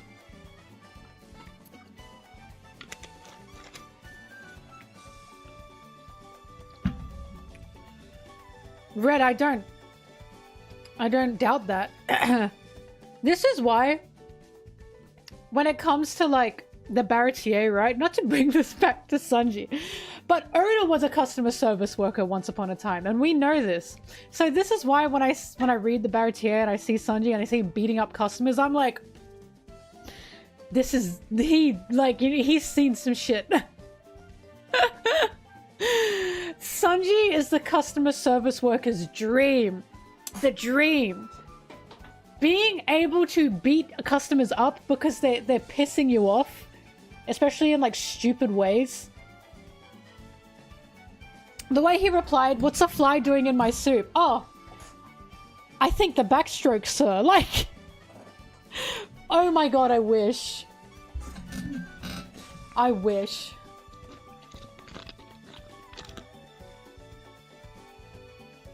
Oh god, I'm sorry that happened, Holly. Sanji, what's your role model? Oh god. It must feel so good to beat up customers.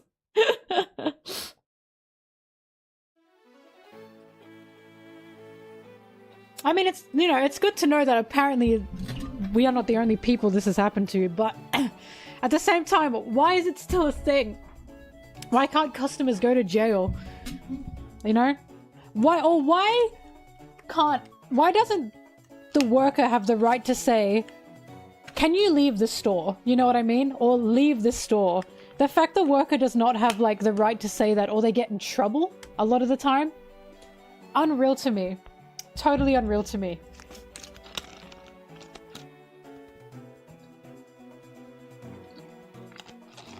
Line cooks is something else. Line cooks have seen things.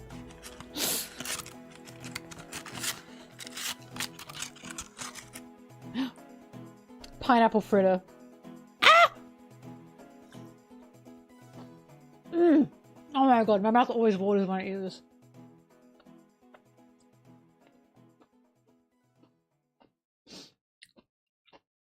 What would you rather do? Live in Attack on Titan world or be a line cook?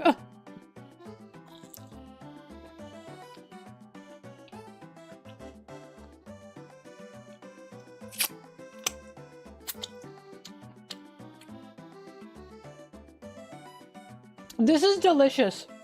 I'm sorry. Deep fried sugar-coated pineapple.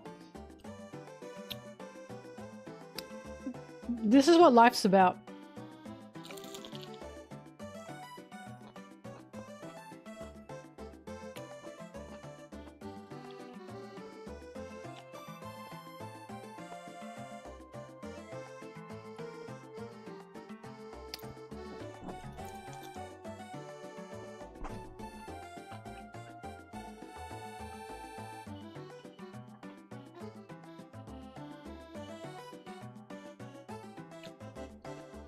When Sanji protected the chef, Cosette her name was, she was the cook.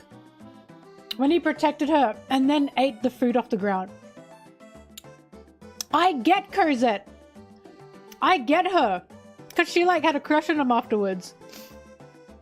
That's my boy.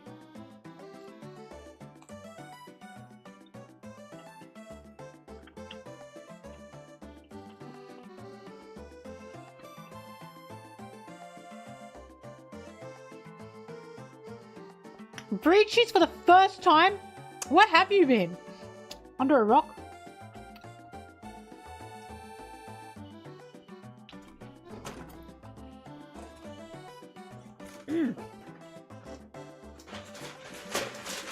I'll be back, sorry. My hands are sticky.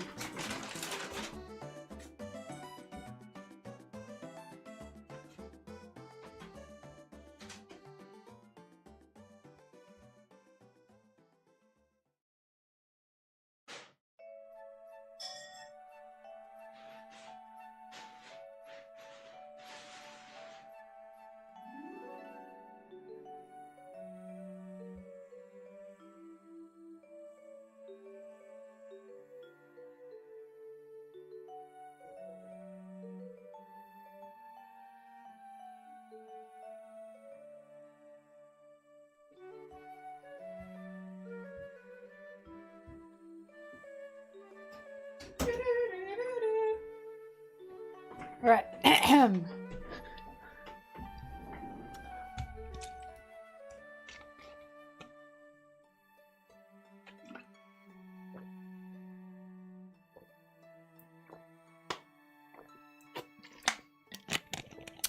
All right. It is time to keep editing. What are we on? Maybe at 7 hours we can play some Mario Party.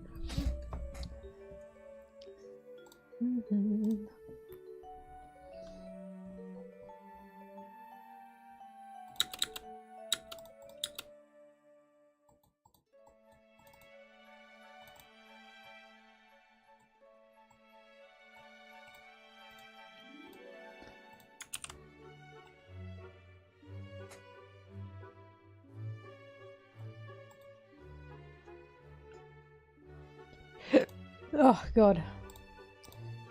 Full of chicken and look at this. Full of chicken and pineapple fritter.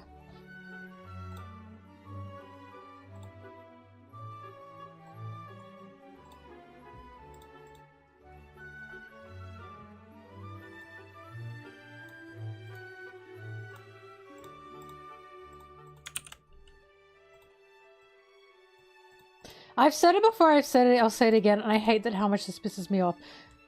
As much as I am not, like, super, like, attracted to Zoro in terms of, like, I get he's attractive, but I'm not, like, attracted to him, you know what I mean? His voice. I've said it before, his voice is very sexy. And I'm like, oh! Why does this stink man have the sexy voice? But he's got a good voice.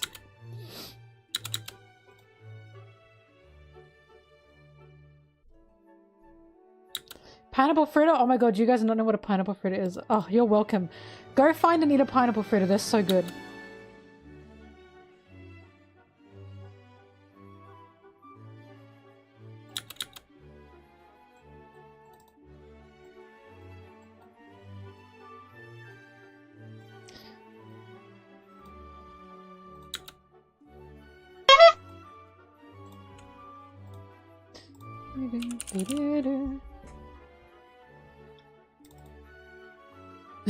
I forgot I made this.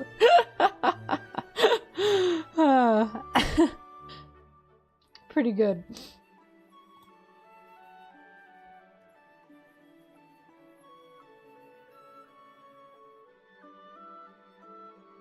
This was also a good one. I love these stupid videos.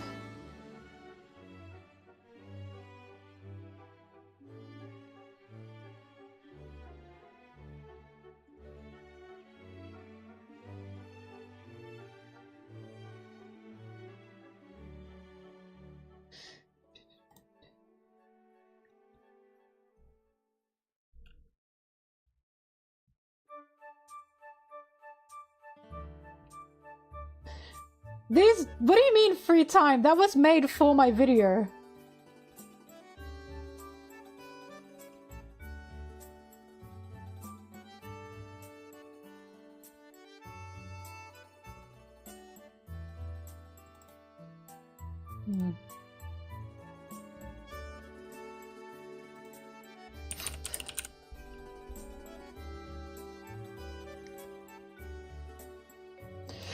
Oh god. Oh, dying.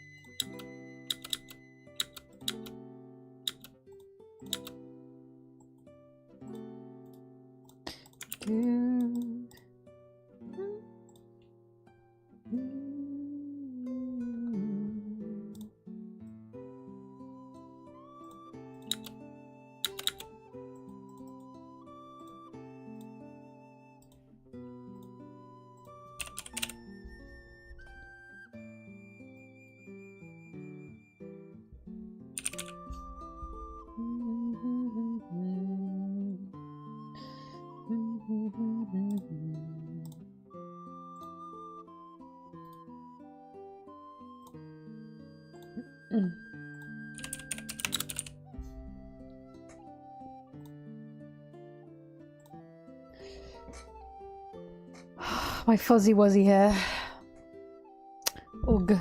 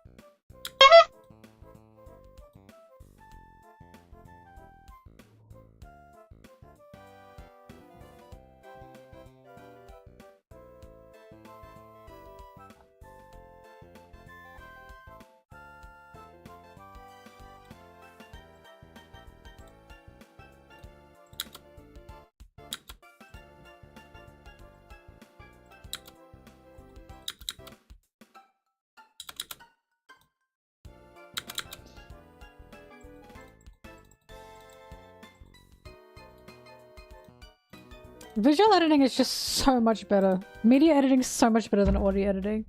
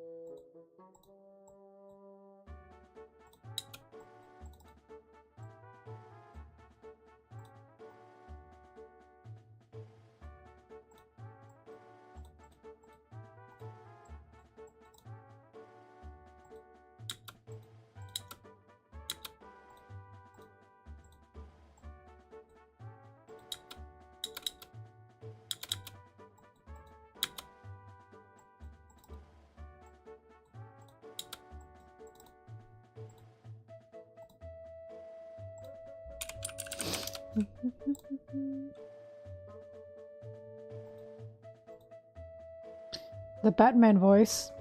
Something's in my ass. Ah.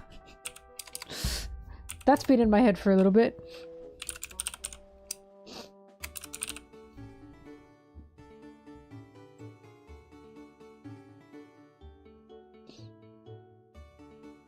You don't... Thrash! Wait, that's Zim, sorry. I wonder if Thrash knows that one. It was just Batman, hang on.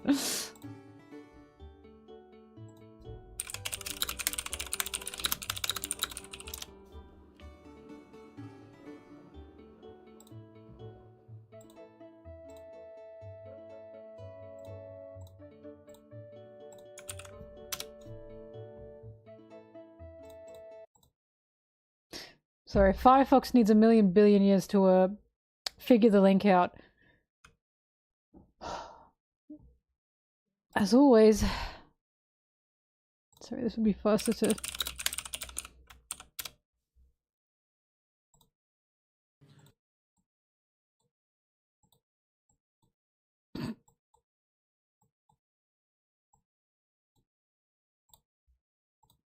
Something's in my ass. That's it! That's all it is! Something's in my ass.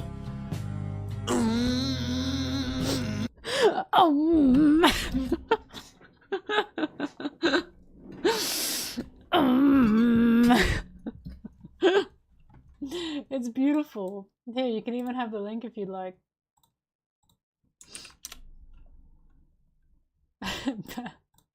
Shut up! Anyways.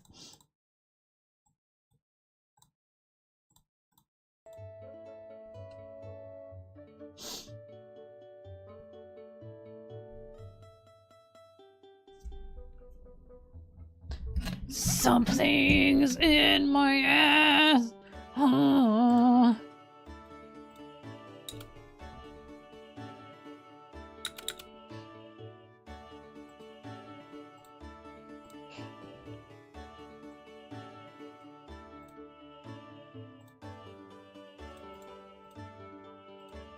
I love Borpa.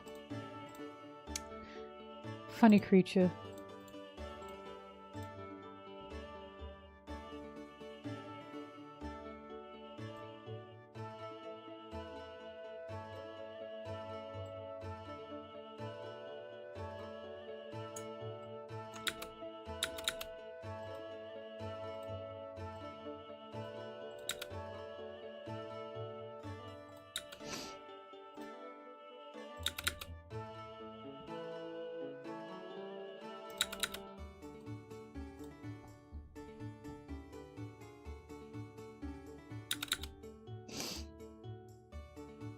Wait, I've thought of something I can do.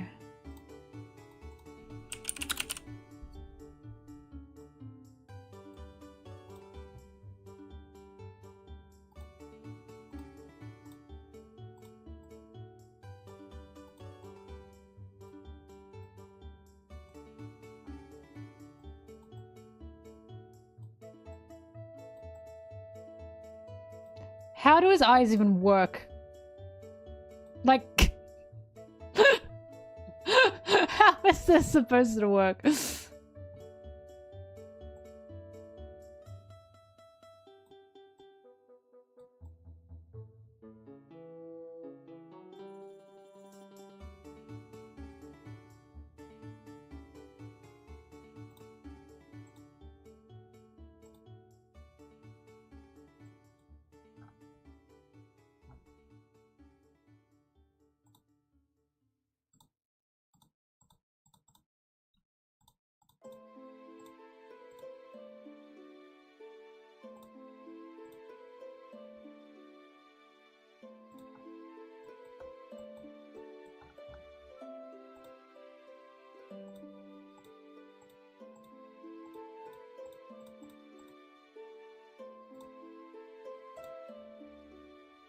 That'll do.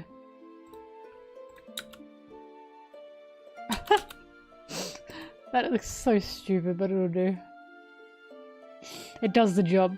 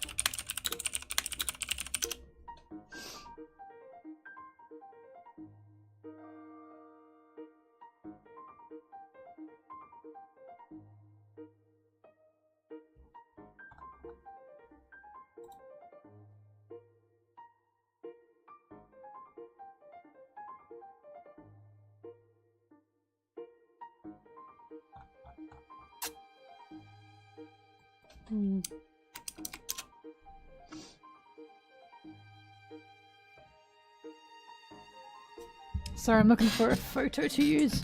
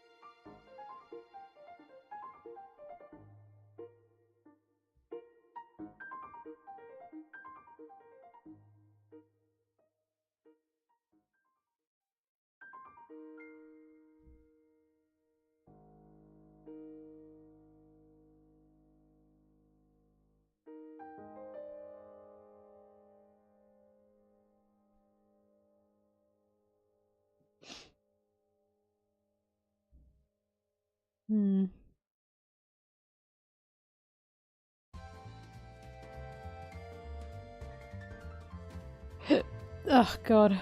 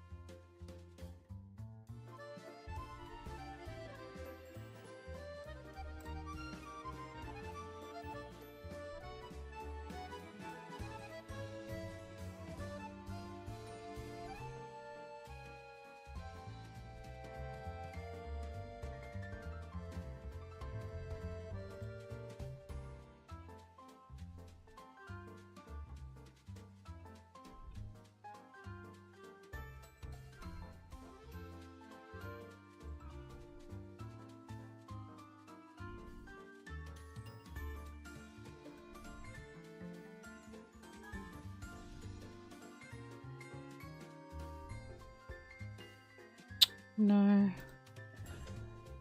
The hardest part about these videos is finding photos that match in my head.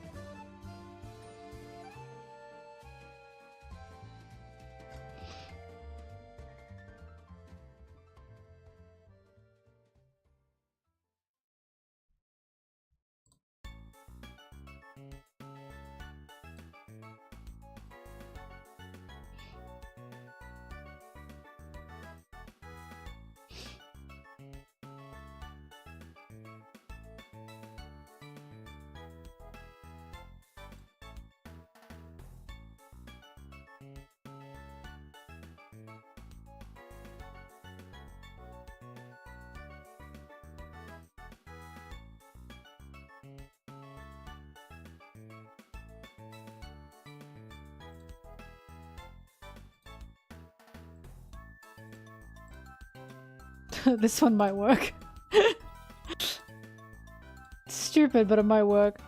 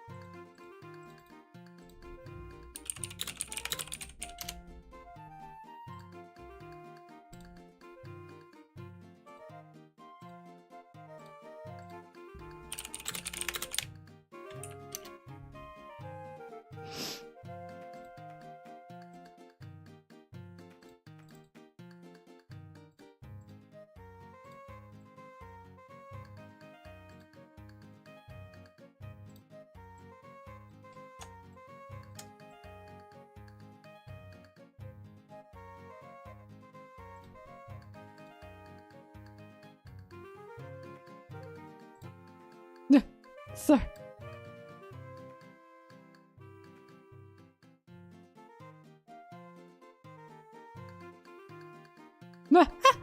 Stupid. Hang on, I'm gonna screenshot that for my friend.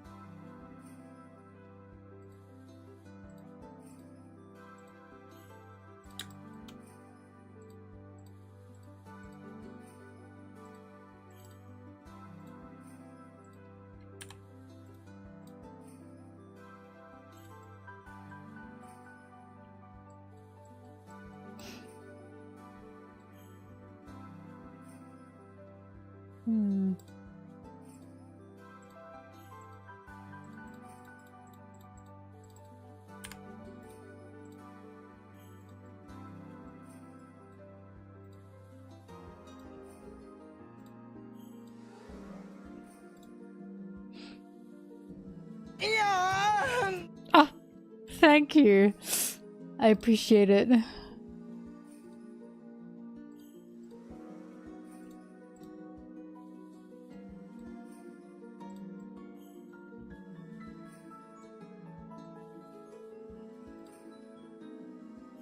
How did you miss the Sanji moment when you gifted it?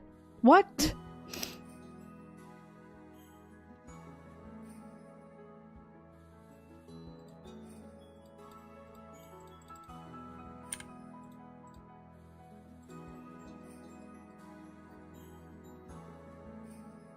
Oh fuck it, I can't be bothered fixing that hand.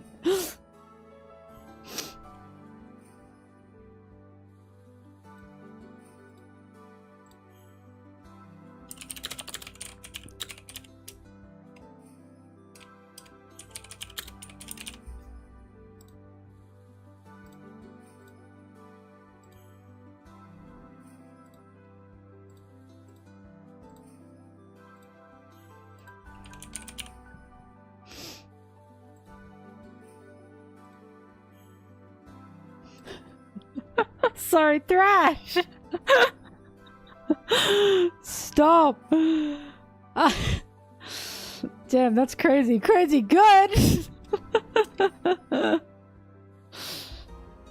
That's giving, wow, we look like a couple of besties! Why hasn't this saved yet?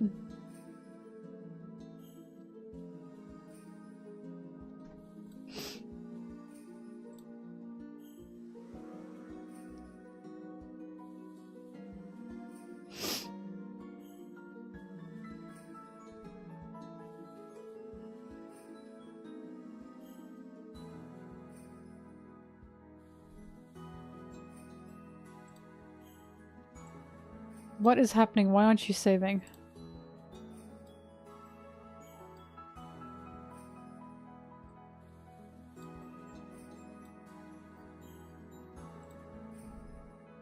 There we go. Okay, good.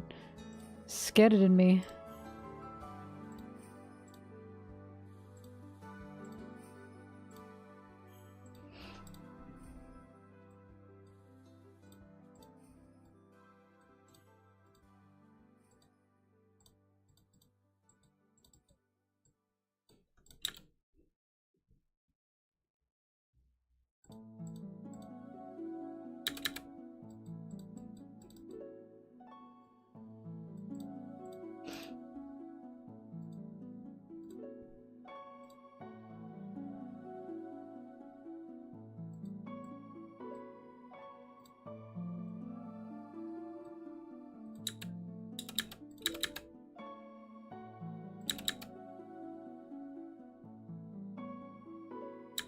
How do I get into content creation? I just want to talk about shit. That's it! I started by making AMVs!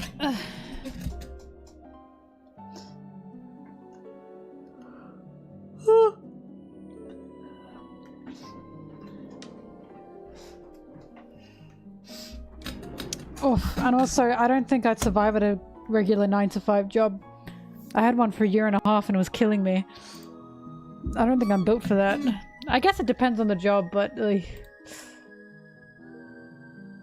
if you want to work YouTube, you are not going to have a 9-to-5. Don't ever expect that, as you can see. And it works for me. I feel like I'm built for this. Howdy do, boys!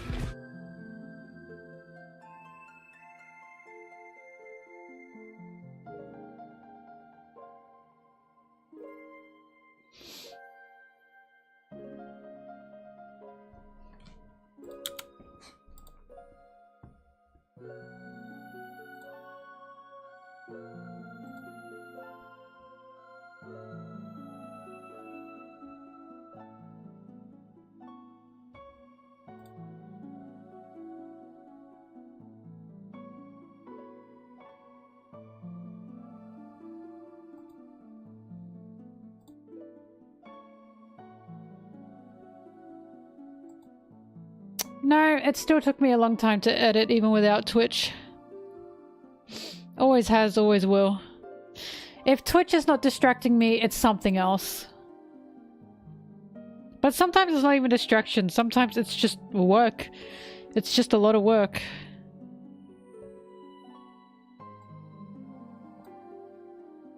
Because for videos as long as mine are, you usually have at least 2 editors per video. I just don't want to hire editors because I like editing it myself.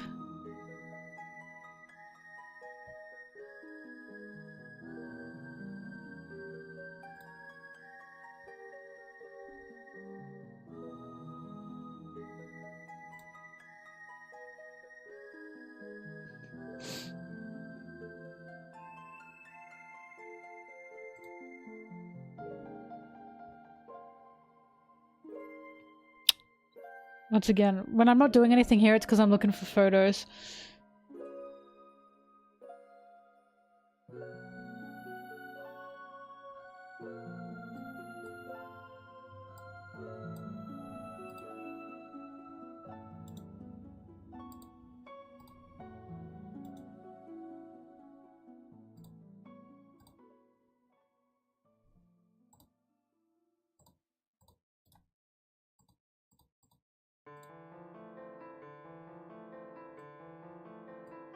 Selfish.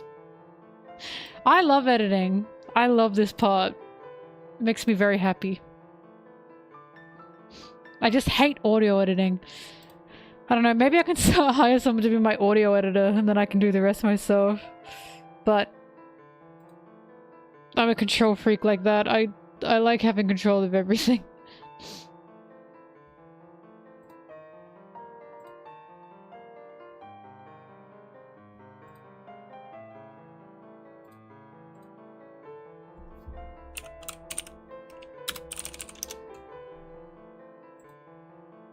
Do, do, do, do, do, do.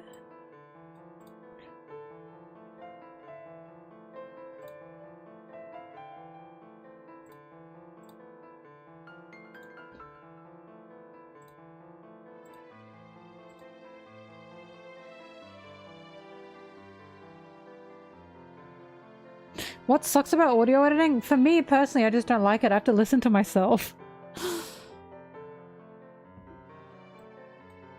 It's just not my cup of tea.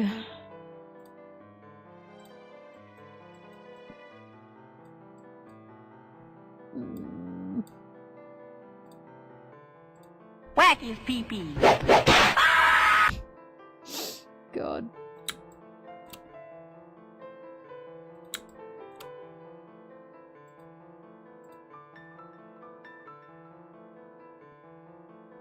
Yeah, it's listening to my own voice, it sucks.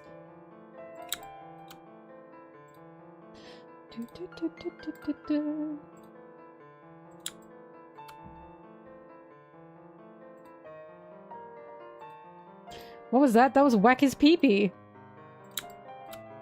His pee-pee has been thoroughly whacked. Thoroughly whacked.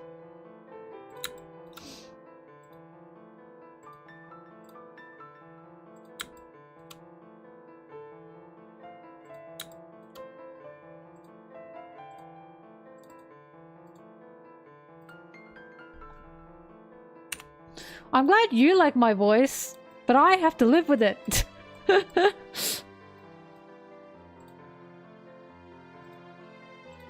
Oh god, this gate's a pain in the ass.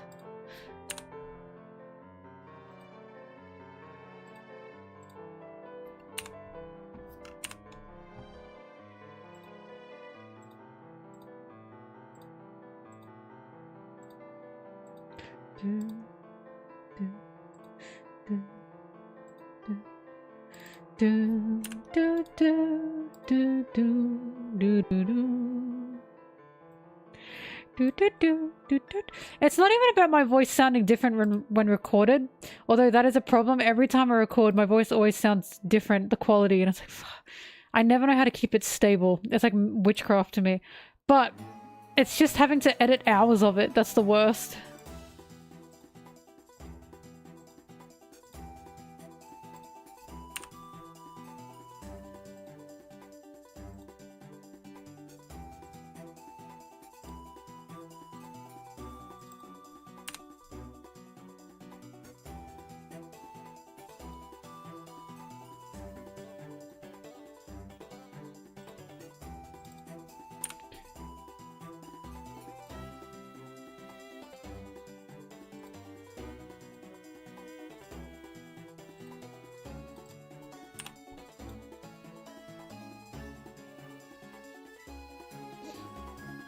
Thrash. I'll think about it. What do you edit, Thrash?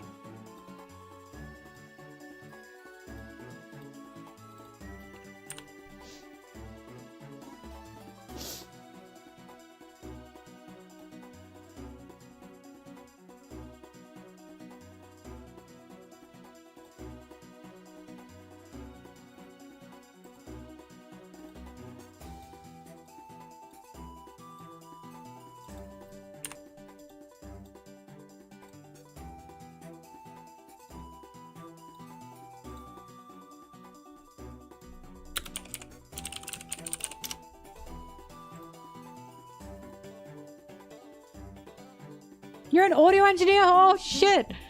I did some uni work for audio engineering. It killed me.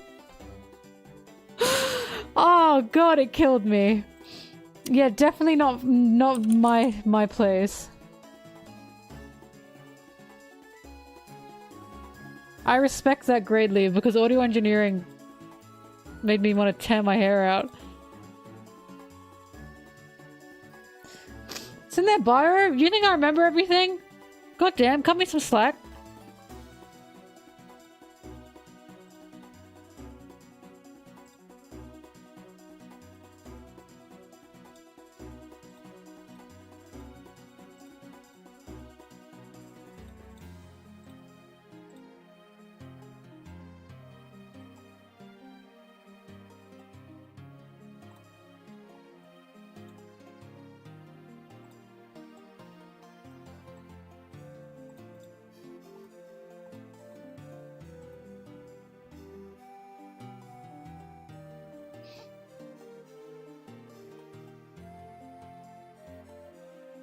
Ooh. Damn. In a way, audio engineering's kind of customer service, isn't it? Unfortunately, nearly everything is.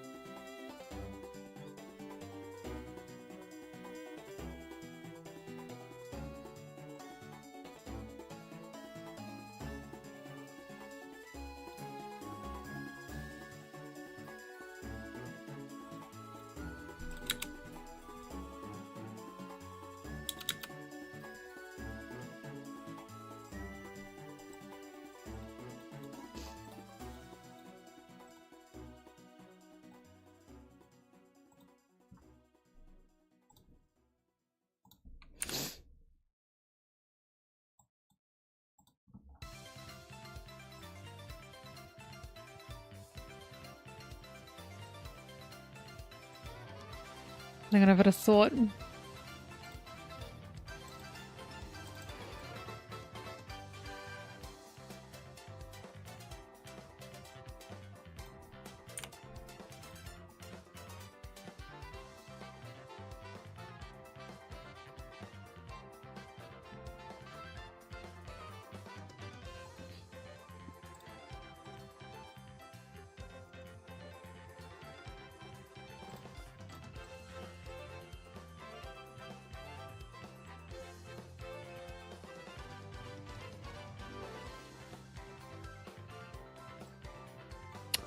Shit.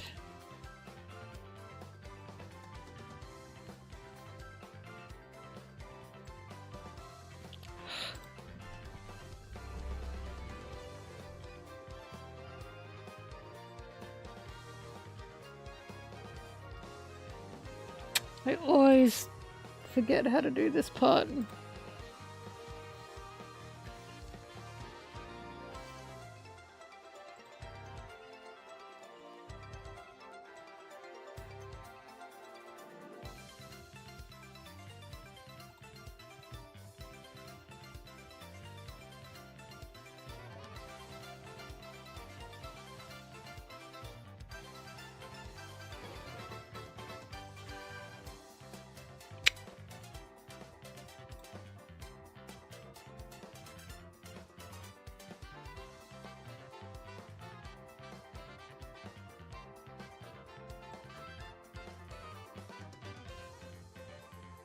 There it is. Okay, good.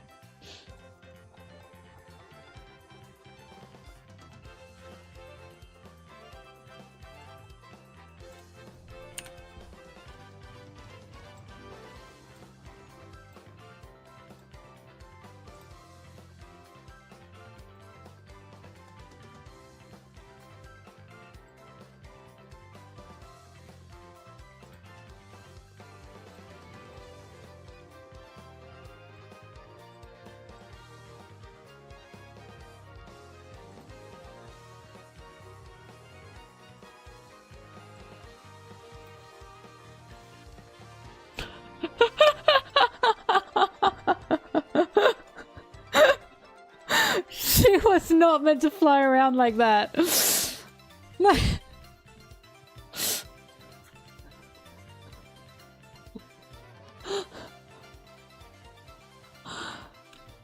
That was not meant to happen.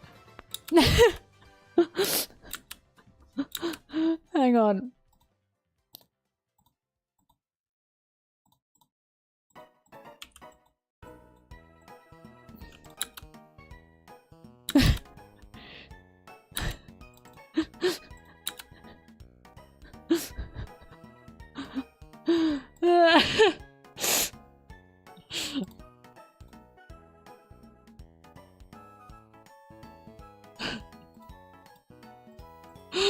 That was not meant to happen. Hang on, I want to like move her if that's gonna be the case. So like here, and see how that looks.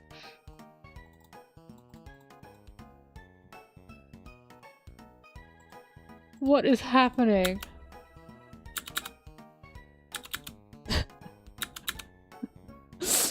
Oh god.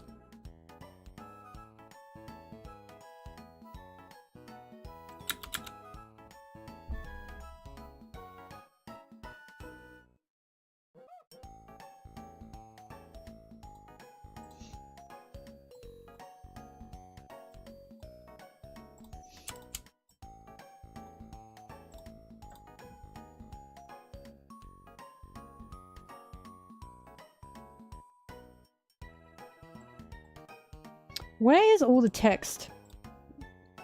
When is Sarah coming back? Yeah.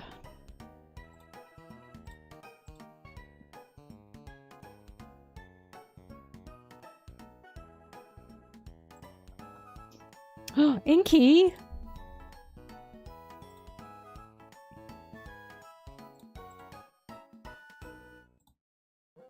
There, this is what I want.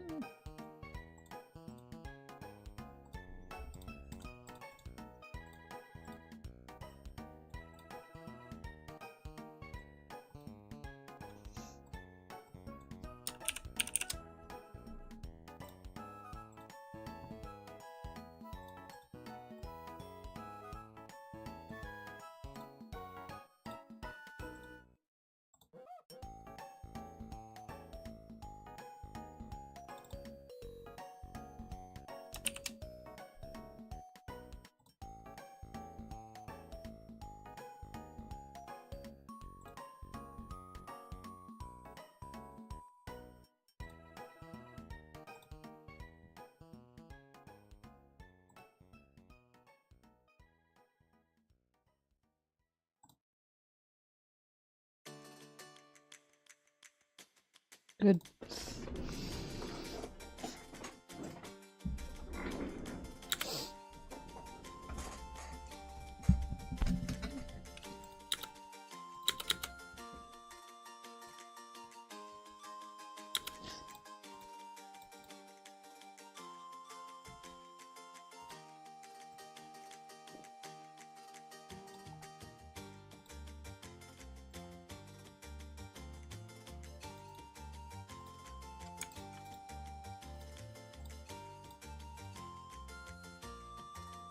Now this is not a villain tier list, I just don't have the text from Anna yet, so I'm just using this as a... you know what I mean? The filler until I get the actual text.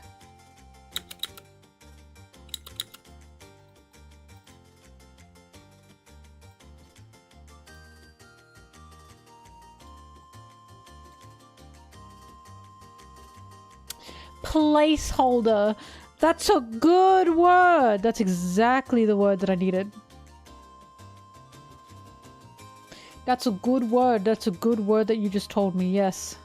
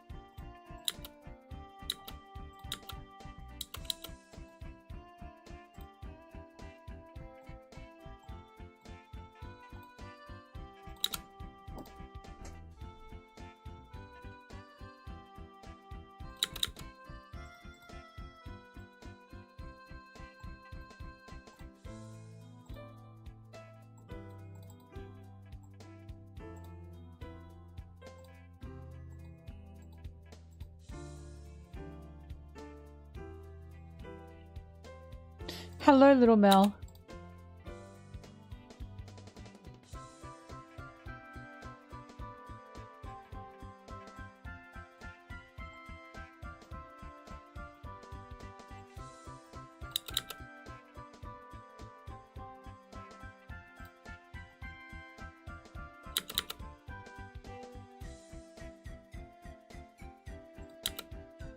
This is my masterpiece. Please.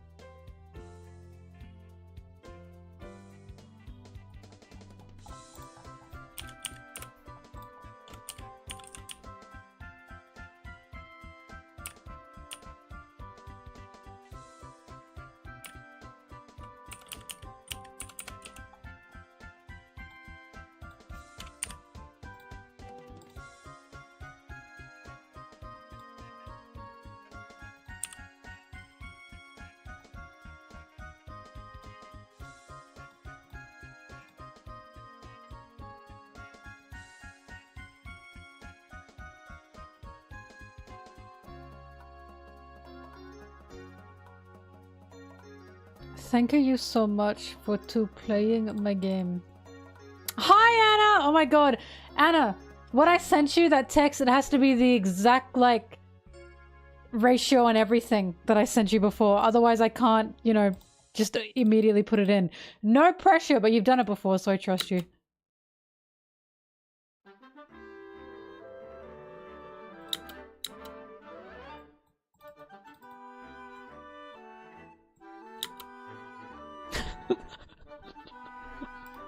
Sorry, you can't hear the music.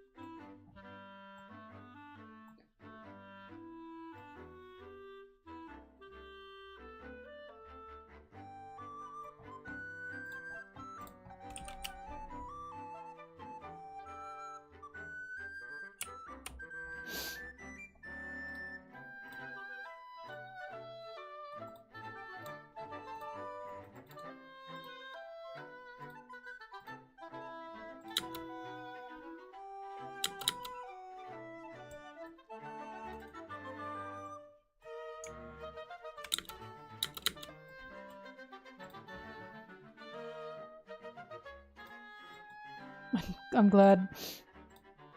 I'm glad, little Mel.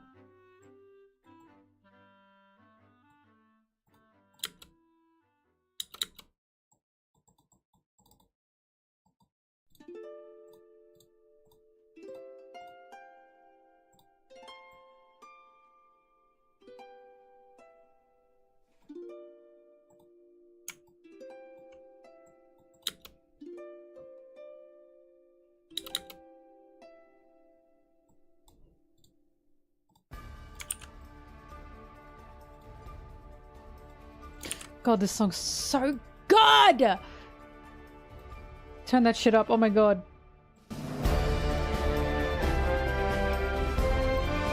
Da, da. Ba, ba, ba, ba, ba, da, ba, ba, ba. Oh, it's peak, it's just peak.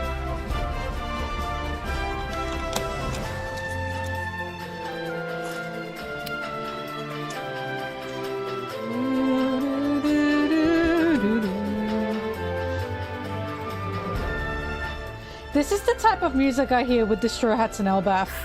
I'll be for real. Buy Skyward Sword on Switch. It's such a good game. Do it. It's so good on Switch as well because they got rid of the motion controls.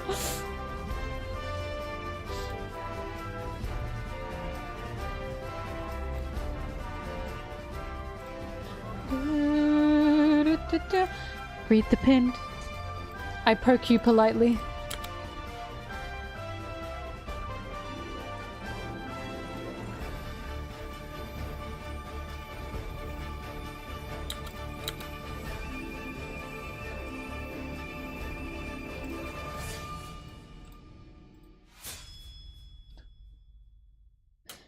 One, two, three, four, five.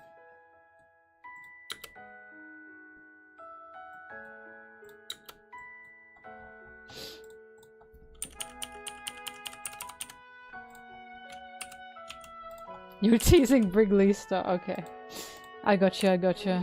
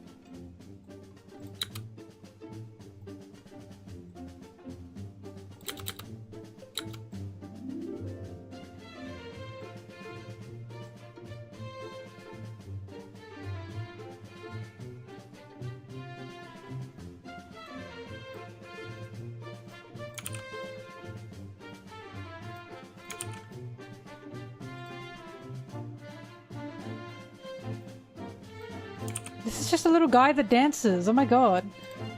Don't think too much about it. God forbid a little guy be whimsical.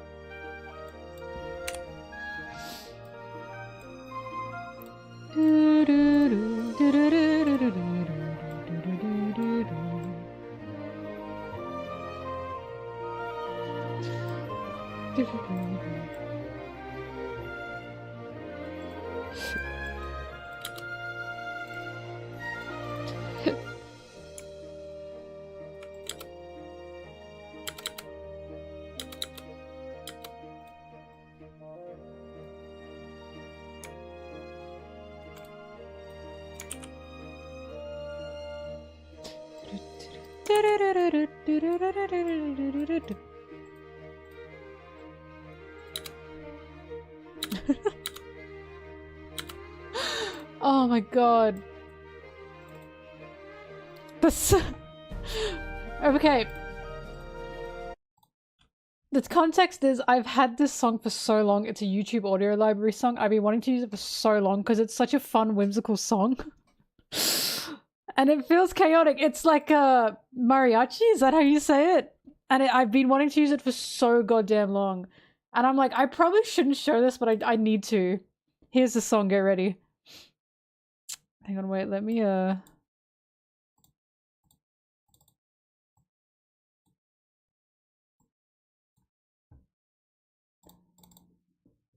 Sorry, alright.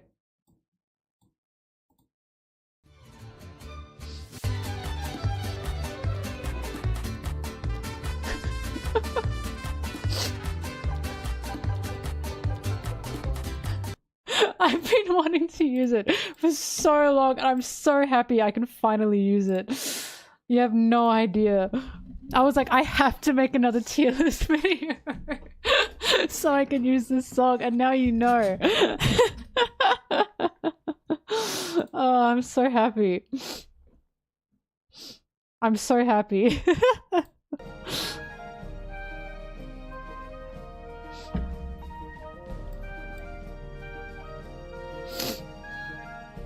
Wait, right? Oh, I'm glad you all liked it too.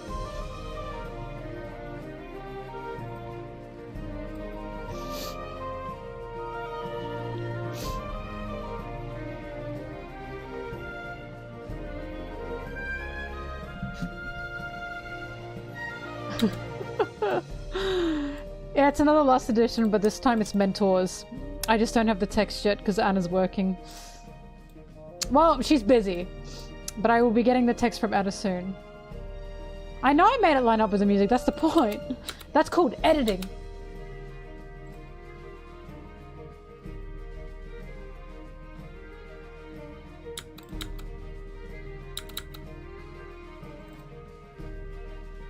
That has to be a bit better.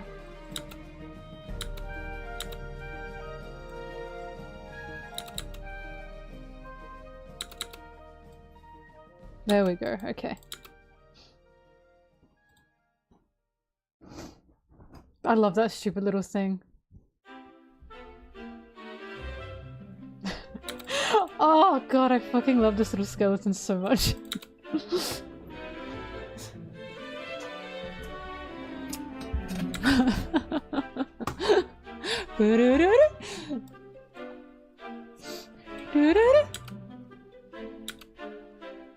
I'm not playing it again. Go back and watch it again. You have to wait for the video to come out.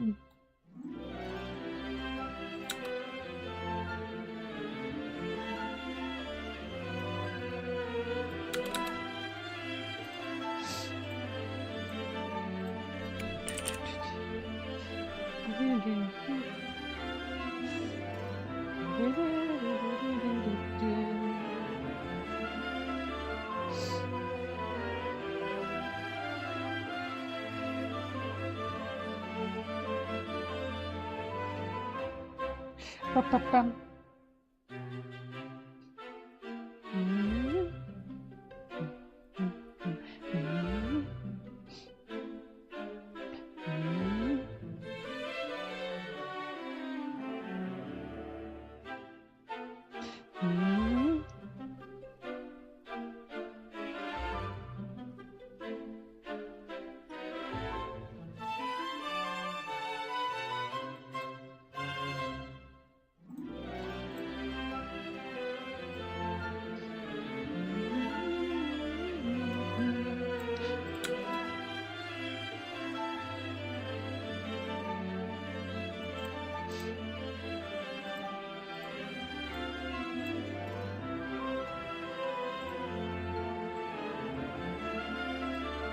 Can you see why I prefer media editing to audio editing? It's so much more fun.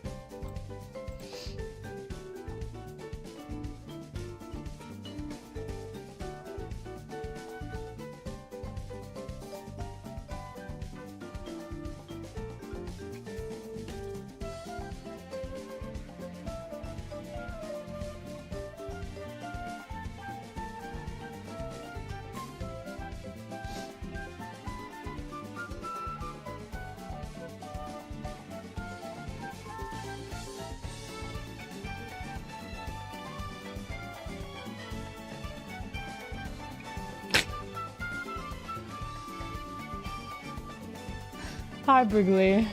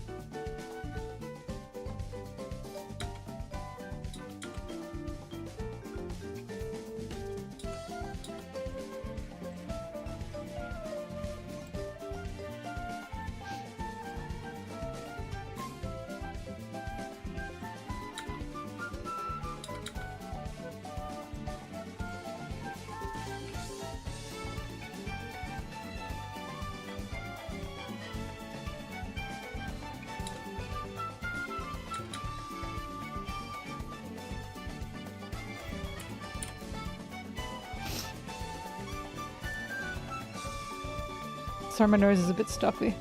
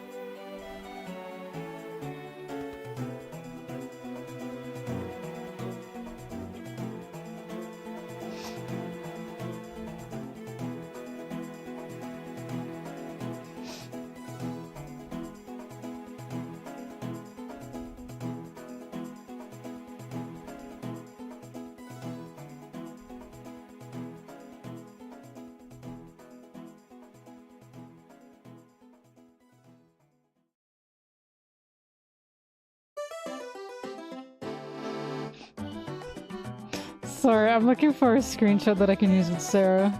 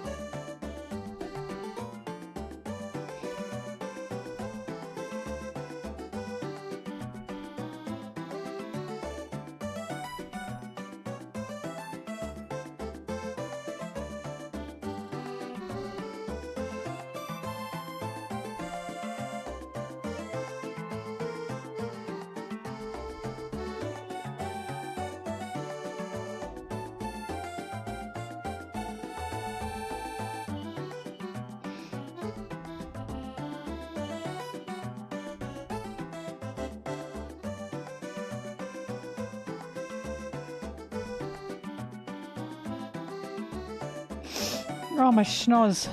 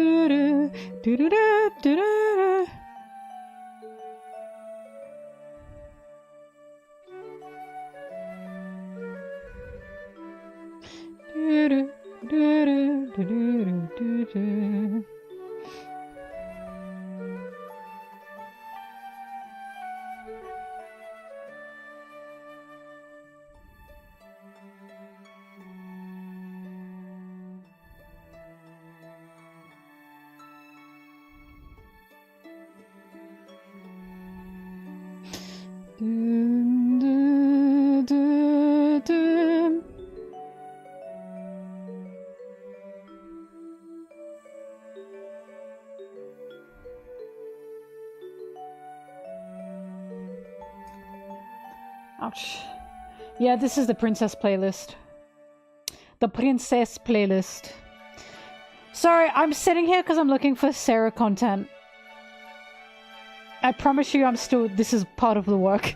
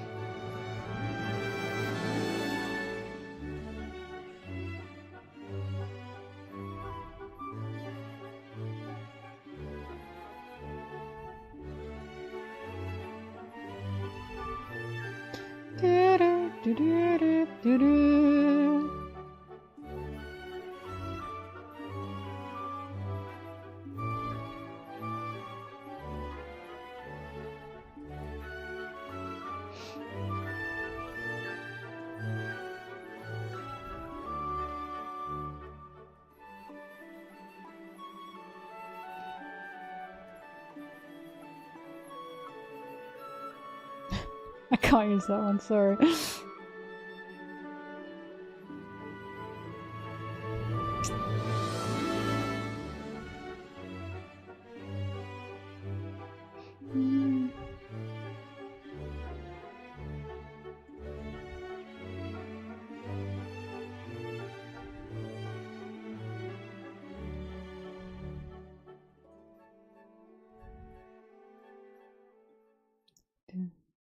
Oh, okay. Oh. Ooh, ooh, ooh, ooh, ooh, ooh. Do-do-do. Do-do-do.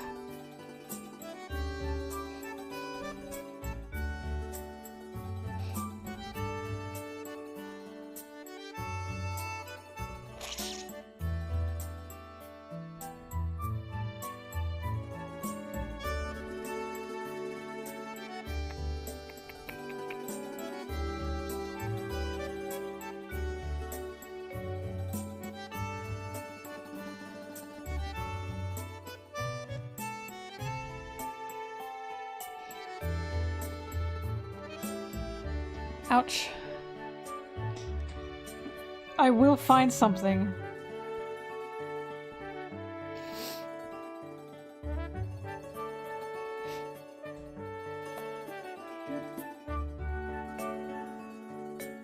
Mel as always, I am. It's 1984 in the chat. I am watching.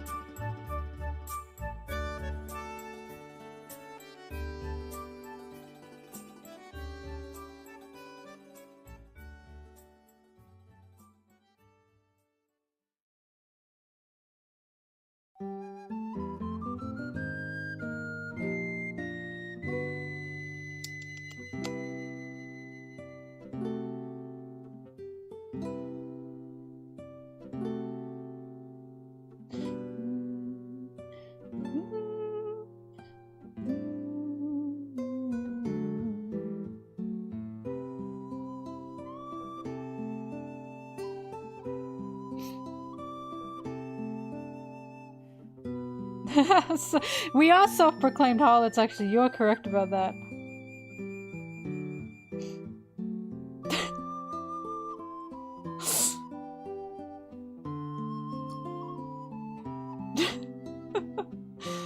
This out of context is kind of funny. Hang on. I'm trying to save screenshots of messages that Sarah has sent me. Because I'm saying she's my Discord mod, so I'm trying to find, you know, a Discord message.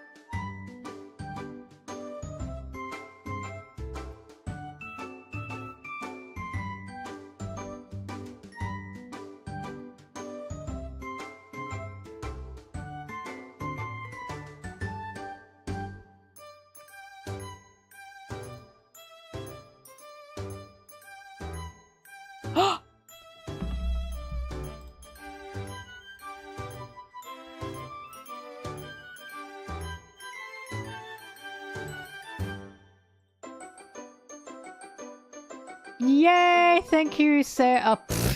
Anna! Thank you, Anna. I appreciate that. I called you Sarah. I apologize. It keeps happening. Mel, Sarah, mentor.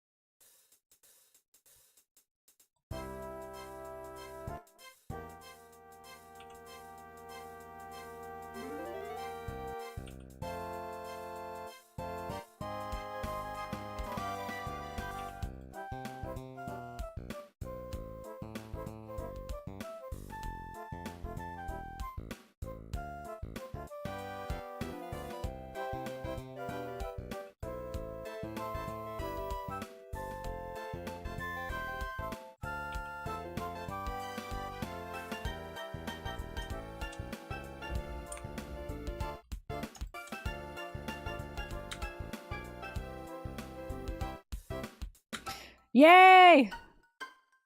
I appreciate that, Anna.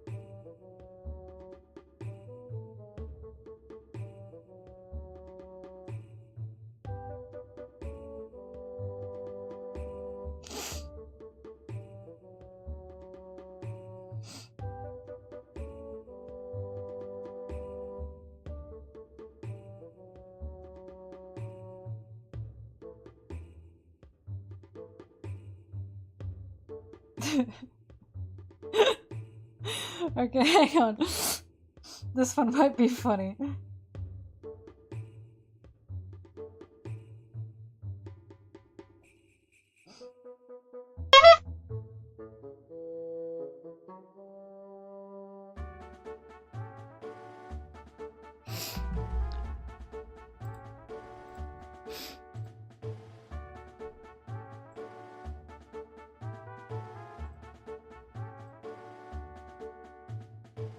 What do we what do we think of this one?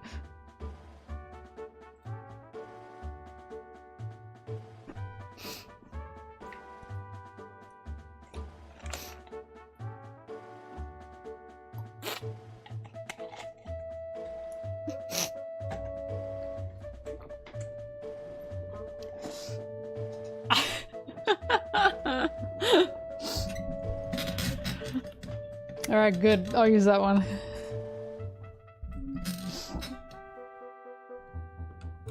Sun-kun! Stop.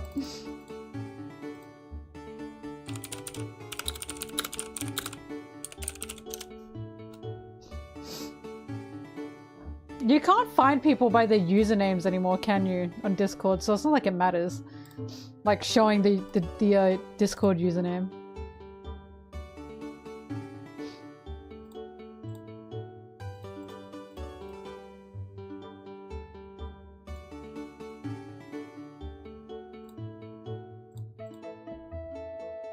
I guess you can find them by username to begin with in the first place, but whatever.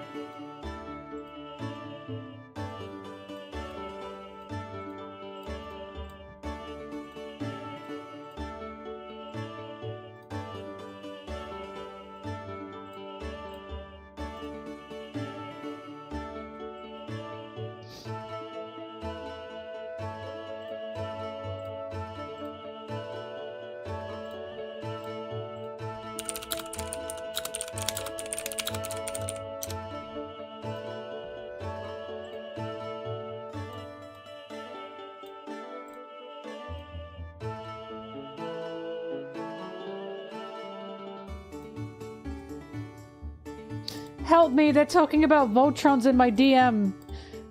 They're talking about Voltron in my DMs! I can't do this! By them I mean Anna.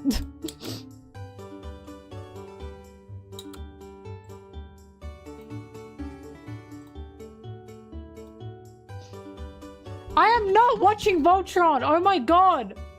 You are not making me watch Voltron.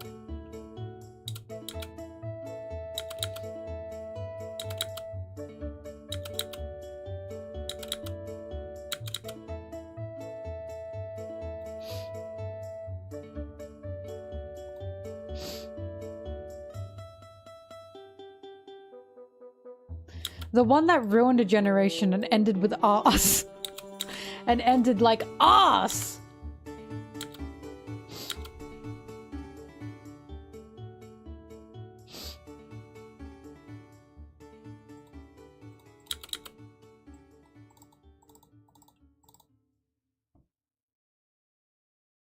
I am aware that I would hate Voltron so much.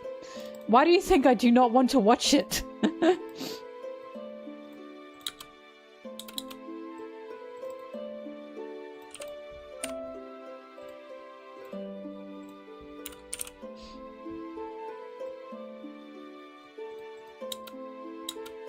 Wait, maybe I can just keep it like this.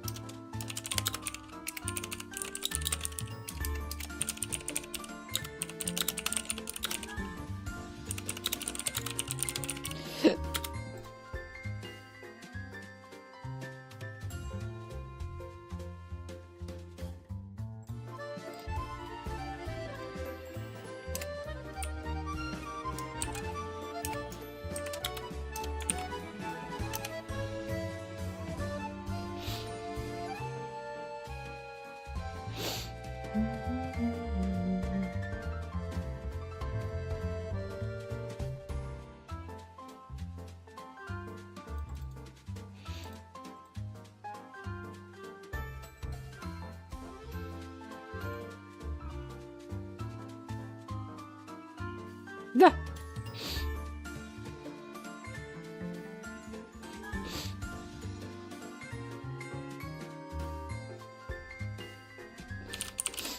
Oh, my nose!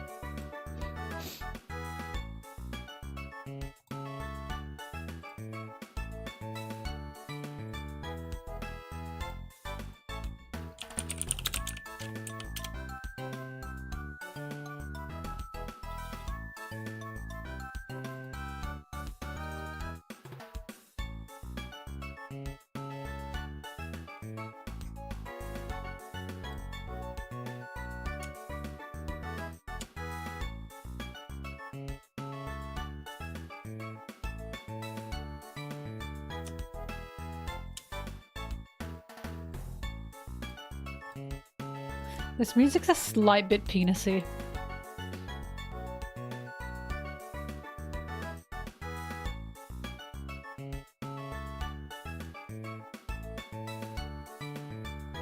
The like gloopy keyboard in the back.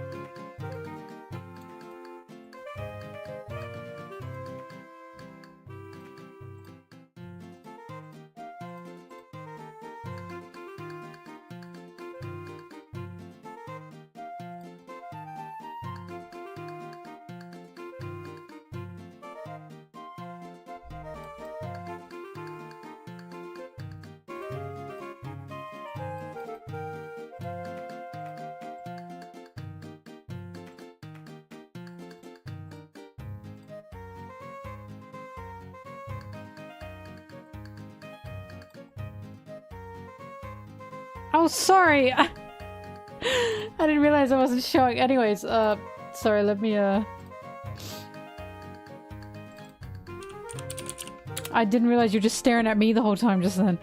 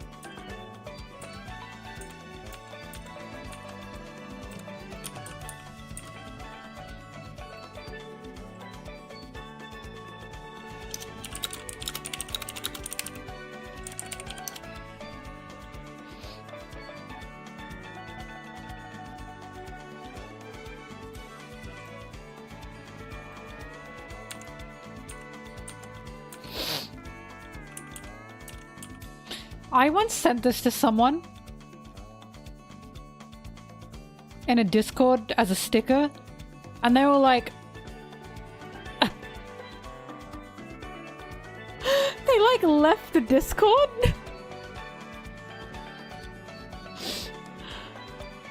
Do you remember that, Anna?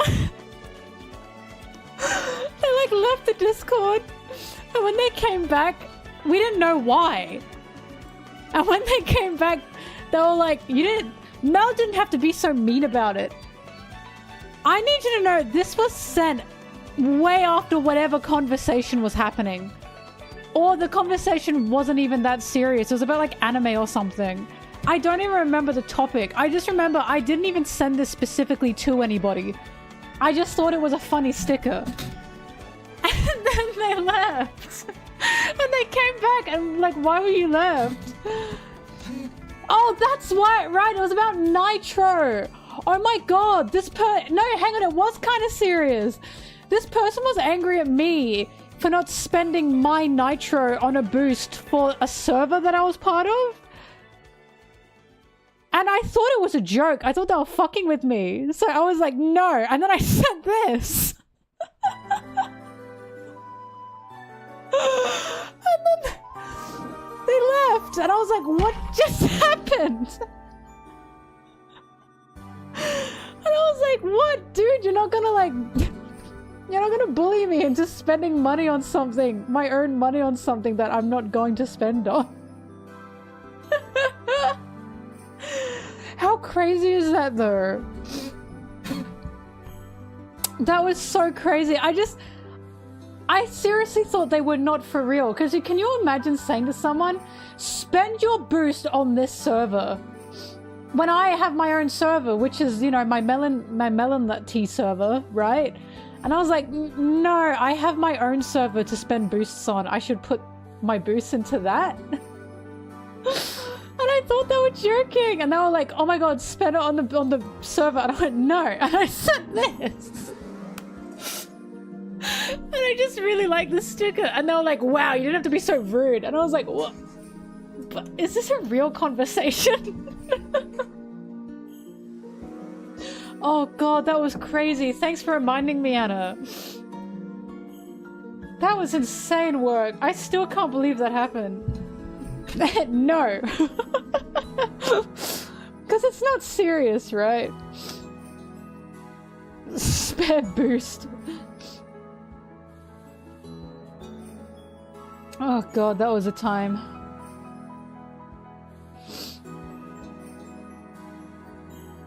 I fucking love this. My political pipe. Scrupulous finger. And this one. Oh! I didn't mean to open that.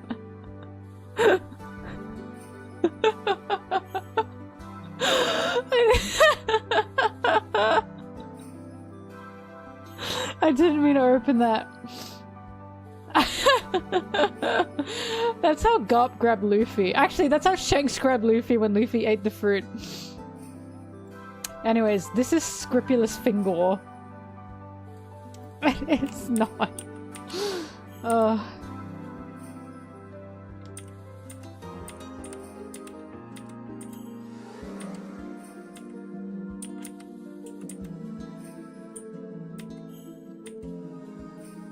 also have this. Isn't that cool?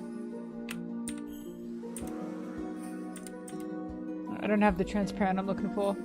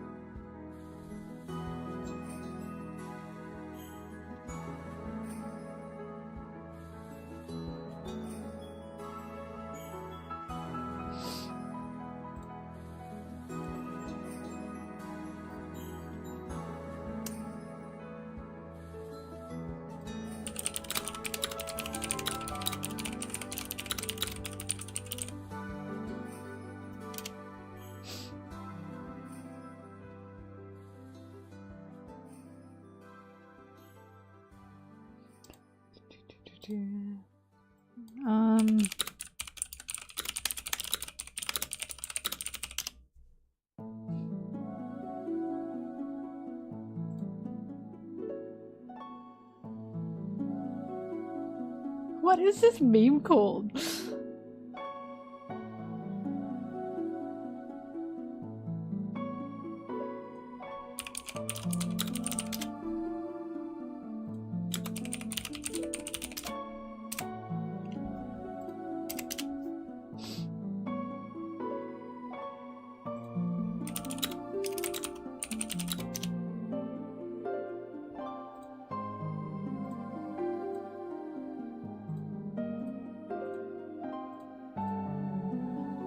It's okay, gang, I found the name of the meme.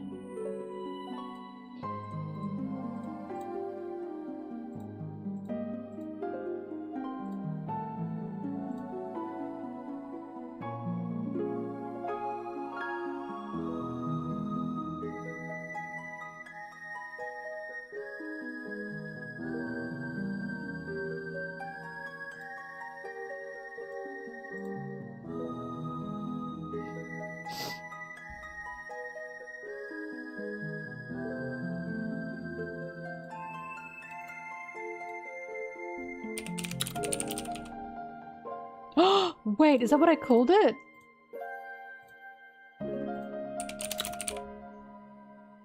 No, I did not. Okay.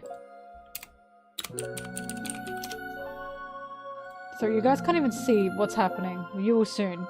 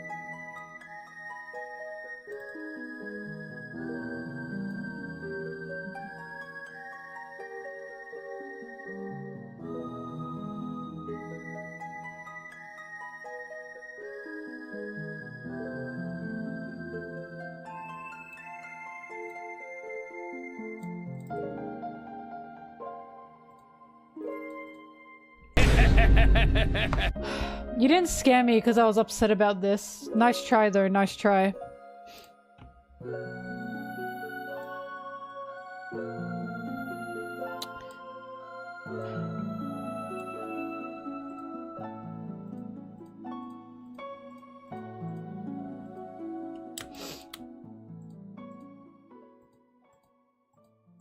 I was upset the magic tool didn't work. So now I have to do it manually. Ah! Once again, Hercules scene. What's the point? I always feel like that. Do do do do do do.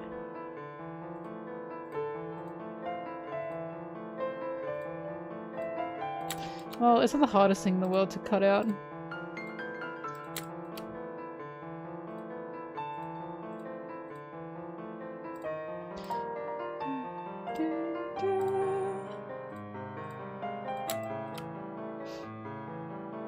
Disappointed!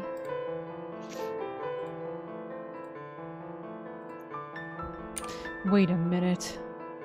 This isn't my world. Disappointed!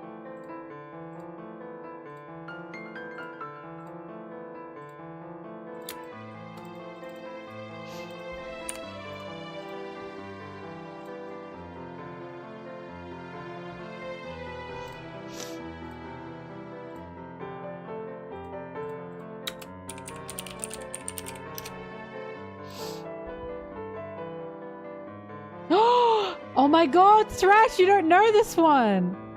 Wow. I'll send it to you.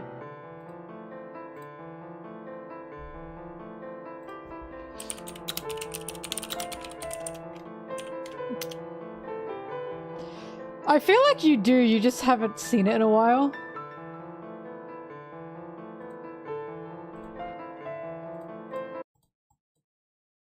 Sorry, it's a good song, but... Wait a minute. Wait, you can't see it.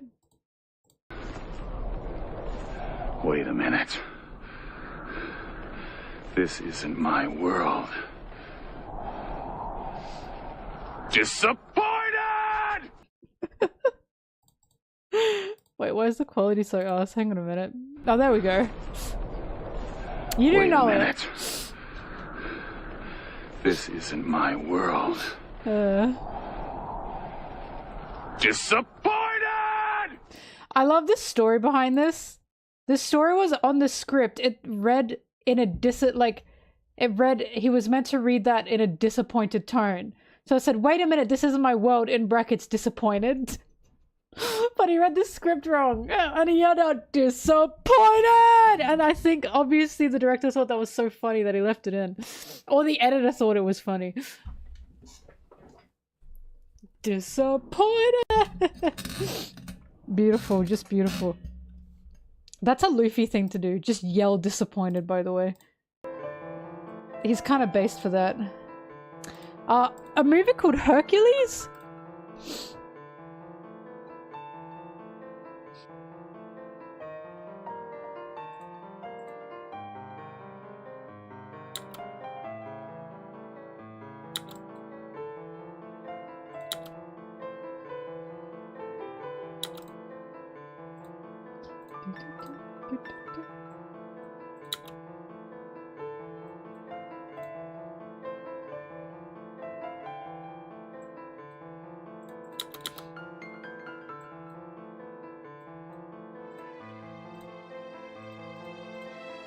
My lips are so dry.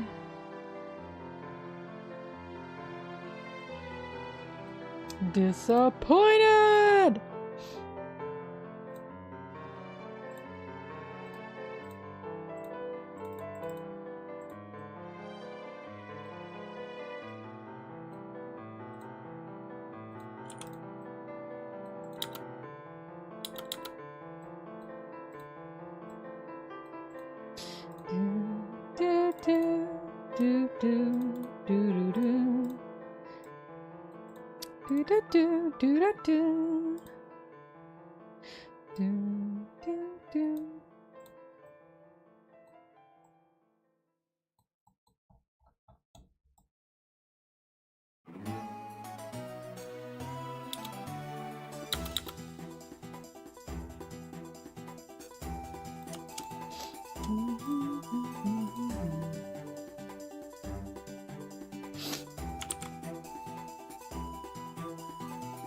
I listen to songs in the shower because I'm worried the killer will get me otherwise.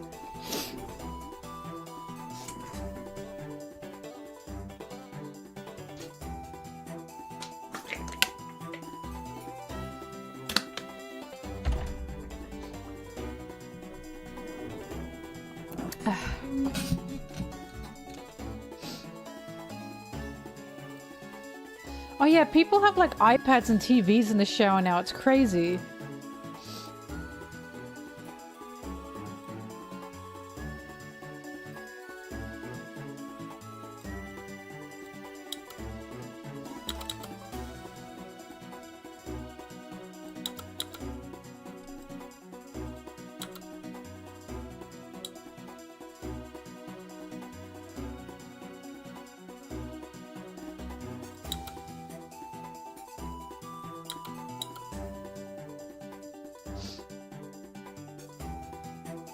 Wrigley, do you actually watch YouTube in the shower, or are you having a laugh?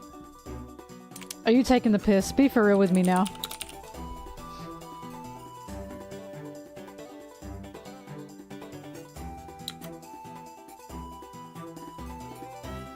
You really are an iPad baby. It's not even a joke anymore.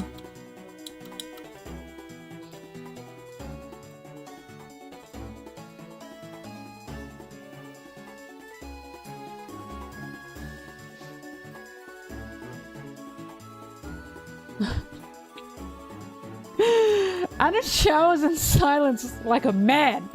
And it still takes her 2 hours. I'll be like, Anna, do you want to watch something? And she'll be like, oh yeah, sure, I just gotta shower first. And I know for a fact I am waiting at least 2 hours, and I shrivel up and I die. And she'll always be like, it wasn't 2 hours, and it was 2 hours. I keep the timestamp.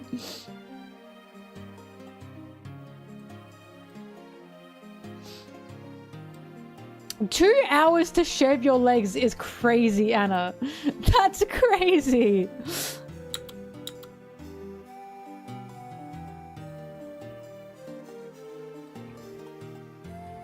How many legs do you have? Oh my god, imagine.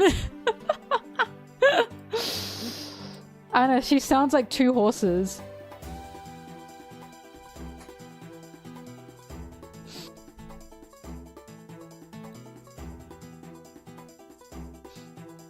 I get my legs waxed and it takes me 15 minutes, not even.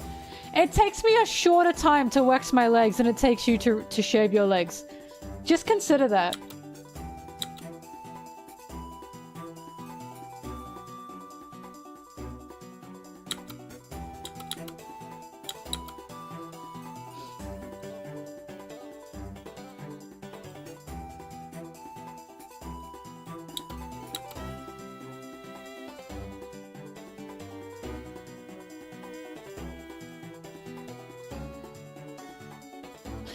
I'm fully aware wax is not the same as an electric machine, but even when I shaved my legs, it did not take me 2 hours. It took me like 15 minutes.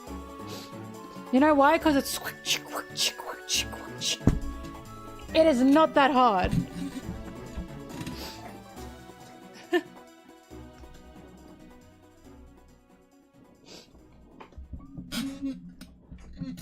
I used to eat oranges in the shower, actually.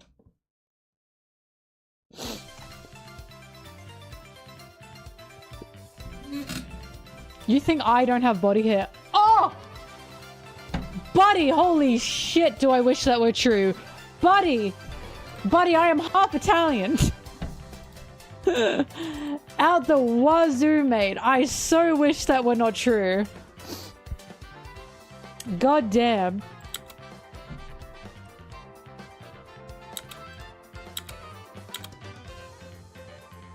I have very hairy elbows.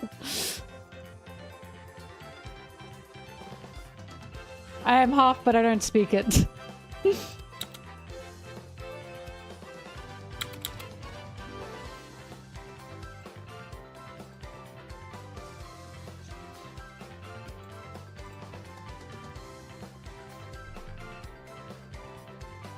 How can I not take long? Because when you do it like every week, you just know how to go faster and faster. It's like anything. Anyway, to me, anyways.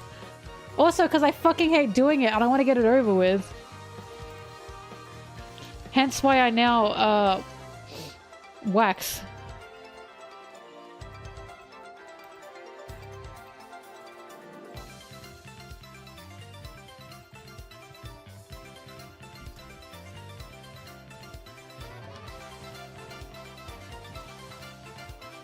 I do not self-wax, no. I never will do that in my life.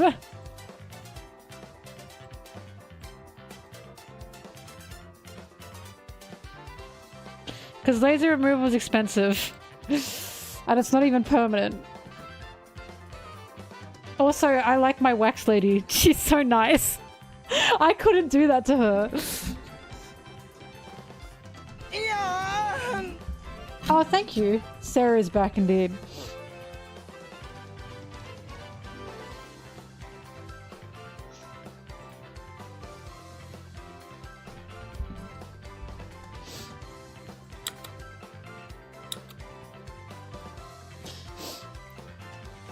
I can't take care of my legs because it's a sensory thing. I hate the feeling of wearing long pants when my legs are hairy. I hate it.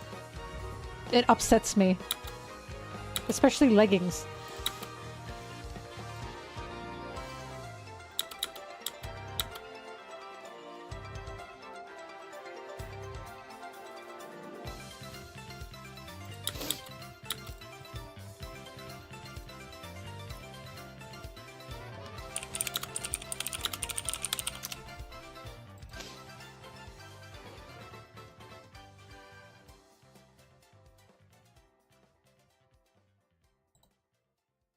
Wait, this is a fantastic photo.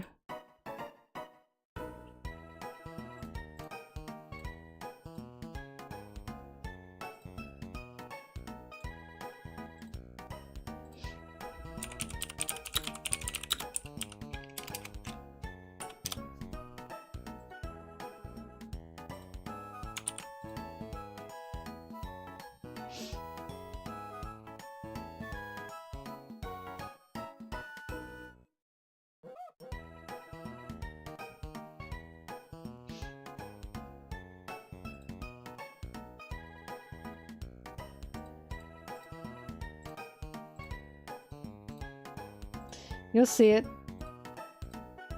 I promise you will.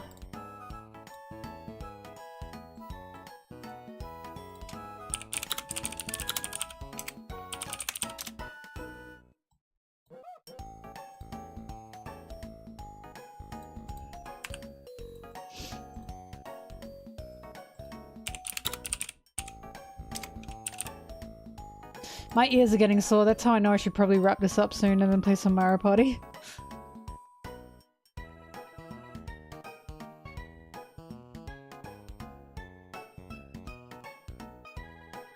I'm still so convinced because it took Sanji 2 years to grow like a little bit of upper lip hair. 2 years. And he kept those little whiskers on his chin when he was like 19. So I am convinced that Sanji does not actually grow hair that easily.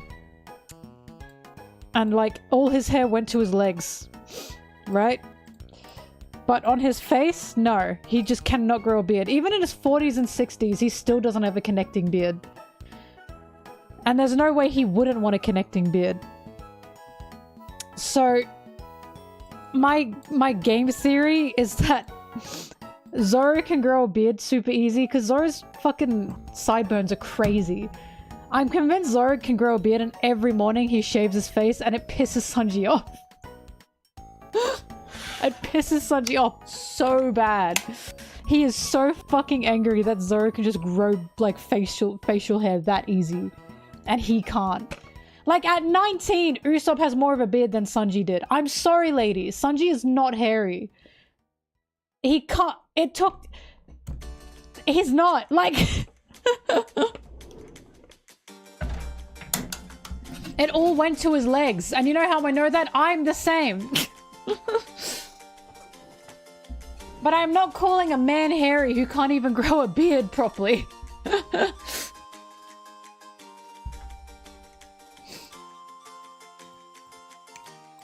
I just can't get over it. Whiskers on his chin at 19 and then dots on his upper lip at 21. And at 60 he still doesn't have a connecting beard.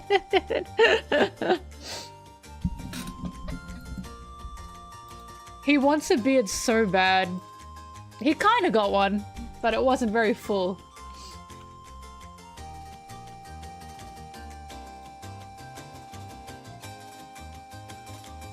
A goatee. Anyway, my point is Zoro shaves every morning and it really pisses Sanji off. Because again, Zoro's sideburns are fucking crazy. They're insane. He has to shave those, right?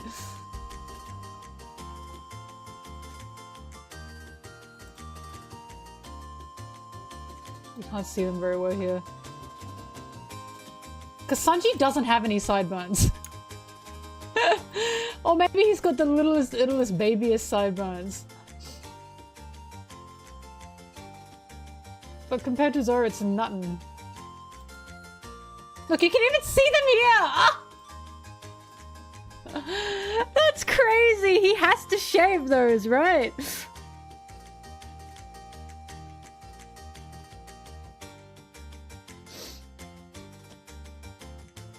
God, Sanji wants that so bad. The sideburns, I mean. I feel bad for him.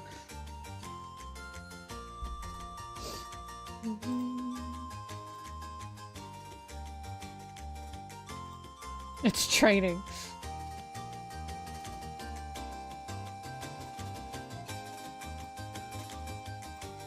He doesn't get them though. We know he doesn't. And you know why? Because Oda drew it.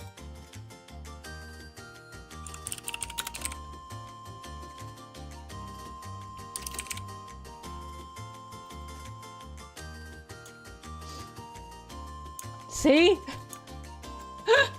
I posted this on Twitter. And I was like, I'm laughing at the fact that Sanji never got A, connecting beard, B, sideburns. And some people were like, oh, he obviously shaved his sideburns.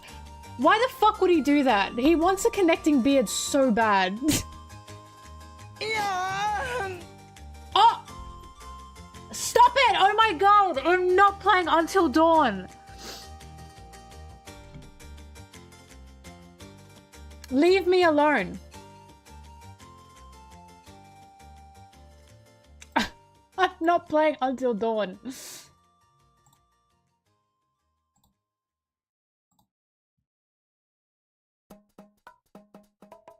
Are you gonna do this? The message says, I can't wait for you to do an Until Dawn Let's Play. This isn't Brigley, by the way. Thank you for the contribution. But I'm not playing Until Dawn. At least buy the whole figure. Anyways. Mate, this is not a connecting beard. It's still dots. That's barely anything. Like... oh my god. Like, that's his skin, and then that's a line. You know what I mean? His beard is here. He got a goatee. Oh, my poor guy. Oh, he looks so... he looks so woman. Oh. I love him. Just look up Sanji 40 and 60. Look up the Straw Hats 40 and 60. Oh, even this doesn't look too good. Ah! Yikes. That's a MILF, literally. That's a MILF. Did Oda know what he was doing when he released this? I really don't think he did. He had no idea what he released upon the world when he released this. That's a MILF. You don't understand. Just say you don't understand. Just say you don't get it.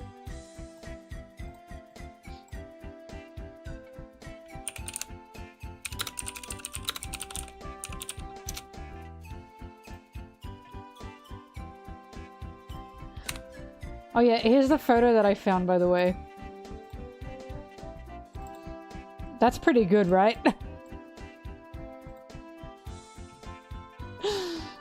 That's pretty good. I love it.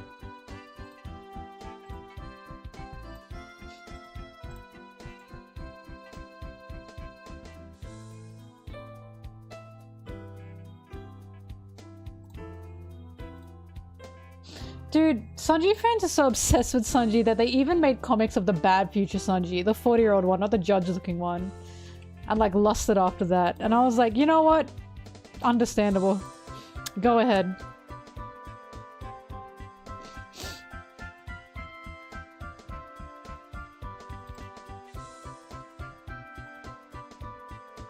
Whoop. You really saw my folders.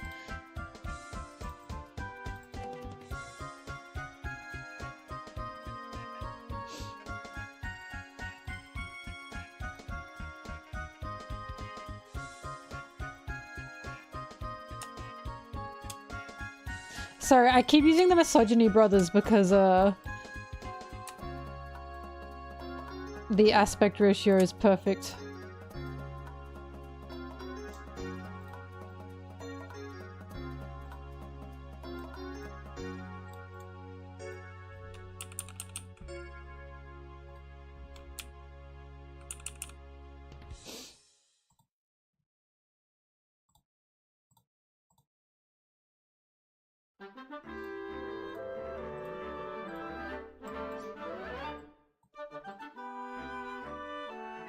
Do you know what? Stop! Oh my god, Zimbabwe Queen. No, never mind. Don't stop. What is happening? Oh, you didn't leave me a message. Thank you for your contribution. Fuck, I want that Miku so bad. That's not you!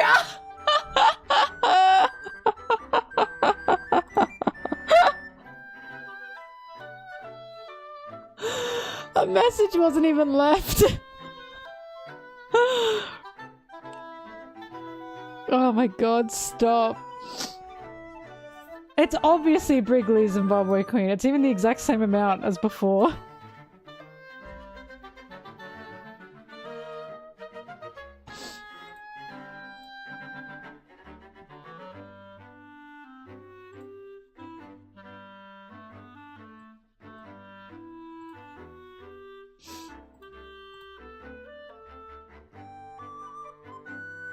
Keep my name out your motherfucking mouth.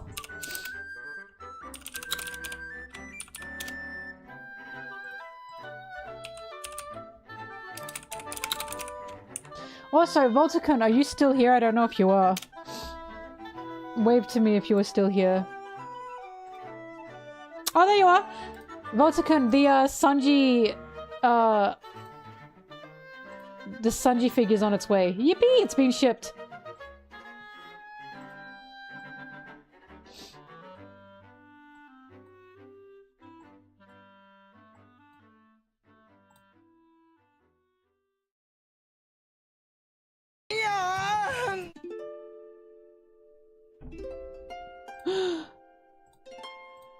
I have a sneaking suspicion this is not foily. Howdy do, boys. The message says, I also want you to play Until Dawn. This is foily, by the way.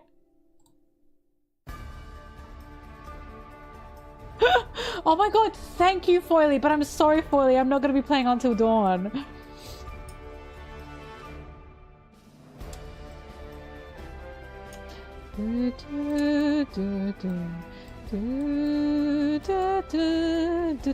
Oh my god, I want to play Skyward Sword.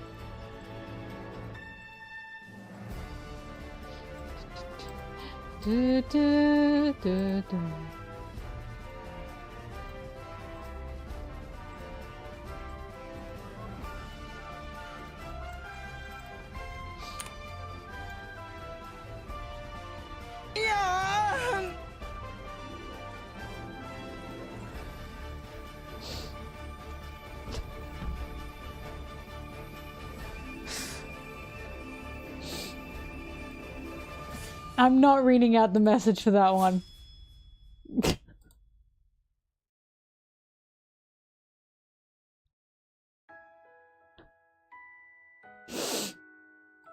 Shut up, Brigley! Enough! Enough from you! But thank you! But why are you doing this? You're an insane person.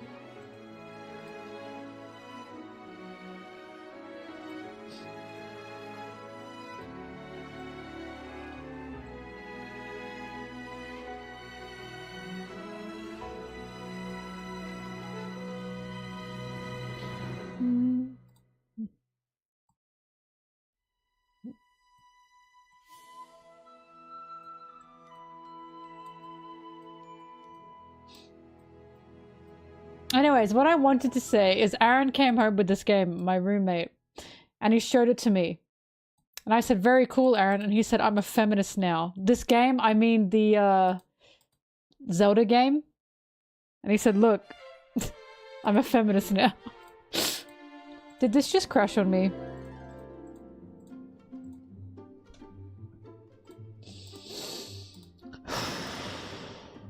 Okay. Okay. Yeah, echoes of wisdom.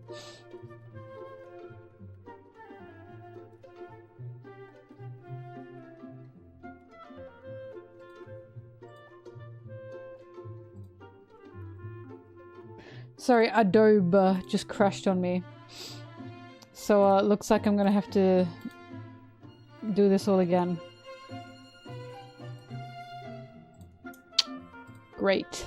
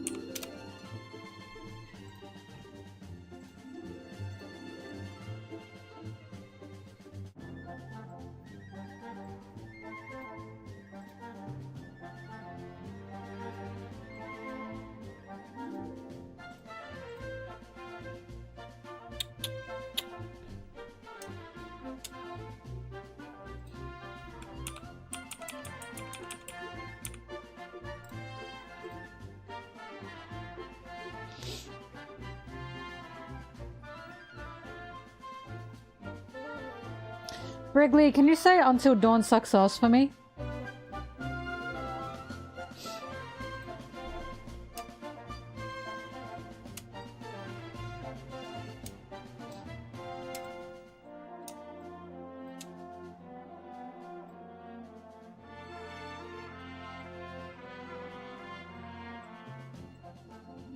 Oh yeah, if Until Dawn sponsored me, I'd take it. I hate bad games, but I'm not an idiot.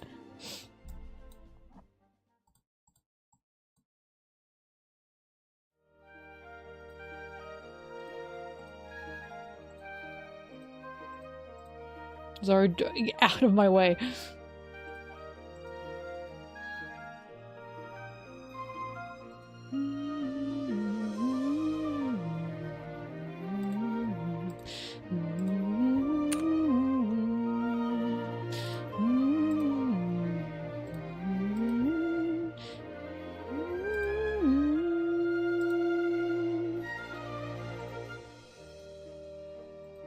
Sorry, shithead, get out of the way.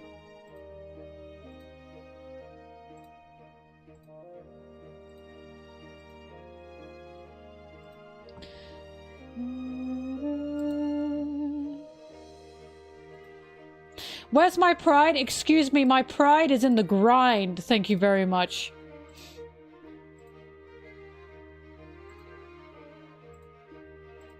Also, it's funny. Because you all know how I feel about it.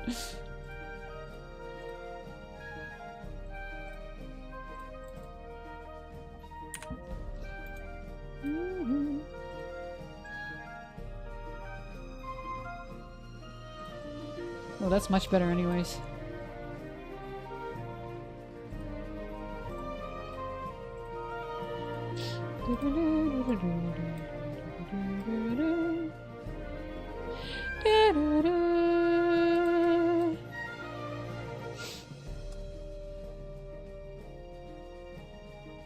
See? An Until Dawn sponsor video would be, I love this game! Oh my god, have you seen the Michael Jackson clip where he's like, I hate touring, touring is hell. And the director's like, hey, can you like be a bit more positive about this? And he's like, okay. And he goes, I just love to tour. That's what my Until Dawn sponsor would be like. I just love Until Dawn.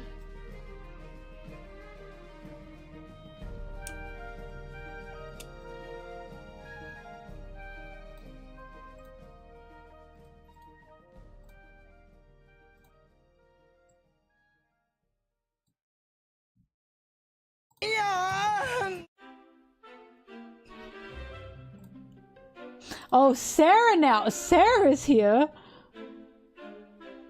The message is, Mel, you should listen to that Brigley and play Until Dawn. I'll even help you with it. Sarah? Oh my god, I didn't even know you were here, Sarah. Thank you, Sarah. Early birthday gift for me?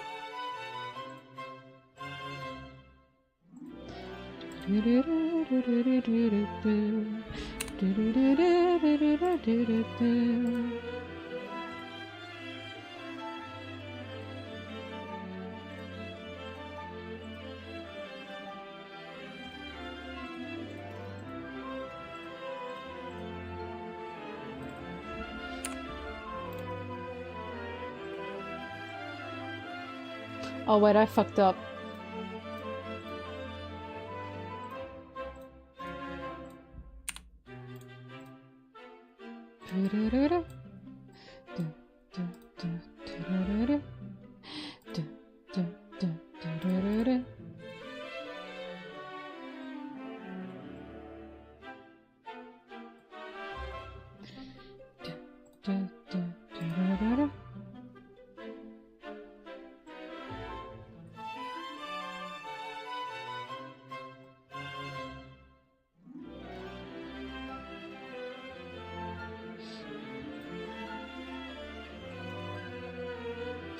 Oh god, you can't see the full image.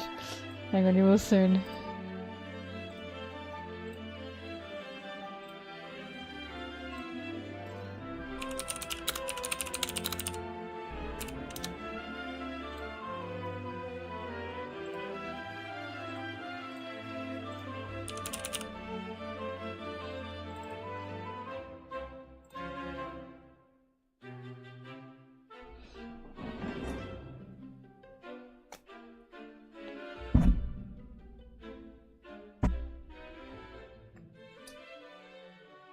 My birthday? Well, I'm a Gemini. So, you know, decide from there.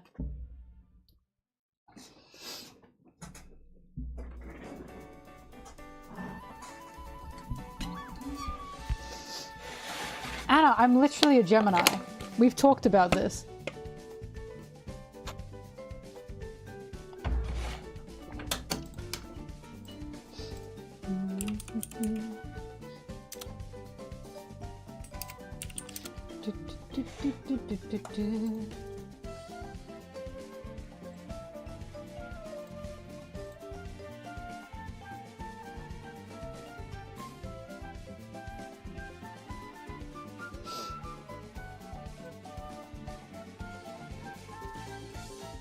Oops, I opened Spotify by accident.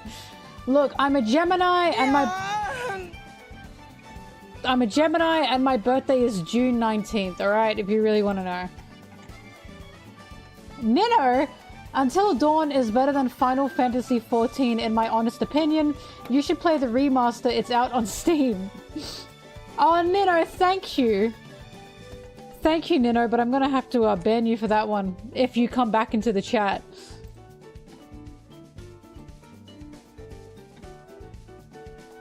I wish I knew. True, Brigley's having a good time. And also, even though Brigley's having a laugh, I'm the one profiting. June 19, you won't forget. Good. Good. I'm glad.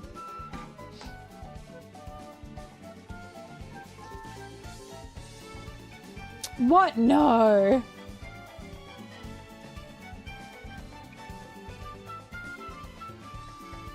Anna, I didn't realize our birthdays were so close.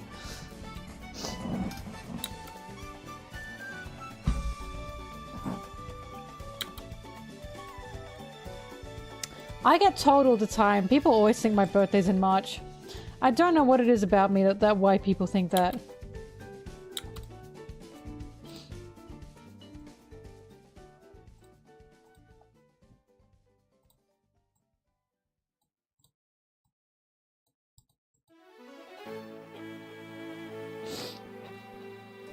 Actually, this art, the artist that made this is called Goldstein. Hang on, what's their Twitter at? I have them in all of my descriptions and all my videos.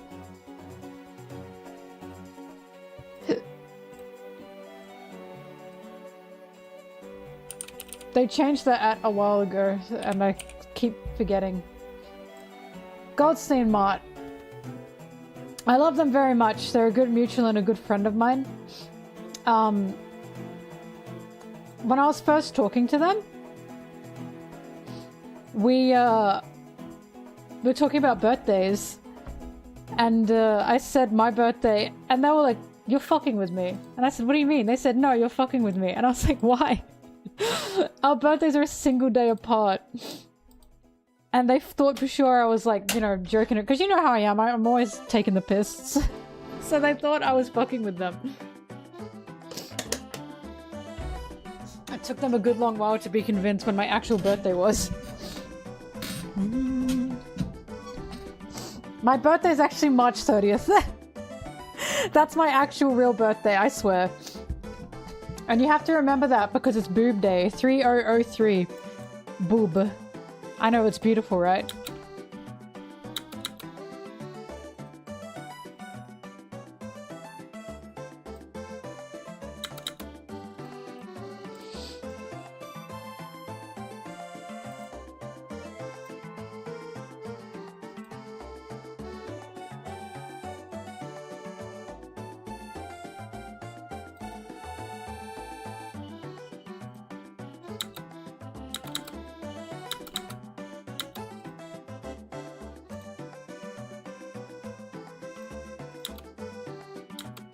Welcome back, Grandma.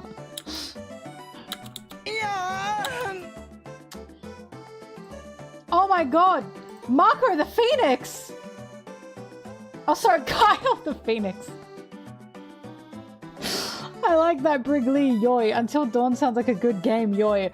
Play it on stream, I'm sure you'll have a blast, yoy. This is great, all these $5 contributions. It'd be fantastic if you could throw, like, a lot of money on one thing and, you know, buy it. Just saying. Just saying. But, you know, oh god, who am I to say that? Who am I to say that?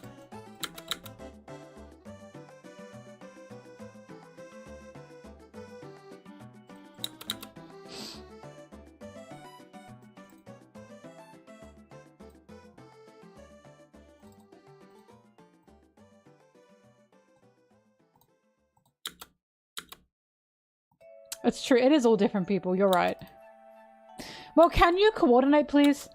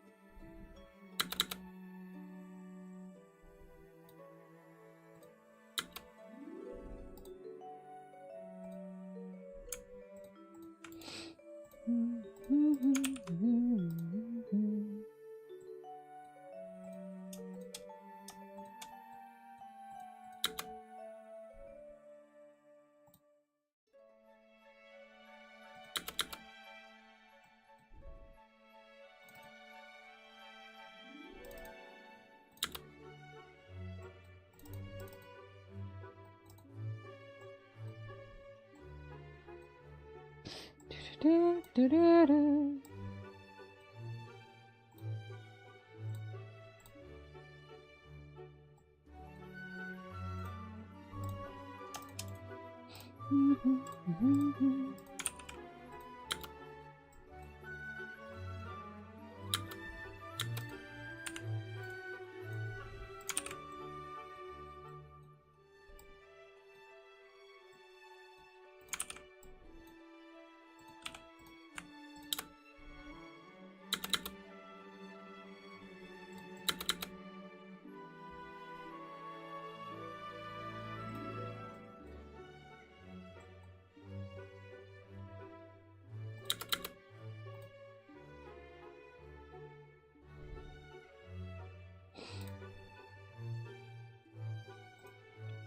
All right, I'm done. I'm done editing for today. What the hell is max PR? Anyways, I'm done.